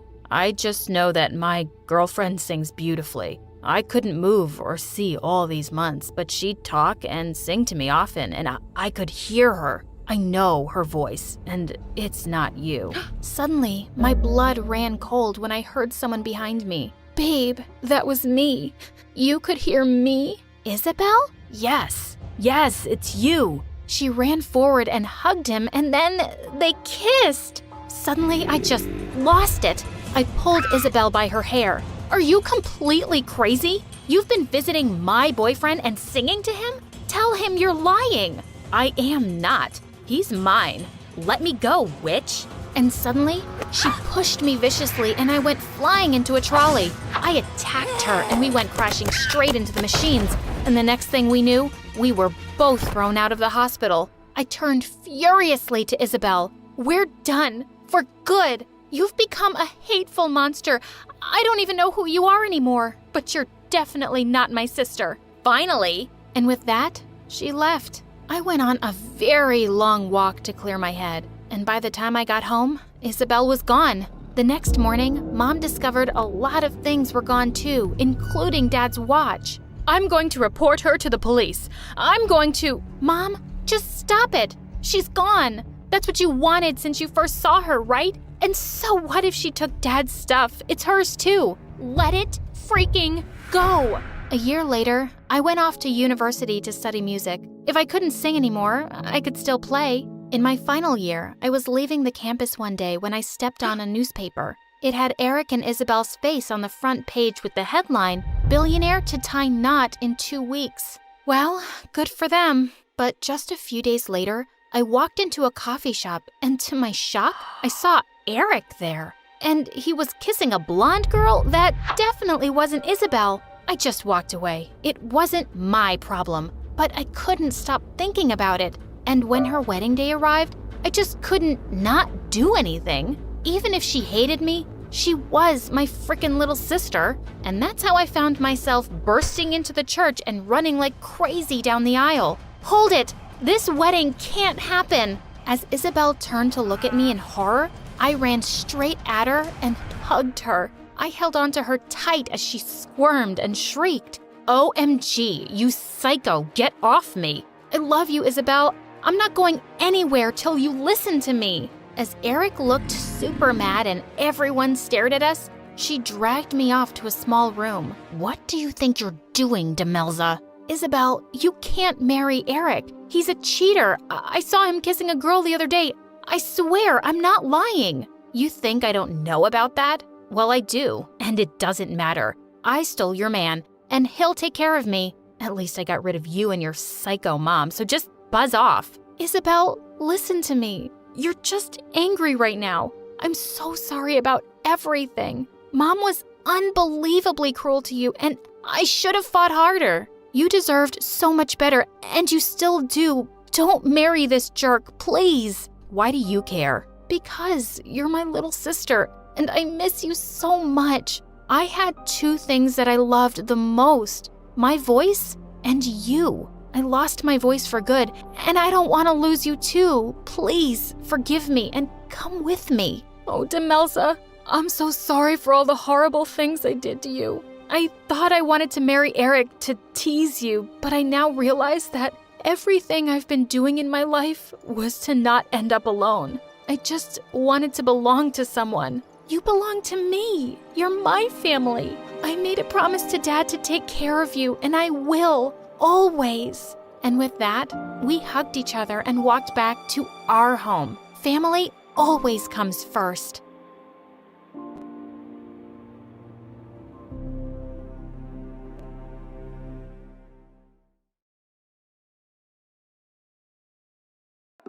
Hello, I'm Jessica Harlenborough, and I belong to a family of great detectives. My father was James Harlenborough, whose father was Hardy Harlenborough Jackson Jr., whose mother was Janet Harlenborough, who was the first one in our family to hold the badge and wear the uniform. The legend goes that she once defeated a whole family of bandits on her own with nothing but an empty revolver. And since then, she has inspired my father, my father's father, and me to grow and become the seekers of justice. And soon, the day arrived when I got to use my true skills. One day, on my way back from the bathroom, I saw James Heartthrob in the hallway, the guy my friend Lily Larkins had a huge crush on. He walked secretly to his locker with a suspicious brown package in his hands, which he placed inside after making sure no one was around him. After that, he walked away. But as a responsible citizen and the head of the Student Welfare Association,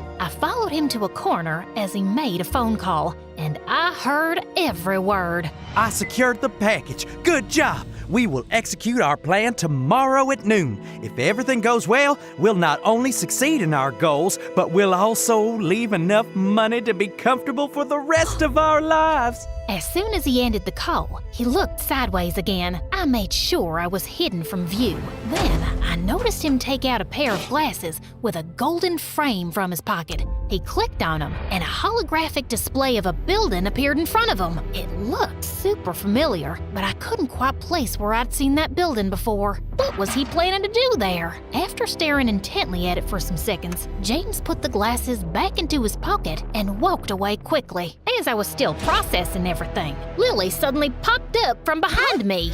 Hey, Jessica, what are you doing? Come on, we need to go. The football match is about to start, and James Heartthrob is leading the team. I can't tell you how excited I am to see him play. Yeah, I'm doing nothing. Let's go to the game. While I walked to the field with her, I kept thinking about that package. After a recent security scare, all students' bags were checked at the gate, and it would be difficult to bring in a package wrapped up like that. And who was James talking to? I was sure in my bones that something big and evil was about to go down, and I had to stop it. Halfway through the game, while Lily was busy cheering for James Heartthrob, I snuck out of there and made my way to James's locker. Having noticed the password earlier, I unlocked it, and the package was there. But to my disappointment, it was empty. But the brown paper wrapping outside had information about where it had come from. Taking out the pen from my pocket, I noticed the address and the name of the sender. Just then, I heard some footsteps approaching, and I ran across the corridor and hid behind one of the classroom doors. It was James Heartthrob again. He took his phone out of his backpack and went back to the same corner as before. Hey, listen, we'll have to postpone our undertaking from tomorrow to the day after. I have a date with Lily Larkins. She is so into me. I can't miss this. Our plan is ironclad and will still work no matter which day we carry it out. I'm sorry for this, but she's really hot. Now I had another problem to deal with. My best friend from childhood was about to fall prey to a possible criminal. I couldn't let that happen, and apparently now his evil plan had been postponed by a day. But to stop him and save my friend, I needed to find out more information, and I could use some help. Later that night, I asked Lily to come over to my place with a phone book so I could try looking for the address and name I'd noted earlier. Of course, I told her we were just making prank calls. She wouldn't believe me if I told her all my suspicions just yet. We sat at my study table with the telephone near me. Lily kept telling me the cell phone numbers, and I kept pranking them in a manly voice. Hello? Yes. Is this Jack Trades? I'm Heartthrob. James Heartthrob. Oh my God, why are you using his name? That's so funny. Most of the calls just led to dead ends, but when I made the final call... Hey, James, what happened to your voice, man? You getting sick or something? No, just some allergies. I'm still your man, a man with a plan. You know, that evil plan we were gonna pull off the day after tomorrow? Yeah, but what's so evil about it? Are you sure you're fine? Or have you lost your mind already because of that girl you were going on about? How hot is she? You stay away from her. No, just nothing. See you day after tomorrow, man. Peace out. I hung up the phone to find Lily staring at my face. What the heck are you going on about? Nothing that makes sense. That's why it's a prank, silly. I bet this guy's as confused as you are, and we'll be thinking about it all night. Okay. Anyway, I don't care, because the only thing I can think about is my date with James Heartthrob tomorrow. How will I wait until then? Oh my God, it's killing me. Yeah, you've only mentioned it about 10 times already, but are you sure about this? I mean, you barely know the guy. That's the point of the date? We get to know each other? Yeah, but is it worth the effort? James Heartthrob is very good looking, but guys like that are usually quite dumb. Do you think he'll be emotionally and mentally mature? It's too big a step. What are you going on about? How is a date a really big step? You know I've been in love with him since the first day he walked into our school with his backpack and cool jacket. What love? Don't you think you're going a bit fast there, young lady? You can't talk to me like this. You're not my mother. Don't you dare talk back to me. I don't have to sit here and listen to you.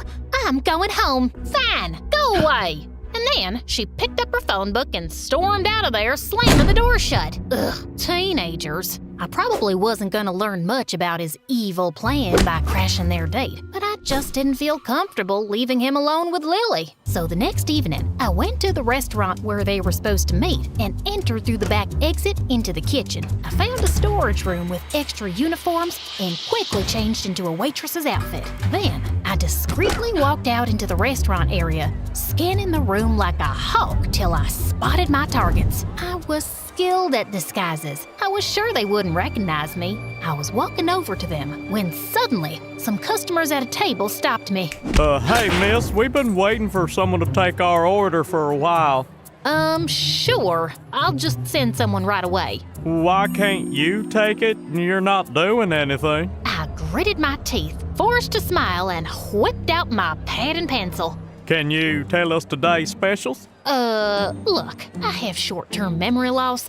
I can't remember any of this stuff. Just, select something from the menu. How are you even a waitress? Fine. How about this side salad? Is it good? It's amazing. Great choice. What's it served on the side of? I guess on the side of your plate. Are we done here? My family hasn't even ordered yet. Get us another waitress. You're useless. I told you that 5 minutes ago. I walked off and went back to my mission, annoyed that I'd lost precious time. As I got close to Lily and that heartthrob, I pretended to be working when I felt someone tug at my skirt. It was the annoying customer's kid. You didn't take my order? Not now, kid. Go away. I'm hungry, you witch. I want a piece of chocolate cake. Just buzz off, will ya? I pulled my skirt away from him, and he suddenly dropped onto the floor and started bawling loudly. She pushed pushed me. She pushed me so hard. Oh my God, you little liar. Jessica? The entire restaurant was suddenly staring at me, and I got thrown out within seconds by the management. Lily and James followed me outside.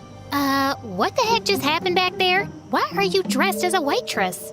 Because I work here, or I did before I got fired. Since when do you work here, and why? Since today. It was my first day, and my last day. And why? 'Cause I have bills to pay. I'm sorry to hear that. Here, take this tip. Hope it helps a bit. And then he handed me $100, just like that. I hadn't even waited on him. I guess he had plenty of money from all his evil ventures. And now that I was face to face with him, maybe I could make him give away something about his plans. Wow, that's very generous. Thank you. You must be rich. And I guess you'll be very rich soon if your trades go well, eh? You know what I mean, huh? I really don't. Oh, come on. Are you really saying you're a jack of all trades and a master of none? What does that even mean?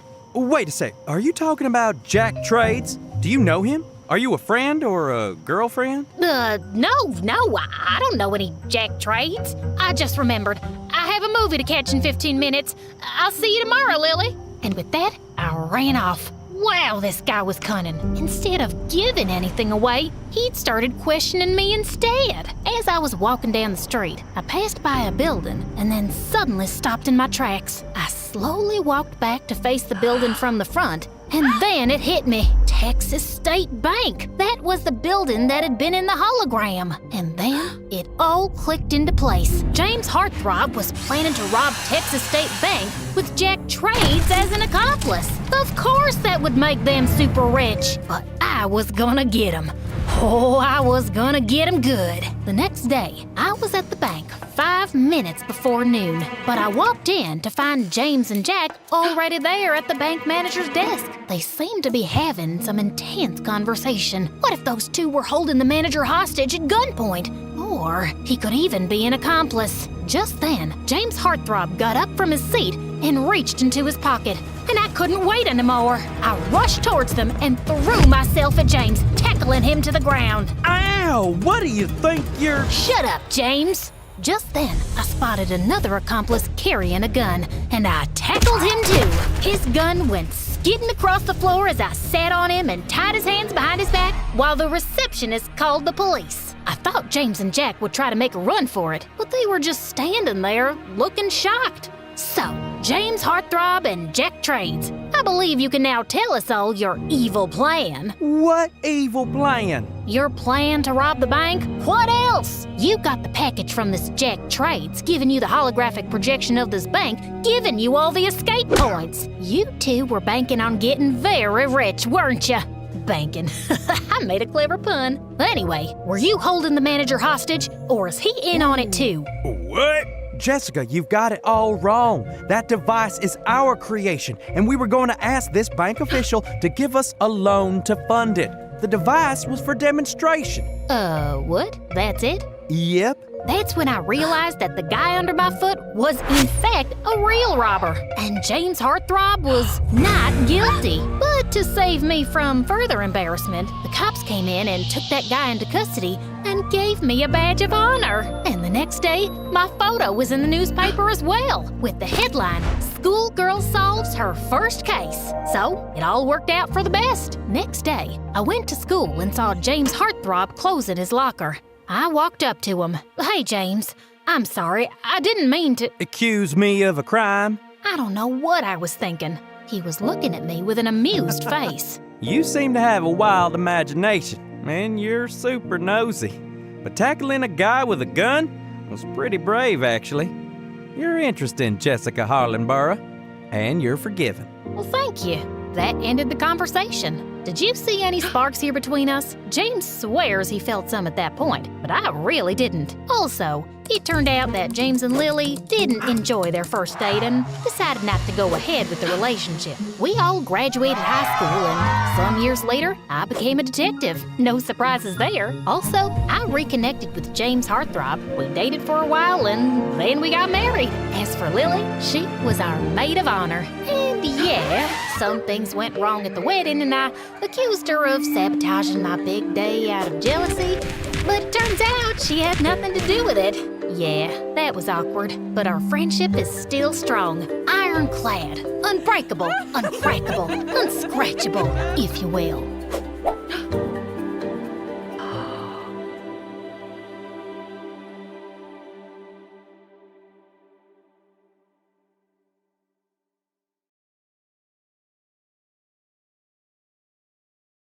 Hi, I'm Lena. Before I tell you my story, please click like and subscribe. My mom used to be a supermodel, but after I was born, she gained weight, became a stay-at-home mom, and then Dad left us when I was 3. She'd just be weeping all day and stuffing her face with ice cream. Whenever I cried, she'd give me ice cream too. But as time went by, I was still eating like this while Mom got over her depression, lost those extra pounds, and jumped back into modeling.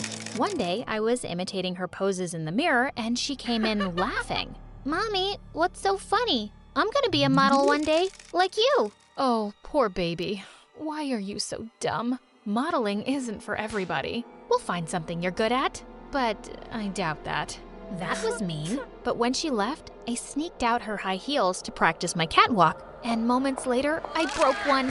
I glued it on and put it back. Mom started going away for work, so she hired a nanny for me. Years passed and eating just became a way to cope with my feelings. Whenever I was sad or stressed, I'd just stuff my face. And by 8th grade, I was plus-sized. I was smart and got good grades, but everyone just mocked me over my weight. I even changed schools, but things didn't get better. Because here, I was invisible, and it felt awful. Until one day, Freya, the most popular girl, came and sat next to me. Hey, you're the new girl, right? Your hair is so pretty. She started sitting with me every day, and we became really good friends. Now, suddenly the boys were noticing me, but only 'cause they wanted to get close to Freya. I'd become the official delivery person for everything they wanted to give to her. So one day, when this cute boy Sheldon gave me flowers, I was shocked when he said they were for me. Was this some kind of prank? But he looked so sincere, and then he asked me out. The next few weeks, I was over the moon. But once when we were out for dinner, I suddenly felt the chair give away under me, and I went crashing to the floor. I just wanted to disappear. But Sheldon totally went off on the management. My girlfriend could have gotten hurt. What are these chairs made of? Toothpicks? He then got us a huge free meal, and we had a car picnic instead. I loved how he'd stood up for me. The next day, I went to the school gym looking for him, but I suddenly stopped when I heard Sheldon. Guys, how much longer do I have to date this baby elephant? Dude, the dare is for a month. I'm getting broke paying for all that food. And it's embarrassing being seen with a girl twice my size. I couldn't hear another word. Later, I went to Freya's house and cried my heart out over pizza. That day, I decided that if my weight was constantly getting in my way, I was gonna lose it. Summer break had started, and I told Freya I was gonna be in Paris with Mom, but I was at home, and my nanny helped me diet and exercise. And soon, I lost a lot of weight. When I went back to school, I could feel everyone's eyes and smiles on me. And suddenly, some boys from my class rushed forward to ask me my name. Wait, they didn't even recognize me? Just then I spotted Freya and I ran to hug her. Freya, I missed you so much. Lena? Is that you? Oh my God. What? When? How did you do this? She was so surprised, but super proud of me. Just then, Sheldon came up to me looking dumbstruck. Wow, Lena, you look hotter than Wonder Woman. But tell me, babe, why wouldn't you text me back over the holidays? I missed you. All I wanted to do was slap him hard, but suddenly I had a better idea. Oh, I was at a yoga retreat and we weren't allowed any cell phones there, but I really missed you too. Freya looked shocked, but I quickly pulled her away and whispered my plan, and that had her laughing. The next day, I planned a romantic date with Sheldon at a really fancy restaurant, and I was dressed to kill. When it was time to order, I was ready. Yes, I'll have all the appetizers. 3 lobsters, 4 steaks, 1 poached salmon, and well, you can bring us the entire dessert menu. Lena, who's gonna eat all that food? I will, of course. You know my appetite, babe. When the food arrived, I ate a few bites and asked the waiter to pack it. When he came with the bill, I picked up the food and was leaving. And Sheldon kinda lost it. You're splitting the bill with me, right? Nope. It's not cheap dating a baby elephant, you know. Also, it's time you paid for being a complete jerk. I threw a glass of juice at his face and walked out. I gave most of the food to some homeless people, and the rest I shared with Freya as I told her all about my date. Sheldon never came near me again, but my popularity in school soared overnight. I had more boys asking me out than I could count, and the party invitations were piling up. One day at lunch, I got a text message from a new number. It was this new Italian boy in the school that had all the girls drooling.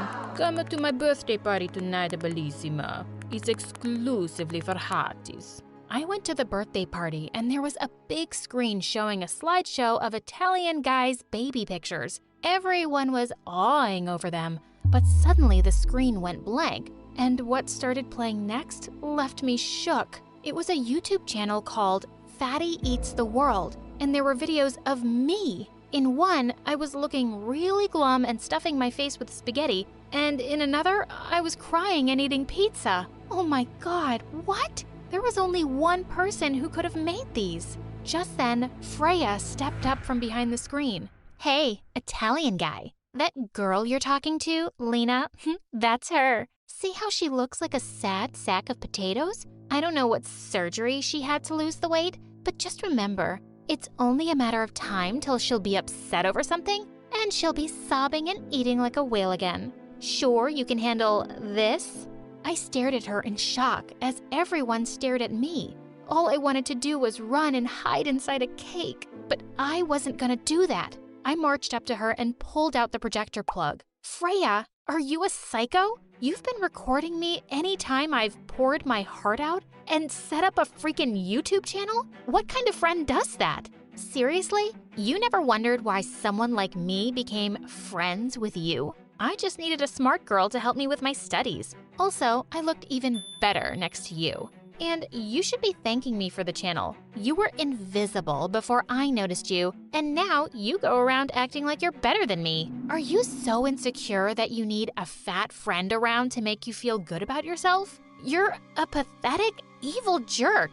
And that fat friend, it's not gonna be me anymore. I pushed her and she went flying into the Italian guy's birthday cake. She screamed and he screamed and I stormed out. I was heartbroken by Freya's betrayal and I didn't go to school for the next few days. But one day when the doorbell rang, I was thrilled to see Mom was back. Am I in the wrong house or… Holy cow! Lena?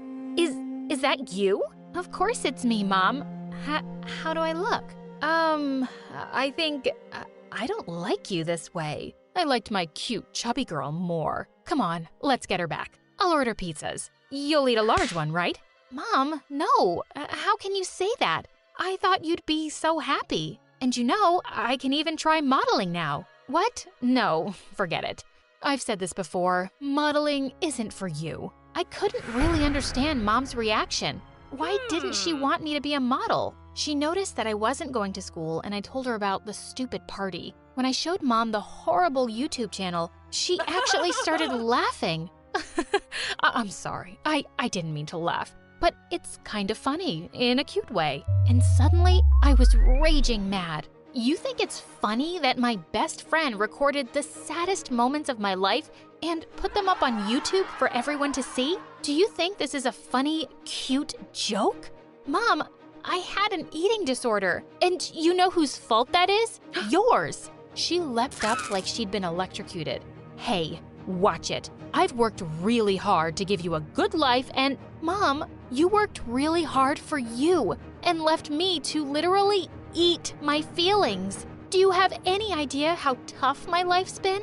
And now that I've worked so hard and finally feel good, you're not even happy for me. Gosh, You're the worst. I shut myself up in my room and decided I had to deal with Freya on my own. I made a video about my emotional eating problem and how my videos had been uploaded without my consent. I posted it and it went viral. So many people reported the channel, it was immediately taken down. Lots of people even commented that I should sue Freya. And the next day, her parents were at my door begging me to forgive her. She'll do anything. We'll change her school, and she'll never bother you again. Go on, Freya. Say that you're very, very sorry. Well, she did, and I never saw her again. I went back to school, but I stopped going to the parties and hanging out with all those shallow people who didn't even see me before I lost the weight. One day, I took Mom's address book and copied some fashion agency numbers. I contacted a few and waited patiently for some response. One day, a suited man came to our house, and it turned out to be Mom's first modeling agent. Oh, it's been so long since we did a project together. I'm so happy to see you here. Oh, yes, but right now, I'm here to meet your daughter, Lena. She sent in her audition tape, and I think she could be the next big thing. You must be so proud of her. I was ecstatic, but Mom turned pale. She pulled me aside. How dare you do this to me? You lost weight just to show me that I'm outdated and irrelevant, and you can be better than me? I pushed her hand away angrily. So that's what your problem is? God, you're more insecure than Freya. My weight loss isn't about you. It's about me taking control of my life. I signed the contract for that project in front of her eyes, and it went really well. Other projects started rolling in, and I was making really good money. Soon after, I entered a national modeling contest, and I won. I stepped onto the stage for my winner's speech. To all the young girls out there, I just want to say, don't let anyone or anything get in the way of your dreams. People have a way of pushing you down and making you feel worthless, but you should know your own value and power. You can achieve anything you set your heart to. Just believe in yourself. Hi, I'm Camilla from Brazil. Before I tell you my story, please like and subscribe. My parents were super, super rich. Just kidding. We were living in the poorest neighborhood in town. Mom stayed at home and Dad mowed lawns, and we had little to no money.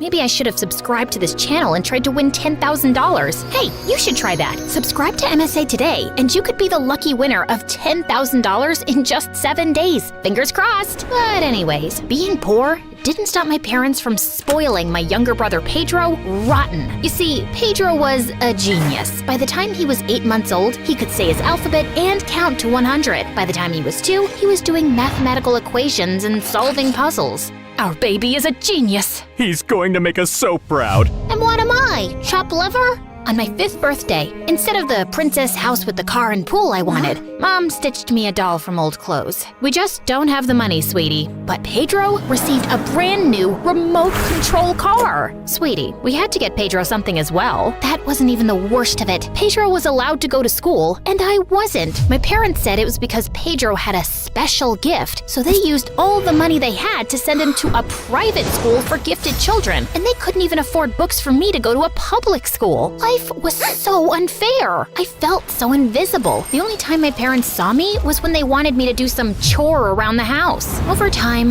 I just got used to it. And since I couldn't read books to myself, or I didn't have a phone to watch videos, I started to sew to pass my time. Camellia, what did you do to my curtains? I fell in love with creating new things from old stuff, and I wanted to become a fashion designer. Because of how differently my parents treated Pedro and me, we never grew up close, and he always saw me as his slave, even though I was older than he was. Clip my toenails, clean my shoes. When I was 11, I begged my parents to send me to a sewing school. Mom, Dad, I deserve to be able to follow my dreams too. They don't have the money to send you to some stupid sewing school when they're going to send me to the most prestigious college in the country. I'm sorry, Camilla, but we have to support the child who has greater potential and will make the family proud. With that, Mom and Dad just walked away as Pedro stood there with a stupid smirk on his face. Oh, I wanted to smack him hard. It was then that I decided I'd do whatever it took to get myself into a sewing school. I tried to get a job, but nobody wanted to hire an 11-year-old, not even as a clown for a birthday party. When I was 13, things looked as though they were turning around, and I finally landed a babysitting job. But when my parents found out that I'd been neglecting household chores because of it, They were furious. I was grounded for 2 months, and Dad tore up all my designs that I had stuck on my bedroom walls over the years. I was devastated, but a tiny part of me refused to give up. I had to be smart. This time, when I drew, I hid my drawings under the floorboards of my bed, and when Mom sent me to the supermarket, I'd pass by the wishing fountain and take all the coins. Don't give me that judgmental look. But after 3 years of saving those coins, it still wasn't enough. Luckily for me, my life took an amazing turn when I turned 16, and that set things in motion for me. One day, while drawing in my room, I was so focused that I didn't see this girl peeking in at me through the window. Wow, that looks amazing! Ah! I toppled out of my chair and fell to the ground. The girl then did a backflip through my bedroom window and came in.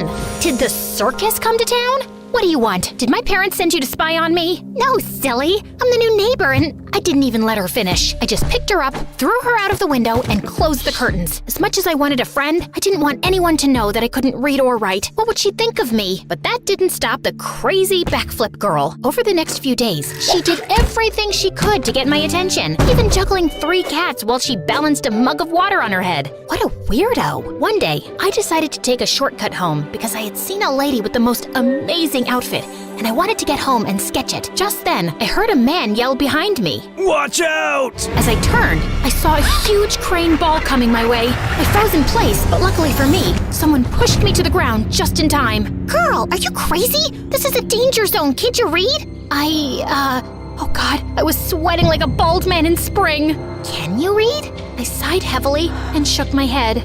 That's okay. I can't draw amazing fashion designs like you can. Let's go and grab some ice cream. My treat. While eating the ice cream, crazy backflip girl, Sophia, told me that she had moved next door with her parents and older brother Harrison. Also, that Harrison was a rotten egg and always got himself into trouble. She also told me that her father lost his job after his boss accused him of stealing money from his office and then blacklisted him so no one else would hire him, while her mother worked as a maid for some rich lady. I told her that my parents hated me and wouldn't even let me go to school while they treated Pedro like he was a prince. What do they think this is? The 16th century? No girl left behind. Woman power!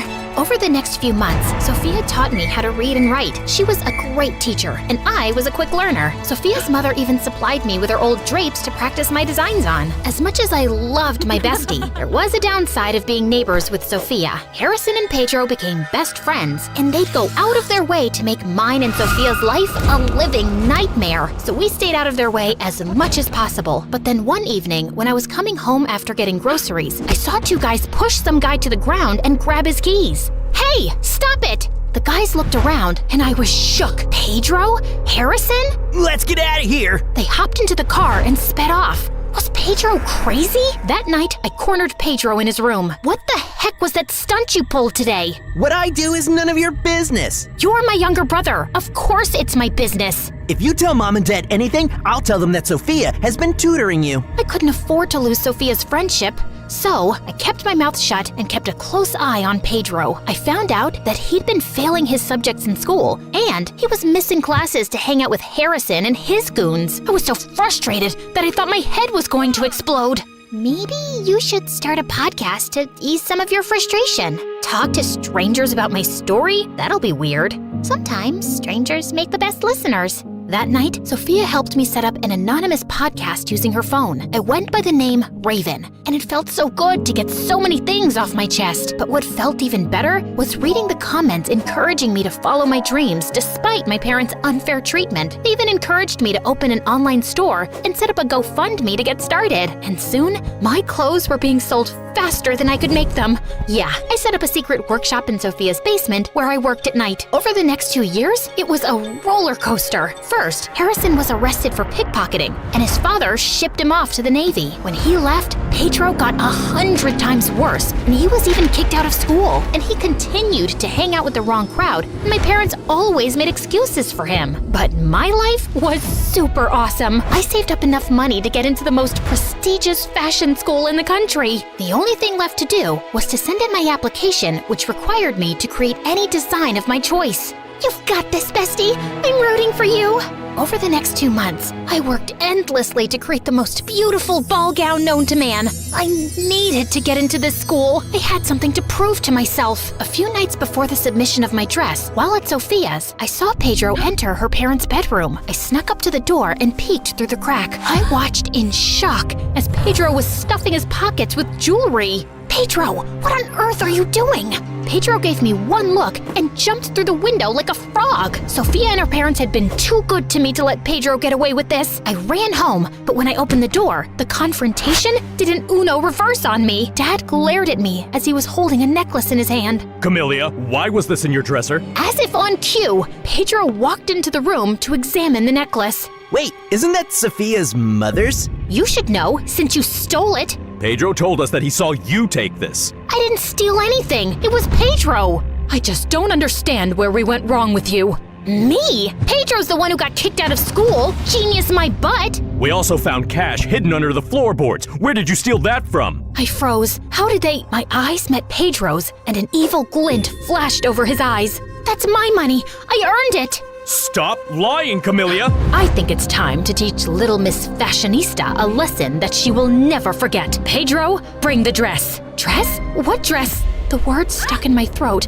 when I saw Pedro return with my submission dress. I watched in horror as Mom lit the fireplace and took the dress from Pedro. Mom, please, don't! You will learn your place in this family, Camellia. My mother threw my dress in the fireplace, and it lit up quicker than a barbecue on Independence Day. I tried to get it out, but Dad and Pedro held me back as I kicked and screamed. After a while, my dress was nothing but ashes. As an avalanche of tears ran down my face, I knew that my time in this family was up. I wanted to attack my parents and Pedro, but I decided to pack my bags and I went to Sophia's. That night, after bawling my eyes out, I did a live podcast and revealed to my listeners what I had just endured under the hands of my parents. This time, I used their real names. Yep, I was done being the nice guy. By the next morning, my parents were chased out of the neighborhood, and the rich lady Sophia's mom worked for pulled some strings, and she got me another submission date. Bestie, this dress is even better than the last one. I have to admit, I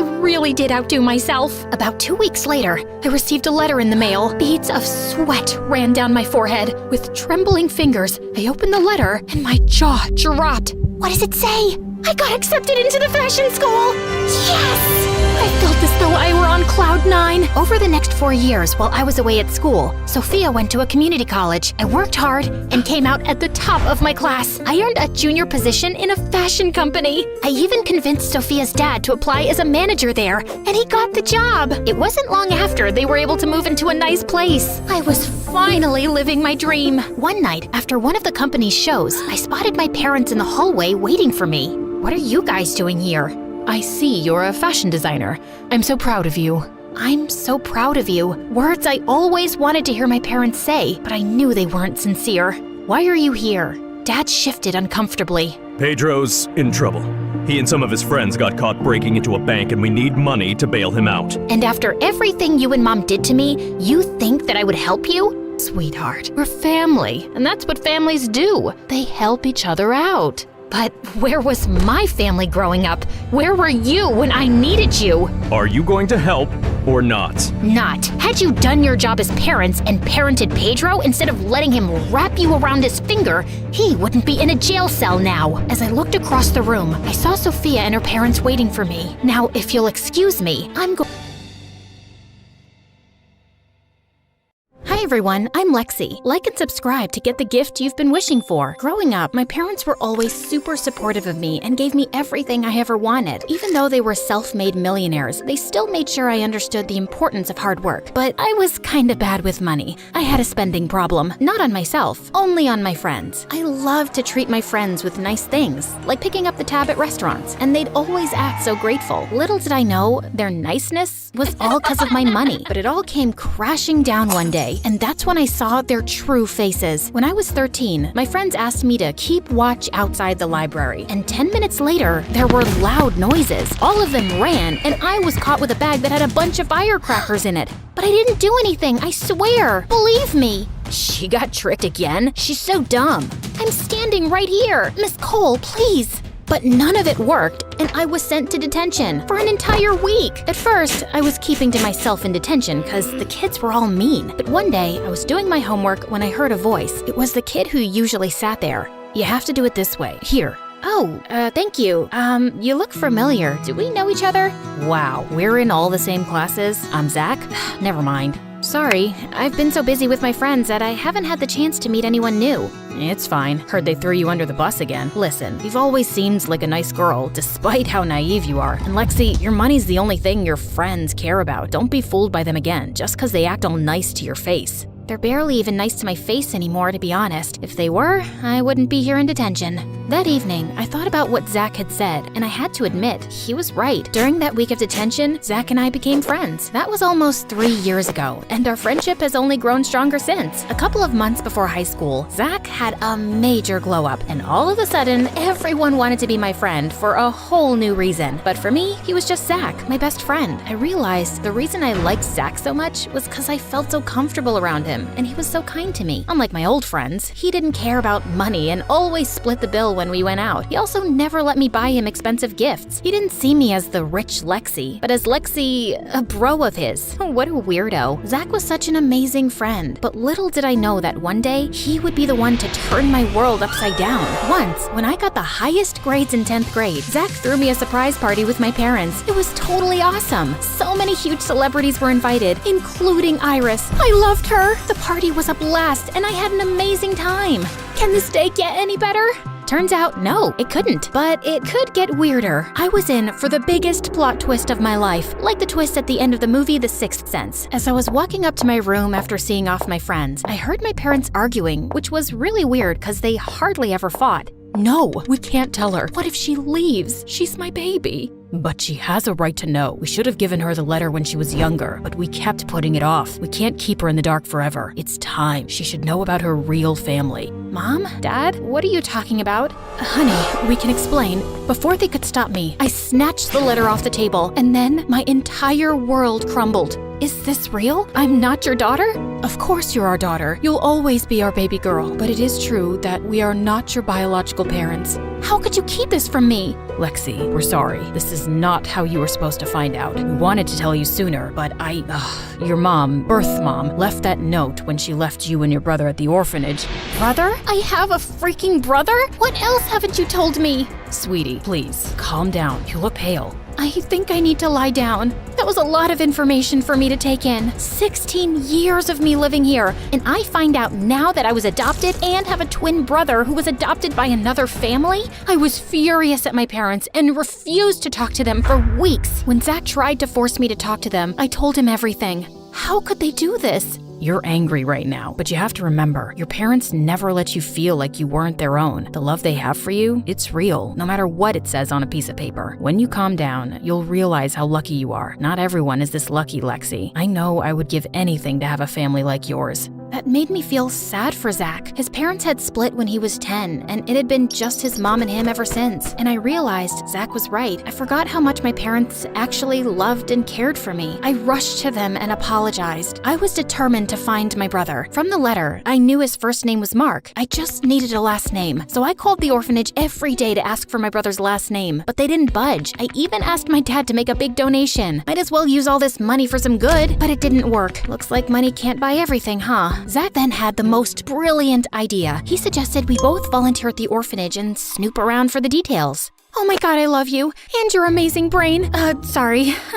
Volunteering gave me a new perspective. All these little kids without parents, I was just like them when I was their age. I hoped they'd be lucky enough to find great parents like I did. Of course, I didn't let that distract me from my mission. After a couple of days, I found my way to the file cabinet and searched, jotting down all the last names of every Mark that had ever stayed there. But trying to contact each of these Marks was more tiring than I thought it would be. Most of them thought I was trying to scam them. It wasn't until Zach pointed out that I realized I could just look for the date of birth for each of these guys, cause duh, we were twins. I know, you don't have to say it. Zach, oh my god, there's 2 of them. Oh, thank you. I'm gonna contact the families right now. Lexi, wait, take a deep breath. You don't wanna just call them and drop the news. Hey, I might be your twin. How about you let me do it? I'll look into it, and before you know it, Mark will show up. I agreed with him, but I couldn't help feeling anxious for days. What if Mark is in another part of the world? What if he has no idea I even exist? Or worse, what if he hates me? I couldn't eat or sleep properly because the entire thing stressed me out. My parents were sweethearts, though. They tried to calm me down and distract me when we suddenly heard the doorbell. I rushed to open it, only to find Zach standing there with a confused look.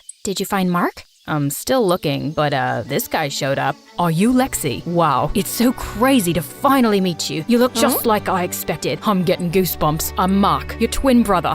What? I couldn't believe my eyes. My twin, my own brother, was standing here in front of me. I cried and hugged him. You know those heartwarming reunion videos on YouTube? Never thought I'd be one of those people. We had the same hair color, the same eye color. We even laughed this. Mark stayed with us for a couple of weeks, and we did our best to make him feel at home. I showed him around my school, got along with Zach, and best of all, I got to introduce someone as cool as him as my brother. All the girls at school were even drooling over him. It was probably because of the accent. He told me all about his life, the UK, and his projects and fundraisers that he started in order to help as many people as he can. He was like the perfect brother. I was so caught up spending time with Mark that I was losing touch with Zach. Whenever Mark wasn't hanging out with me, he was with Zach. It was like they were long-lost twins, honestly. Zach was always asking Mark questions, and my brother seemed to enjoy talking to him.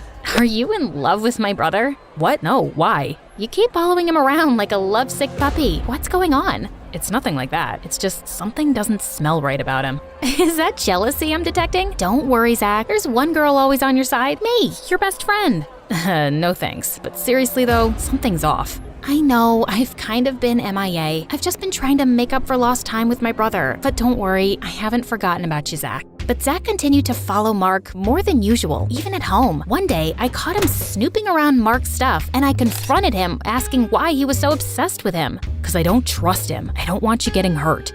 Zach, I finally have my brother after years. If you care about me, just let this go, please. But I'm not lying. Over the next few days, Zach stopped coming over, and Mark and I spent more time catching up. It was stressful fighting with my best friend, but at least I was having fun with my brother. We went out to fancy restaurants and on expensive shopping trips. Mark offered to pay, but I insisted every time. I was so happy to finally have him in my life that I figured buying him nice things was the least I could do. Well, he was always talking about the fancy cars in our garage, walked in and out of Dad's walk-in closet, and was so excited to see his watch collection. Apparently, he was a huge fan of fancy watches. And weirdly, he knew the price of everything. Like once he saw a painting by a famous artist at home and told me he could guess the exact price. And he did. I did find it a little weird, but I was just focusing on the part that I had my brother back. A couple of days later, as I was relaxing and enjoying my weekend, Zach stormed into the house. Before anyone could process what was happening, Zach punched Mark and the two boys were in a full-blown fight. It took all of Dad's strength to pull Zach off of Mark.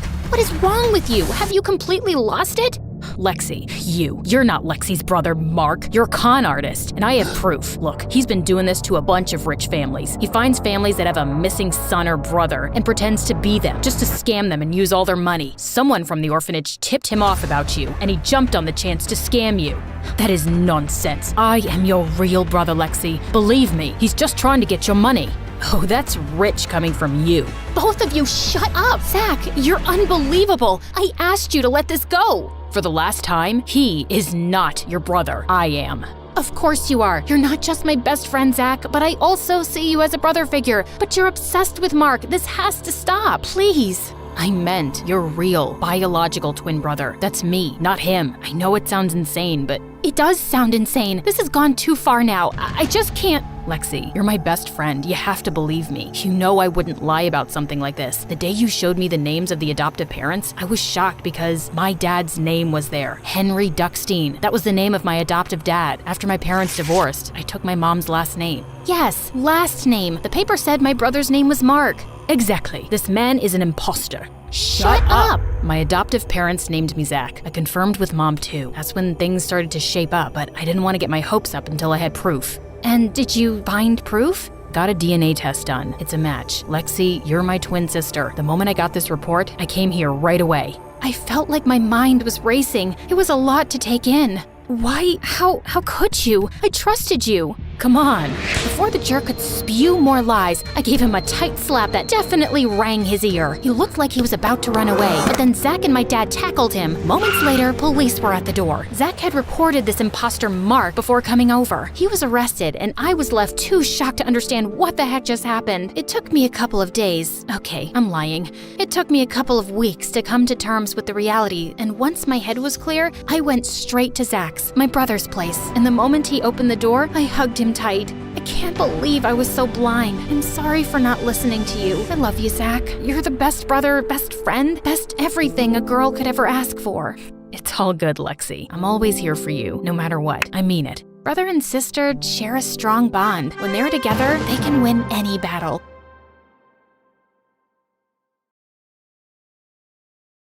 My friends must have thought I went home. I looked around, and the beach was empty, which was really weird at this time of year. I tried to take out my phone from my back pocket, but it wasn't there. Apparently, someone had stolen it, or I had dropped it somewhere. I freaked out, not because it had all my pictures in it or anything like that. The problem was that the beach was really far away from the town, and I hadn't told my parents that I had gone to the party. I walked for at least an hour to get home. The weird thing is that everything was closed and there were no cars around. The town looked deserted. I was really confused and I ran home to ask my parents what was going on. But when I got home, the door wasn't locked and my family wasn't there. What the hell was happening? I desperately started looking for a note, but there was nothing. I didn't know what to do or how to contact them, so I went to my friend's house, then to the school and the police station, but no one was there. It seemed that I was the only one left in the entire town. Then a thought crossed my mind.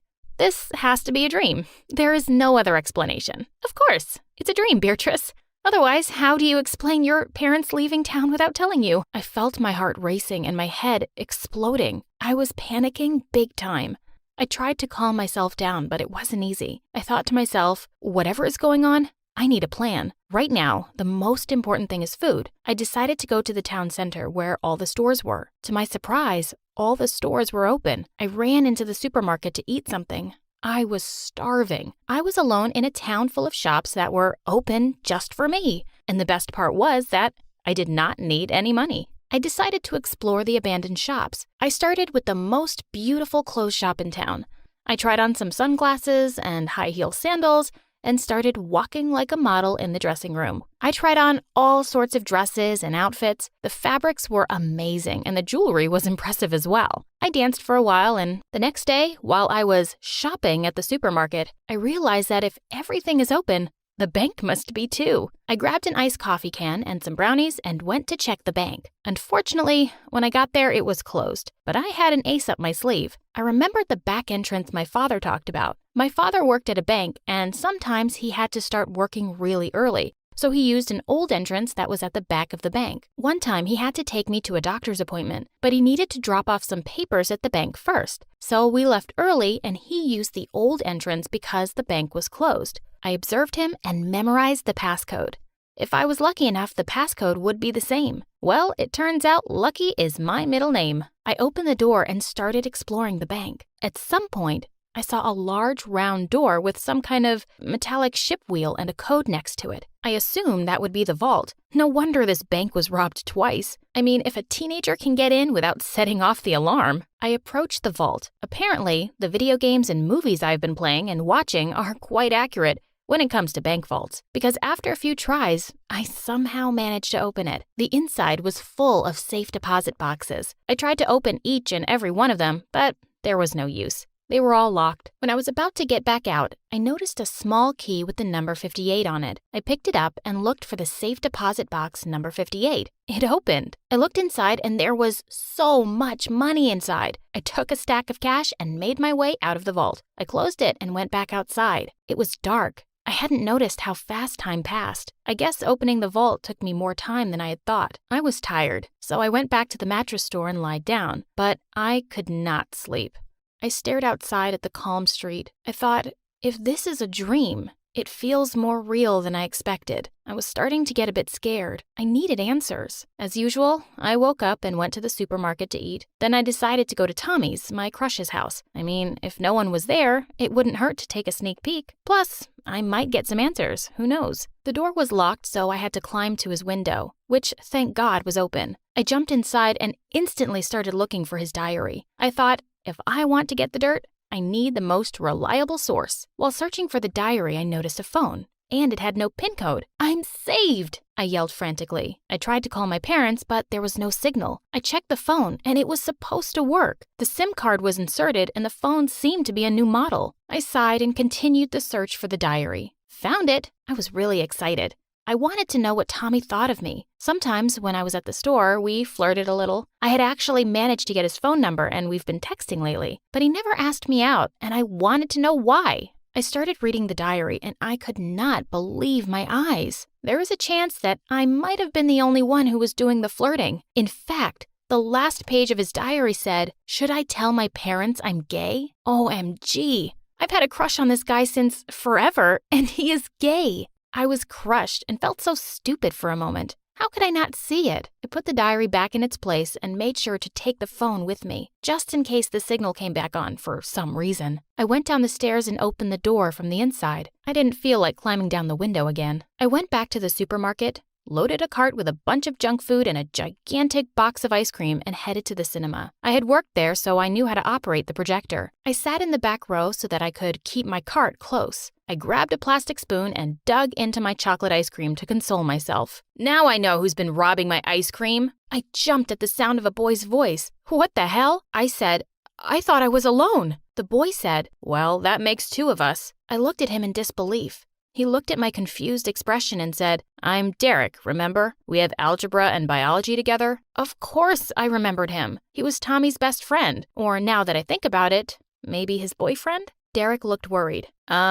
Beatrice, you okay?" Yes, I'm okay. I'm just surprised to see anyone," I said. He looked at me and asked, "Do you know what happened?" I shrugged and told him how I woke up at the beach and had to walk back to town, only to find that everyone was gone, and that I've been wandering in the town for days. He told me that he's been wandering the town for days as well, but that he came to this area just yesterday. I looked at him while he was talking, and for the first time, I realized how cute he was. No, he was actually handsome with those blue eyes and black hair. That sure is a winning combination, I thought to myself. Derek looked at me and asked me, "So, what are we watching?" I blushed and told him that this was a romantic movie you watch when you feel down. Derek and I talked through the entire movie. I wanted to watch the movie, but I didn't mind. Derek is actually awesome. We turned out to have a lot in common. Actually, we were so caught up in our conversation that we didn't notice when the movie was over. After a while, we decided to go outside. It was already dark. I told Derek I was sleeping at the mattress store,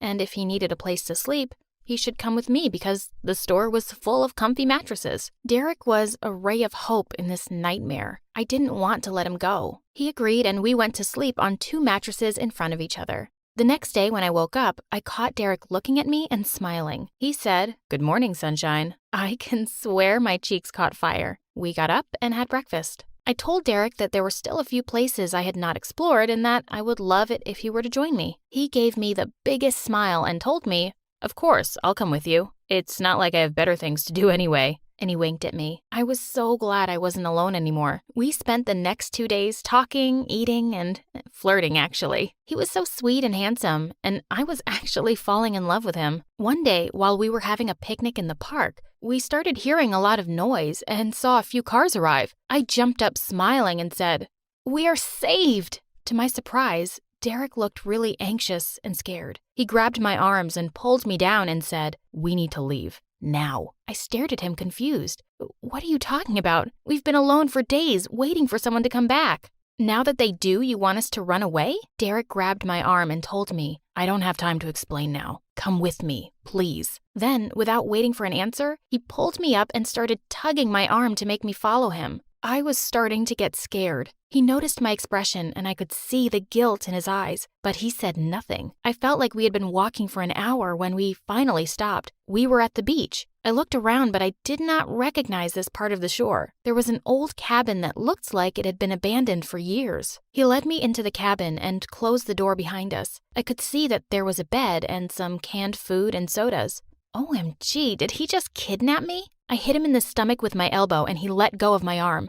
I ran to the other wall. He told me, "Please, don't be scared. I mean you no harm." I did not believe him. "Beatrice, I need you to listen to me." "What could you possibly have to say?" I asked. "I have a confession to make," Derek said. I stood there silently. Everyone was evacuated because they thought a tsunami would have hit the coast. I stared at him in disbelief. He continued to explain. It turned out that the whole town was evacuated very early in the morning, and the beach was too far for me to hear the emergency sirens. My parents tried to come back, but the police wouldn't let them and told them that everyone had been evacuated. I took my parents' car and came to check on you after I heard your parents say that you did not leave with them. I needed to know you were okay. He explained that on his way back, he heard on the radio that it was a false alarm and that it would take some time to get everyone back into their town because the authorities did not want to cause chaos. They had decided to start sending people back to their towns, but decided to do it one town at a time in alphabetical order. Our town was called Saugatuck, so he was pretty sure he had a few days to spend with me and then tell me the truth. So he acted as if he knew nothing about the emergency evacuation and told me that he did not know why there was no one else left in town. He said that the authorities managed to get everyone back faster than he had expected. He looked at me with a sad expression and said, "I'm sorry, Beatrice. I just wanted to spend time with you, and I saw an opportunity." "And you took it," I said angrily. "Yes, but I always intended to tell you the truth, not just about the tsunami." "What else were you keeping from me, Derek?" I asked. His answer left me stunned. He said, "I love you. I always have, but I never had the guts to tell you." I stood there confused. I wanted to tell him that I loved him too, but he lied to me, and he had just kidnapped me. I thought I would never see my parents again, and it seemed that there's a good chance I won't, all because of him. He could have told me, but he chose to let me believe I was alone. I stared at him for a moment and said, "You say you love me, but you lied to me. And on top of that, you kidnap me?" "Kidnap you? No, this is not what this is." "Oh, I'm sorry. The last time I checked, when you force someone to follow you against their will and you lock them up somewhere deserted, it's called kidnapping." He looked at me with a confused look, opened the door and said, "I'm really sorry, Beatrice. I hope you'll forgive me." He went outside and locked the door behind him. I ran to the door and tried to open it, but with no luck. Then I started pounding on the door, screaming my lungs out, but there was no point. I sat on the floor and cried in fear. I thought no one would find me. This part of the beach was totally deserted. After a while, I fell asleep. When I woke up, I saw a disposable phone next to me. I opened it and saw there was a text message. It said, "I'm terribly sorry. I never meant for this to happen. I had actually planned to take you on a romantic date to this cabin. That's why there are candles lying around." I looked around me and noticed the candles. He was telling the truth.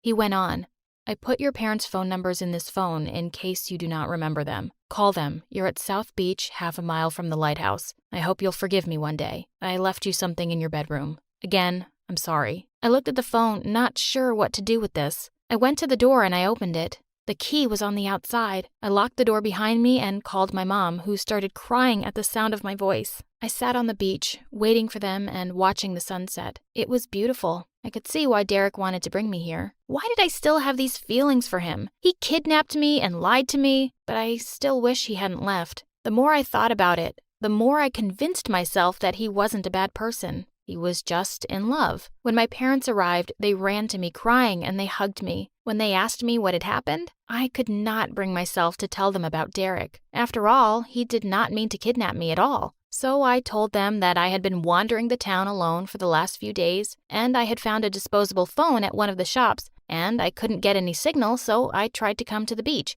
and check if there was any signal here. My parents didn't question me. They were just so happy that they had found me. When I got home, I remembered what Derek had told me about leaving something in my room. I excused myself and told my parents that I was really tired. I went to my room and started looking around. Then I found an envelope. I opened it. Derek had printed a few selfies that we took with his camera. We looked so happy, and I remembered being happy at the time. Little did I know what would unravel later. A few days after everyone had returned and life went back to normal, The police called. They told my parents that I had robbed the bank during the evacuation. Apparently, the surveillance cameras were still working and filmed me taking the money from the vault. I know what you're thinking. Who is stupid enough to forget that there are surveillance cameras at the bank? But hey, I thought it was just a dream. Anyways, we went down to the police station to answer some questions. When I went in, a police officer asked me my name, and when he looked at the file, I could tell he was about to laugh. He told us to sit down and explain that the bank manager decided not to press charges because he knew me since I was born and did not want to compromise my future. Even though he did not press charges, the officer told me I had to complete 40 hours of community service, which I didn't mind. There's something else you should know, the officer said with a smile on his face. You have accidentally robbed your father. I looked at the officer in disbelief, while my father giggled. Even though I was relieved, I was so embarrassed. The police officer proceeded to tell me that I could go, but that my father had to stay in order to fill out some documents to state that he would not press charges against me. That sounded absolutely ridiculous to me. In any case, a month had passed after these events, and I couldn't stop thinking about Derek. In the end, I caved in and called his parents. They told me that he had left town the day after everyone had come back to stay with his uncle for the summer vacation. This meant that I would not see him for another month. The idea of not seeing him made me feel sad and mad at the same time. How could he just leave like that? Did I mean nothing to him? I would have at least expected a proper face-to-face apology for what he had done to me.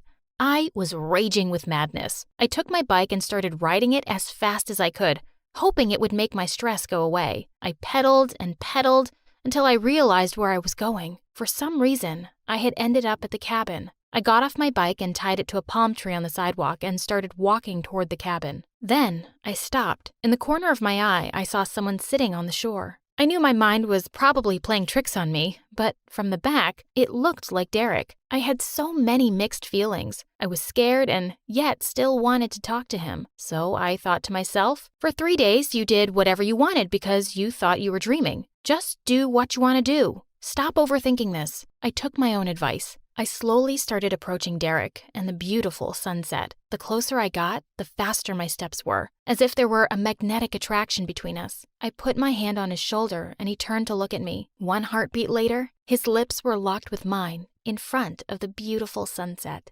Ella, come watch your parents' rehearsal. We need your notes. Mom, I'm watching TV. Don't be stupid, Ella. I'm so much better than anything you can see on TV. Hi, I'm Ella from Indiana, and I have the most embarrassing parents in the world. You don't believe me? See for yourself. But before that, please like and subscribe because MSA will give $1,000 to one lucky person who subscribes in the next 7 days. Ever since I can remember, my parents were obsessed with the idea of being famous movie stars, and they'd turn every single thing into a production. Baby, are you ready for your first day of school? Mom, why are you dressed like an octopus? Oh, honey, we want to promote our new movie, Henry Potter and the Octopus Queen, at your school. All your friends and teachers will be so impressed. Impressed? Everyone was making fun of me as I made my way to my class with my parents looking like cartoons.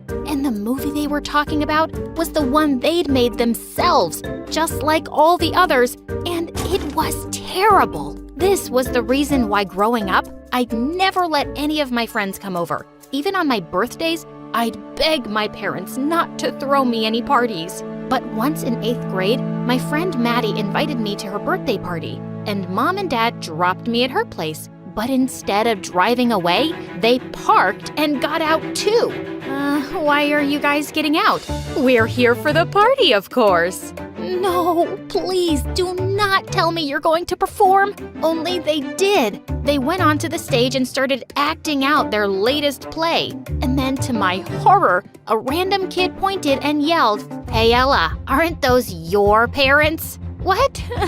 Of course not. I've never seen those people in my life. Yes, they are. Why don't you go up there and join the circus freaks? A bunch of kids pushed me onto the stage and started laughing, but my parents kept on with their act and didn't even care how they were embarrassing me. I stormed out of there in anger, and that day, I decided I'd had enough. You guys are just making fools of yourself by acting this way, and you're making me miserable. Ella, why can't you be supportive of our career? Don't you understand? You're never gonna get famous like this. If you really wanted to make it, you'd be in Hollywood, not this dumb town. I didn't expect my speech to make a difference since they never listened to me. But this time, they did. Ella, you've convinced us. You're brilliant. We're moving to LA. Are you serious? Heck, they were, and I couldn't believe it. This was actually a good thing. I was so happy we were finally leaving this place, and I could start a new life. When it was time to go to my new high school, my mom placed a uniform in front of me. What's this? You're going to a private school. But we can't afford it. This is a business investment, Ella. We found a school where all the famous people send their kids, and if you become friends with them, we'll become famous too. Connections are everything, darling. It's not my job to make you guys famous. Please don't interfere in my life here. What an ungrateful child. What will you say when we become more successful than you ever dreamt of? I did go to the private school, but thankfully they didn't make a scene when I got out of the car on my first day. I was barely through the door of my class when suddenly I was ambushed by some students. Hi, I'm Kira. What's your name? I'm Ella. So, Ella, what do your parents do for a living? Suddenly, all eyes were on me, like this was the last winning question of Who Wants to Be a Millionaire, and I freaked out. They're movie stars. Wow, that's so cool. My mom's a director, and I'm sure they must have worked together. So, like, you're Ella Clooney, Ella Downey Jr., Ella Cruz? Tell me their names. You haven't heard from them. They're from Spain. That's why we're here, actually, to expand in the American market. That's awesome. Your American accent is so good. How do you speak such good English? Jesus, who was she? Some investigating officer? I had to change the topic. My mom's American. My dad's the one from Spain. Hey, who's that? That's my brother, Johnny. He's like the most wanted guy in school. If you want, I can introduce him to you. He was her brother? He was so freaking hot. She called him and he came waving at me in the most adorable way. Hi, Johnny. What's your name? Wow, that was brilliant. Genius. Wow, you're pretty and funny. Funny? Phew. Johnny, her parents are famous movie stars from Spain. So much cooler than ours. OMG, my lie was going places now. But what was I supposed to do? Someone was actually talking to me on my first day, and the only reason they showed interest in me is because she thought my parents were cool. That day, I had so much fun hanging with Kira and Johnny. I finally had friends. Later when I went home, I felt kinda guilty about lying. So I decided that I was gonna tell them the truth. But the very next day at school, kids were going crazy around me. Apparently, Kira had told everyone how my parents were huge Spanish movie stars, and now everyone wanted to meet them. Holy Jesus! I ran to the washroom to get away from their questions for a while. Just then, I heard someone crying in one of the cubicles. Hi, are you okay in there? What happened? Suddenly, the door flew open, and a girl who looked like she had been crying a lot just pushed past me and ran away. That was weird. Later, I had a chemistry lab class, and everyone had to work in pairs. That's when I saw the girl from the washroom sitting all by herself, looking kinda sad. Hey, can I sit here? She nodded, and I sat down next to her, and she told me her name was May. So, May, will you tell me why you were crying earlier? First, she hesitated, but then she told me everything. I'm the only one here without a famous or super rich family. That's why everyone is always picking on me. Especially Kira, she's the worst. Wow, I had no idea Kira was a bully. I felt really bad for May, and I wanted to tell her I was just like her. But I decided it was best not to tell the truth to anyone. I didn't want to be bullied like her too. We did the experiment and got along really well. She was the sweetest person I'd ever met. That was so much fun. Maybe we can get some pizza after school today? I was about to say yes when suddenly Kira came and locked her arms with mine. No thanks. Ella's got better friends, so why would she waste time with a nobody like you? Saying that, she pulled me away with her, And even though I wanted to push her off and walk back towards May, I just couldn't. At this school, people like Kira ate people like me and May for breakfast. I just saved you from being friends with a loser. You're so lucky to have me. Hey, that's really mean. You're welcome. Later, she took me to her house, and there was a huge pool where Johnny was swimming like a mermaid. My jaw immediately dropped. But before I knew it, I was suddenly pushed into the pool. Kira, what was that? Chill out, Ella. I was just having fun. What if I didn't know how to swim? Oh, right. That slipped my mind. Hey, Ella, ignore my sister. She's a little crazy. But look at you. Wow, you look just as gorgeous in the water as you do in the sun. God, my heart skipped a beat as he came closer. But just then, Kira jumped into the water and ruined the moment. You know what? I've got a great idea. Seeing you with that loser girl, what's her name again? February, March, something, May? Yeah, whatever. Let's prank her. Why? 'Cause it's funny, and she's a loser, and no one will care. She'll care. Why do you want to bother her? What's your problem? You, Kira. I wanted to say that to her face, but just then Johnny spoke up and asked her to stop being a brat. At least he was nice. A few days later, I was on my way to the chemistry lab when I saw Kira standing outside with her minions and giggling. What's going on? Shh, come here and look. See that flask in May's hand? It's gonna blast in her face as soon as she puts the chemical into it. And why would it do that? Because we switched the chemicals. Don't worry, it won't kill her. It'll just be funny. God, she was such a devil. I immediately ran in and flicked the chemical flask away from May's hand. Ella, what was that? Are you okay? Oh, yeah, totally. I just slipped. And I'm really sorry about Kira the other day. Do you want to grab some pizza after school? I would love to. Kira glared at me with devilish eyes, and after class, she walked up to me and whispered, "You ditched me for this garbage? Now get ready to be loaded into the same garbage truck with her, Ella." Kira's threat was creepy, but I was done with these superficial people. I started hanging out with May, and for the first time, I had a good friend. She cared about me and not my parents or their status. Then one day while I was having lunch with May, Johnny came to me and apologized for Kira's behavior. It's my birthday party, and I really want you to come, Ella. I looked at May, and she winked at me with a smile. But May comes with me too. Sure, as long as you're there, the entire city is welcome. We were really excited about the party and went shopping for some cute dresses. And when we got to the party, we were blown away. Almost everyone from school was there, and it was so grand. I saw Johnny dancing with some girls in the distance, but before I could go up to him, Kira came over to me. Hey, Ella. I'm glad you could make it to my little surprise party. Your surprise party? What are you talking about? Just then she pointed in the other direction, and my heart dropped when I saw Mom and Dad there. Oh my God, this was a nightmare. But Kira's loud voice was more than enough to tell me all of this was frickin' real. Guys, why don't you introduce yourselves to everyone? Oh, hi, y'all. We're Ella's parents, and we've come from Indiana to get our careers going. Now, where are all the other famous parents? Everyone gasped and turned to me, even May. She looked so disappointed in me, and I had no one but myself to blame for this. Did you hear, everyone?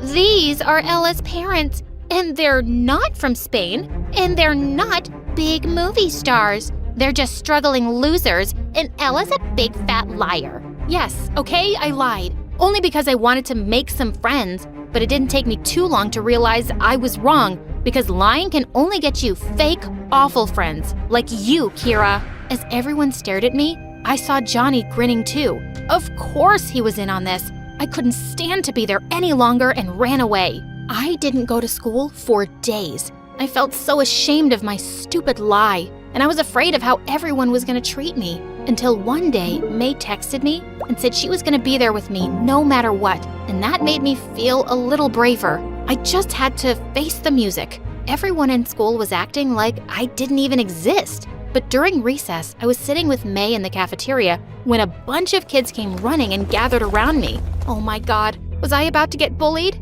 Ella, I can't believe I saw your parents that day. Can you please send me their autographs? Are you gonna work on another movie set? Gosh, you're so lucky. Take me with you. I'll do your homework for a year. What were they talking about?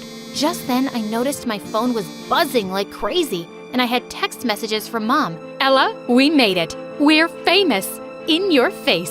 I opened the news link she'd sent me and almost fainted. My parents, my actual parents, had both been cast in a highly anticipated superhero movie, and they were Hollywood's new breakthrough stars. Everyone was talking about them on social media. Just then, Kira came running and hugged me. I'm so sorry we fought, bestie. Let's just forget all that. My mom is dying to meet your parents. And look, there's Johnny. And look, there's a garbage bin. Why don't you and your stupid brother jump in there? I pushed her away and put my arm through May's as we walked off. Ella, can I get a selfie with your parents? Of course.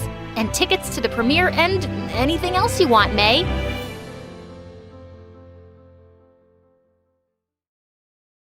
People call me the queen of entertainment, a famous pop icon, a musical superstar. You can take your pick. As for me, I like to be called the Queen of Hearts. Hi, I'm Ariana Grande. I was born in 1993 in Florida to overachiever parents who were super successful in their careers. Right since I was a toddler, I loved to sing. Mom would sing me lullabies and I'd sing along with her. You have a beautiful voice, my baby, just like an angel. I'm not so sure.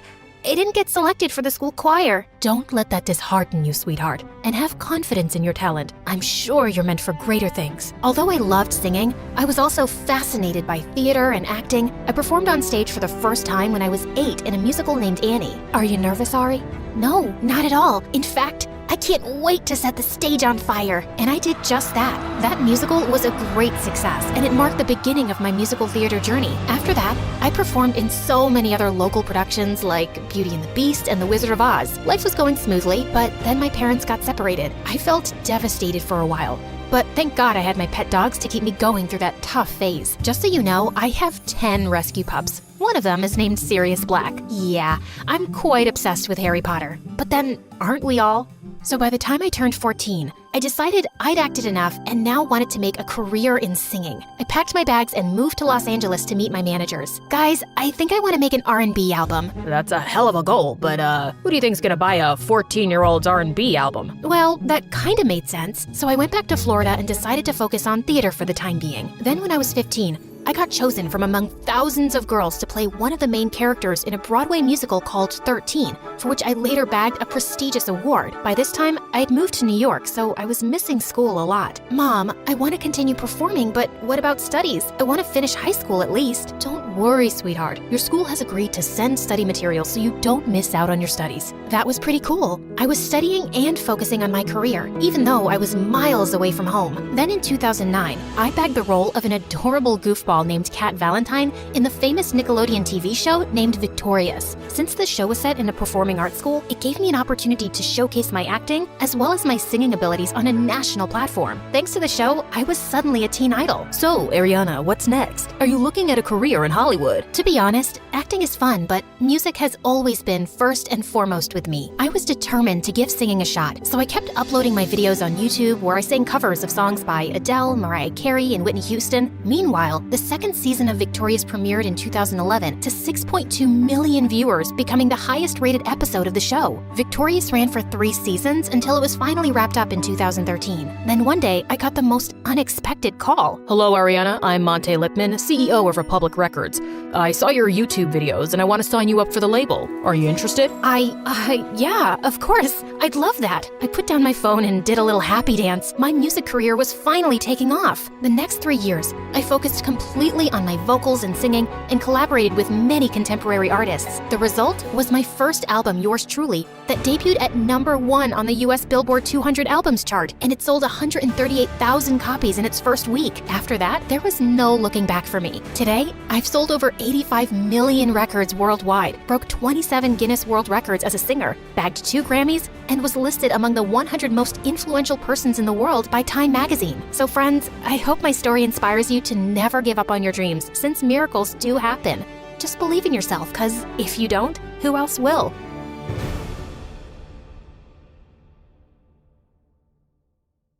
Okay, if you hate everything and my car so much, why don't you just get out? This isn't funny. It's freezing, and it's dark out. Is this a joke? Does it look like a joke? Call an Uber. My jaw dropped as he sped off. I was waiting for the driver when I suddenly heard glass shattering and a loud alarm. I looked behind me and saw a man in a dark hood running out of a jewelry store. We both froze. Hi, I'm Layla from New York. Before I tell you the rest, don't forget to like and subscribe. I had a perfect family. I grew up in one of the most expensive penthouses in all of New York City. We had a personal chef, designer clothes, everything. My dad was the president of a huge company, and he loved my mom and I more than anything in the world. We had it all. But when I was 5, my life turned upside down when my mom left, and my dad started spending all his time at work, and a few years later, he married Gwendolyn, who was some random supermodel, and they started jetting off to exotic cities for her work every weekend. At first, I hated how they left all the time. I even tried going with them once. All packed up for the trip, Daddy. Oh, Layla, you didn't really think you were coming with us, did you? Tomorrow's my 7th birthday. Right. The housekeepers will make you the biggest cake you've ever seen. Toodaloo. But as I got older, I got used to them being gone for weeks, and eventually, I totally loved it. Who needed actual parents when you had their credit card? An empty house meant having epic karaoke parties, movie marathons, and makeover parties whenever I wanted. My parents didn't care as long as no one broke anything that cost more than $10,000. Having the best party house in an elite private school was like being royalty among royalty. Oh my God, Layla, your party this weekend was incredible. When's the next one? Don't think I didn't see you break my stepmom's favorite vase. For you, there won't be a next one. Like any queen bee, I had to keep my hive in line. And most importantly, I had to have a super hot king by my side. So I had a boyfriend, Jackson, who was the heir to a massive family fortune. Hey, babe, want to take my dad's helicopter to the Bahamas this weekend? Ooh, the Bahamas. Should we ask our parents? Good one. We even won prom king and queen 2 years in a row. I mean, it's not like it was a surprise. Life was totally perfect, but when I was 17, everything changed. Jackson was driving me home from dinner one night, and we got into the dumbest argument. He was always throwing tantrums. Okay, if you hate everything and my car so much, why don't you just get out? This isn't funny. It's freezing, and it's dark out. Is this a joke? Does it look like a joke? Call an Uber. My jaw dropped as he sped off. I was waiting for the driver when I suddenly heard glass shattering and a loud alarm. I looked behind me and saw a man in a dark hood running out of a jewelry store. We both froze. He was turning to run when a huge gust of wind blew his hood off. I immediately noticed this huge scar on his forehead. Luckily, the alarm must have called the police. The flashing lights and sirens sent him running. I told the officers everything. They dropped me off at home. Jackson didn't take my call, and I had to sleep with all the lights on. The next morning, I woke up to the sound of someone banging on my door. It must be Jackson, begging for forgiveness. Surprise, surprise. You better have a whole bouquet of flowers for me.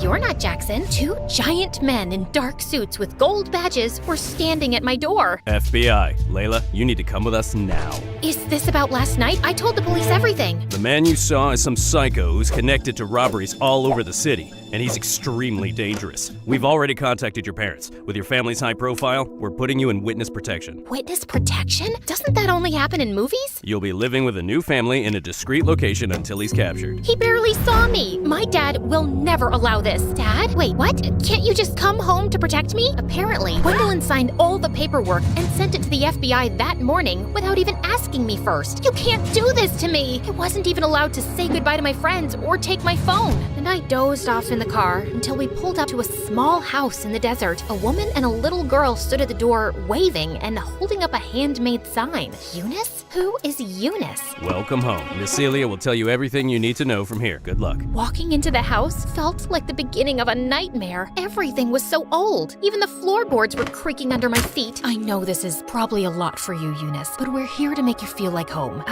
Okay, but where's the rest of your house? I can't believe I have a pretty big sister.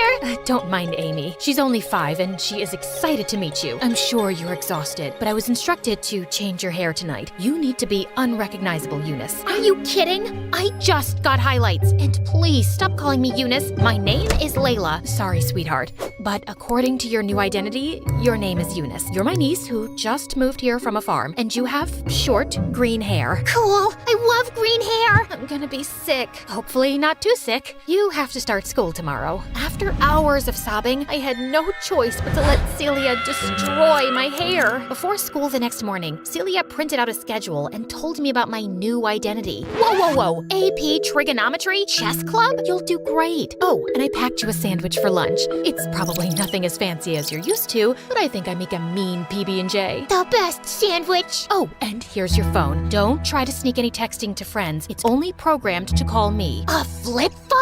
Have a great first day. As if that wasn't enough, the students all looked so weird. Not a single person was wearing designer clothes. I guess I wasn't either. I shut the locker and jumped when I saw a tall guy with glasses and a plaid sweater standing right in front of me. Who are you? Hi, I'm Edward. Eunice, right? Yeah, I am. How did you know? I'm the chess team captain. I heard we were getting a new student today, and you're the only person here I don't recognize. Small town. I don't need a greeting committee. I won't be staying long. Whoa, sorry. I thought I'd help the new girl, but if you've got it all figured out, I'll see you later. Great start, Eunice. If the nerds already hated me, I wouldn't dare try my luck with the popular girls. I ate lunch in the bathroom, alone. This is all Jackson's fault. I was so furious that I spent the rest of the day in a daze, thinking about getting out and seeking my revenge. The final school bell snapped me out of it. Time for the worst part. We have a new member. Everyone, this is Eunice. She'll be my partner today. Earth Eunice, you go first. Oh, right. Okay. I bumped a random piece up on the board. I don't know what chess was like where you're from, but you can't do that. My aunt made me join. I really don't care about this. Well, we care, and I don't have time for someone who doesn't want to be here. Fine, whatever. I stormed out and looked for a phone booth since I couldn't use my own phone. There had to be a way to get out of here. I thought about calling Jackson or my dad until I realized they're the ones who got me here in the first place. Jackson abandoned me on the sidewalk, and Dad just straight up abandoned me. I gave up and went back home. I had the best day at school. We got to play outside, and I saw a rock that was bigger than my head. Okay, what about you? Did you make any new friends? Nope, but maybe a couple of enemies. I told Celia that I didn't want to go to chess anymore. Although, seeing them all play did remind me how fun it was to play with my dad. Did I just call chess fun? One day, I was walking to the bathroom for another sad PB&J, but someone was blocking the door. Edward, you know this is the girls' bathroom, right? I just wanted to make sure you knew that it wasn't the cafeteria, since you eat lunch here every day. Small school, people talk. Well, that was humiliating. What do you want? Surprisingly, he apologized for being so harsh on the first day. He even offered me to join him for lunch, where they play chess as well. I never thought I'd say it, but it was way better than eating alone in a bathroom. Edward even walked me home after school, and I saw Celia spying at us through the window before he dropped me off. Someone's making friends. Does he want to have a play date with me? I'll ask him. Edward and I started spending more time together, and it was fun. And I started to look forward to school, and I had to admit, it was nice not having friends who only looked for status and where I had to dress up like I was going to a fashion show every day. And once, as I prepared to leave for school, I saw Celia braiding Amy's hair, and it reminded me of my mom. I gathered myself and took my bag to leave. Okay, bye, Mom. Bye, before I knew it, Celia was hugging me. I'm sorry. My tears are getting your shirt wet. It's just that my real mom was the last person to actually take care of me. We don't have the nicest things, but we have a lot of love to give, and we love you. Yeah, you're my sister. I pulled Amy in with us. I could have stayed there all day. I was so happy. Even in school, after weeks of practicing with Edward, we were finally ready to have a real match. I asked Celia if he could come over to play at the house after school. The FBI agent said as long as I kept my cover up, it was fine. Hi, Edward. We heard a lot about you. I cleared off the table for you guys to play. Edward, are you staying for dinner? I don't know why that made me nervous, or why my mind suddenly flashed to Jackson. Please, does Jackson deserve loyalty after what he did? Yeah, he will stay for dinner. Edward beat me, of course, but the real fun was watching him with Amy during dinner. Rock, paper, scissors! I win! Was he always this cute? After dinner, Celia let us walk to get ice cream so Edward could show me around more. He wanted me to see the fountain he made wishes in as a kid, but right as we were about to throw coins in, something stopped me. Wait, do you hear that? There's a rustling sound. Edward stepped in front of me, and that's when I saw a dark figure, and my heart raced with anticipation of the man with the scar to come out and... Jackson? What are you doing here? Layla, I felt terrible for what I did, so I came to rescue you. You're not safe here. You know this guy? Wait, why is he calling you Layla? Well, I'm not not really allowed to tell you. Is this real? My ex-boyfriend and I don't even know what. Quick, read this. Someone dropped it at my door a few days ago, and I've been looking for you ever since. Tell Layla I found out her new identity. I know all about the mom and the little girl, and I will find her. He found me, the psycho with the scar. I hired an investigator to find you. The FBI said we could fly to one of my dad's islands until it was safe. The helicopter is waiting. I'm never one to run from a fight, but what about Celia and Amy and Edward? As long as I was here, they were in danger too. I'm sorry, Edward. I have to go. Jackson grabbed my hand and we ran. I couldn't bring myself to look back. Before I knew it, we landed in front of one of Jackson's beautiful island mansions. Ah, look at you. You need a proper makeover, and these green hairs look like snot. You belong to me. Yeah, I mean here, not in some middle of nowhere loser town. I think I need to lie down. Jackson got me new clothes, fixed my hair, and even brought his personal chef to cook us 5-star meals. Wasn't this what I had been missing? So why did I keep thinking about Celia and those silly peanut butter sandwiches? You could at least say thank you. I'm basically your hero. I didn't really mind living there, you know. Very funny. Our dinner was interrupted by someone pounding on the door. Jackson jumped out of his chair to look out the window. Oh no. FBI, open the door. FBI? What did you do? He tried to block me, but I pushed past him to open the door. Good, you're safe. Celia thought something terrible happened to you. We've been looking for you for days along with your dad. We asked him to wait for you at home. But Jackson said I showed them the letter. Miss, the man you identified has been on trial for a few days. We were waiting until he was in prison to tell you it was safe to return. There's no way he could have written that letter without us knowing. Yeah, I can explain. Jackson, you ruined everything again. I had a family who cared about me, friends who wanted me for more than just parties. Why do you even care? You got me into this mess. Because no one walks away from me! Only I can decide that! I am Jackson St. Germain! I always get what I want, and I still want you! Walked away? I was in witness protection! I didn't even have a phone! You're insane! The agents had to put Jackson in handcuffs to put an end to one of his famous tantrums. Get him out of here! The FBI told everyone I was safe and took me back to my penthouse in New York. Walking through the empty rooms, I thought about Celia and Amy, and I suddenly understood the difference between a house and a home. My baby Layla, I'm so sorry for not being here with you all this time. I can't go back to the time that has passed. I know I was so focused on work because I was trying not to miss your mom, and I didn't realize how much you had grown up.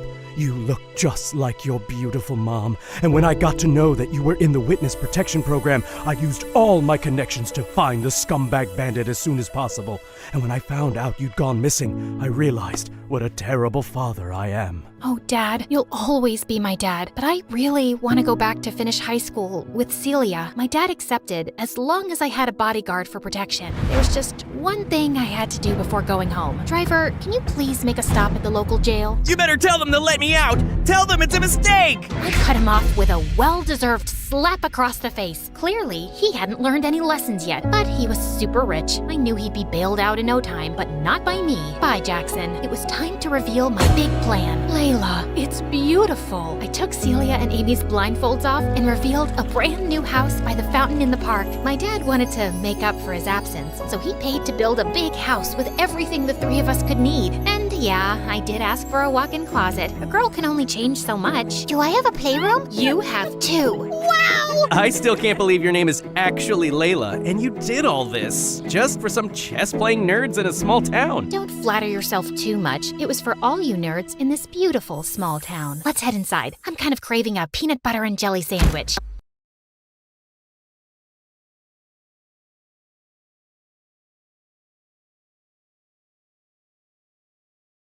Hi, I'm Clover, and boy have I got a crazy story to share with you. But before I spill the beans, please like and subscribe. Growing up, my mom and I were constantly butting heads. She was a marine biologist and dreamt of making me some kind of scientist too. Unfortunately for her, I loved fashion, and the only person who got me was Mom's sister, Aunt Lydia. Aunt Lydia ran a small boutique in the city, and even though she didn't make much money, she was the happiest person I knew. She always encouraged me to pursue my interest in fashion, and even taught me to sew. Every day, I would skip school and run to my aunt's boutique to watch her work. And while I loved it, it didn't reflect well on my report card. You got a D in science again? You go to the best school, you have the best tutors, and you still disappoint me. When I was your age, I didn't even have a school in my area. I had to walk 10 kilometers, cross a desert, swim through a canal, and walk over 3 bridges to reach the nearest school.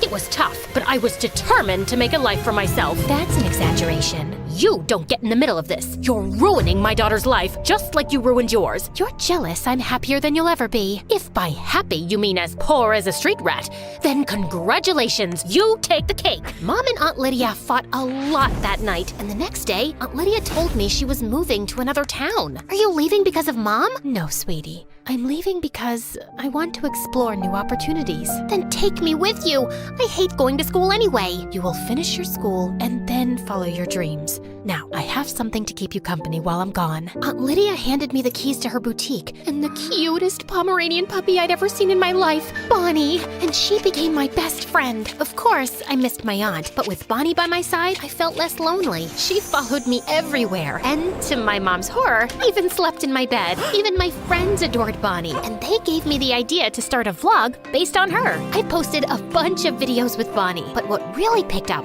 was when I started posting videos of us dressed in coordinated outfits that I designed. By the time I was 17, my vlog with Bonnie got really popular, and people even started reaching out for custom orders. I had my aunt's old sewing machine, so I started taking orders online and finally had my own business. Life was good, but Mom still thought I was wasting my time. Not that I cared. I was busy making my dreams come true. Then one evening, I was out walking with Bonnie when I noticed a cute ribbon shop. I was checking it out when suddenly Bonnie started growling. I turned around and saw this girl staring in her face. I knew it was you. You're the girl who dresses up like her dog on her vlog. Excuse me? Oh, don't get me wrong. I meant that as a compliment. I'm a big fan. Her name was Daisy, and she told me she was new to the neighborhood. We talked for a while before I noticed that it was late, so I left. The next morning, I had one of my big arguments with Mom, so I was in a really sour mood. And as soon as I walked into my class, I saw Daisy sitting at the back. She saw me too and slid into the seat next to mine. And we meet again. It's like we're destined to be friends. Anyway, we couldn't talk properly yesterday. You see, I had this really bad toothache. I was a kid when I slipped on a mop and broke my front tooth, and it just never got better. You want to see? That's, interesting. But I really need to focus on this class, Daisy. But why do you need to study? You're so famous and talented. Studies are for losers. You know what? We should totally hang out after school, and I'll show you this cool place. This rock is shaped like a weird tarantula. It's, oh my god, just stop talking. You're giving me a migraine. What part of I need to focus do you not understand? I'd been a bit louder than I thought, and the whole class fell silent while Daisy looked really hurt. I wanted to apologize immediately, but before I could, the teacher asked me to leave for disrupting the lesson. Later that day, I saw Daisy sitting in the cafeteria alone and walked up to her. Can we talk? No, I need to focus on this spoon so I can bend it with my mind. I'm sorry. I had a really bad argument with my mom and took it out on you. It's just that my mom doesn't get me. She just wants me to do whatever she's saying without thinking about what I want. I get it. Parents can be so weird sometimes. My dad's a lawyer and wants me to be just like him, but I want to be a stand-up comic. Do you want to hear a joke? Why does an ant never get sick? Because it has antibodies. Oh, one more? Why does the ant never smell bad? Because it wears deodorant. Get it? Get it?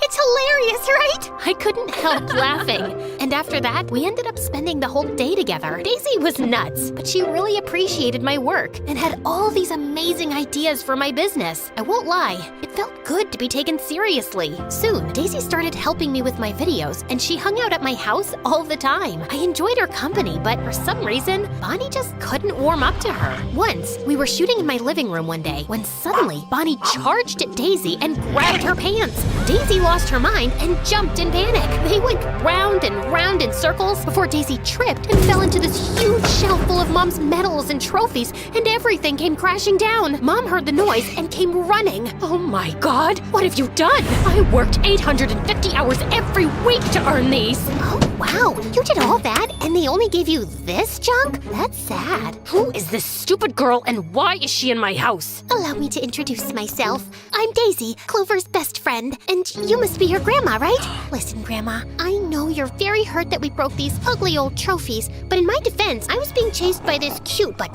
very ferocious dog, and I just happened to bump into this shelf. Daisy, she's my mom. Oh, so you're the dragon lady? She doesn't mean that, Mom.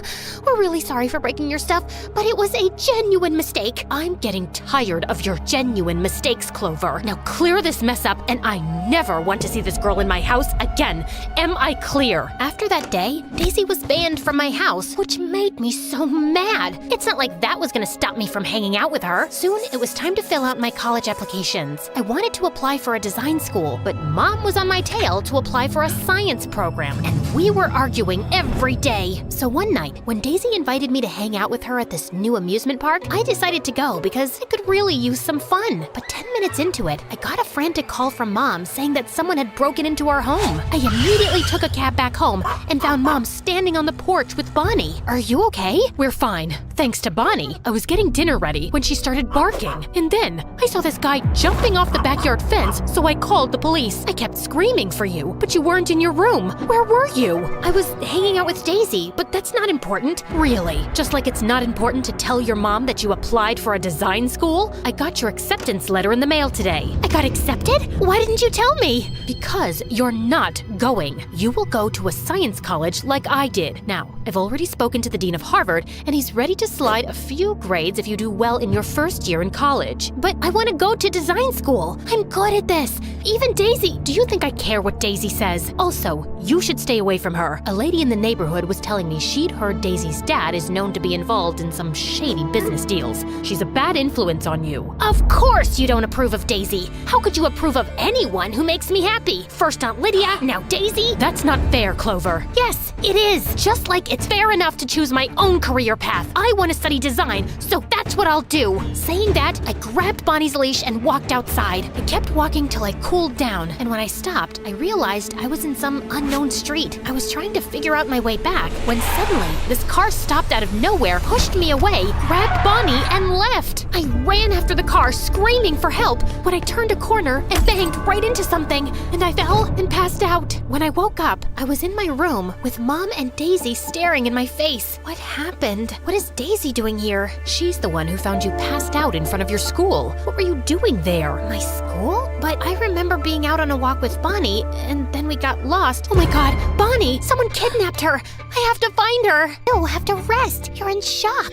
And as for Bonnie, I'll talk to my dad. I told you he's a lawyer, right? He has friends in the police department who can help. Daisy spoke to her dad, and we filed an official complaint. But a whole week went by, and we got no leads. I even reached out to my older clients and posted on my vlog, but that didn't work either. I was running out of time and patience, so I decided to speak to Daisy if she could ask her dad to fast-track the case. But when I called her, she didn't answer her phone, so I went to her place when I saw a huge truck parked outside, and people were moving furniture from inside the house. I got closer, trying to figure out what was happening, when I heard a low growling. I looked around and figured that the noise was coming from one of the crates covered with a huge cloth. I lifted the cloth, and inside was Bonnie and a few other dogs that looked just like her. Bonnie saw me and started barking, and then someone sprayed something in my face. Suddenly, my head started spinning, and everything went black. When I woke up, I was in the basement, tied to a pole, with Daisy sitting in front of me. Oh my God, what's happening, Daisy?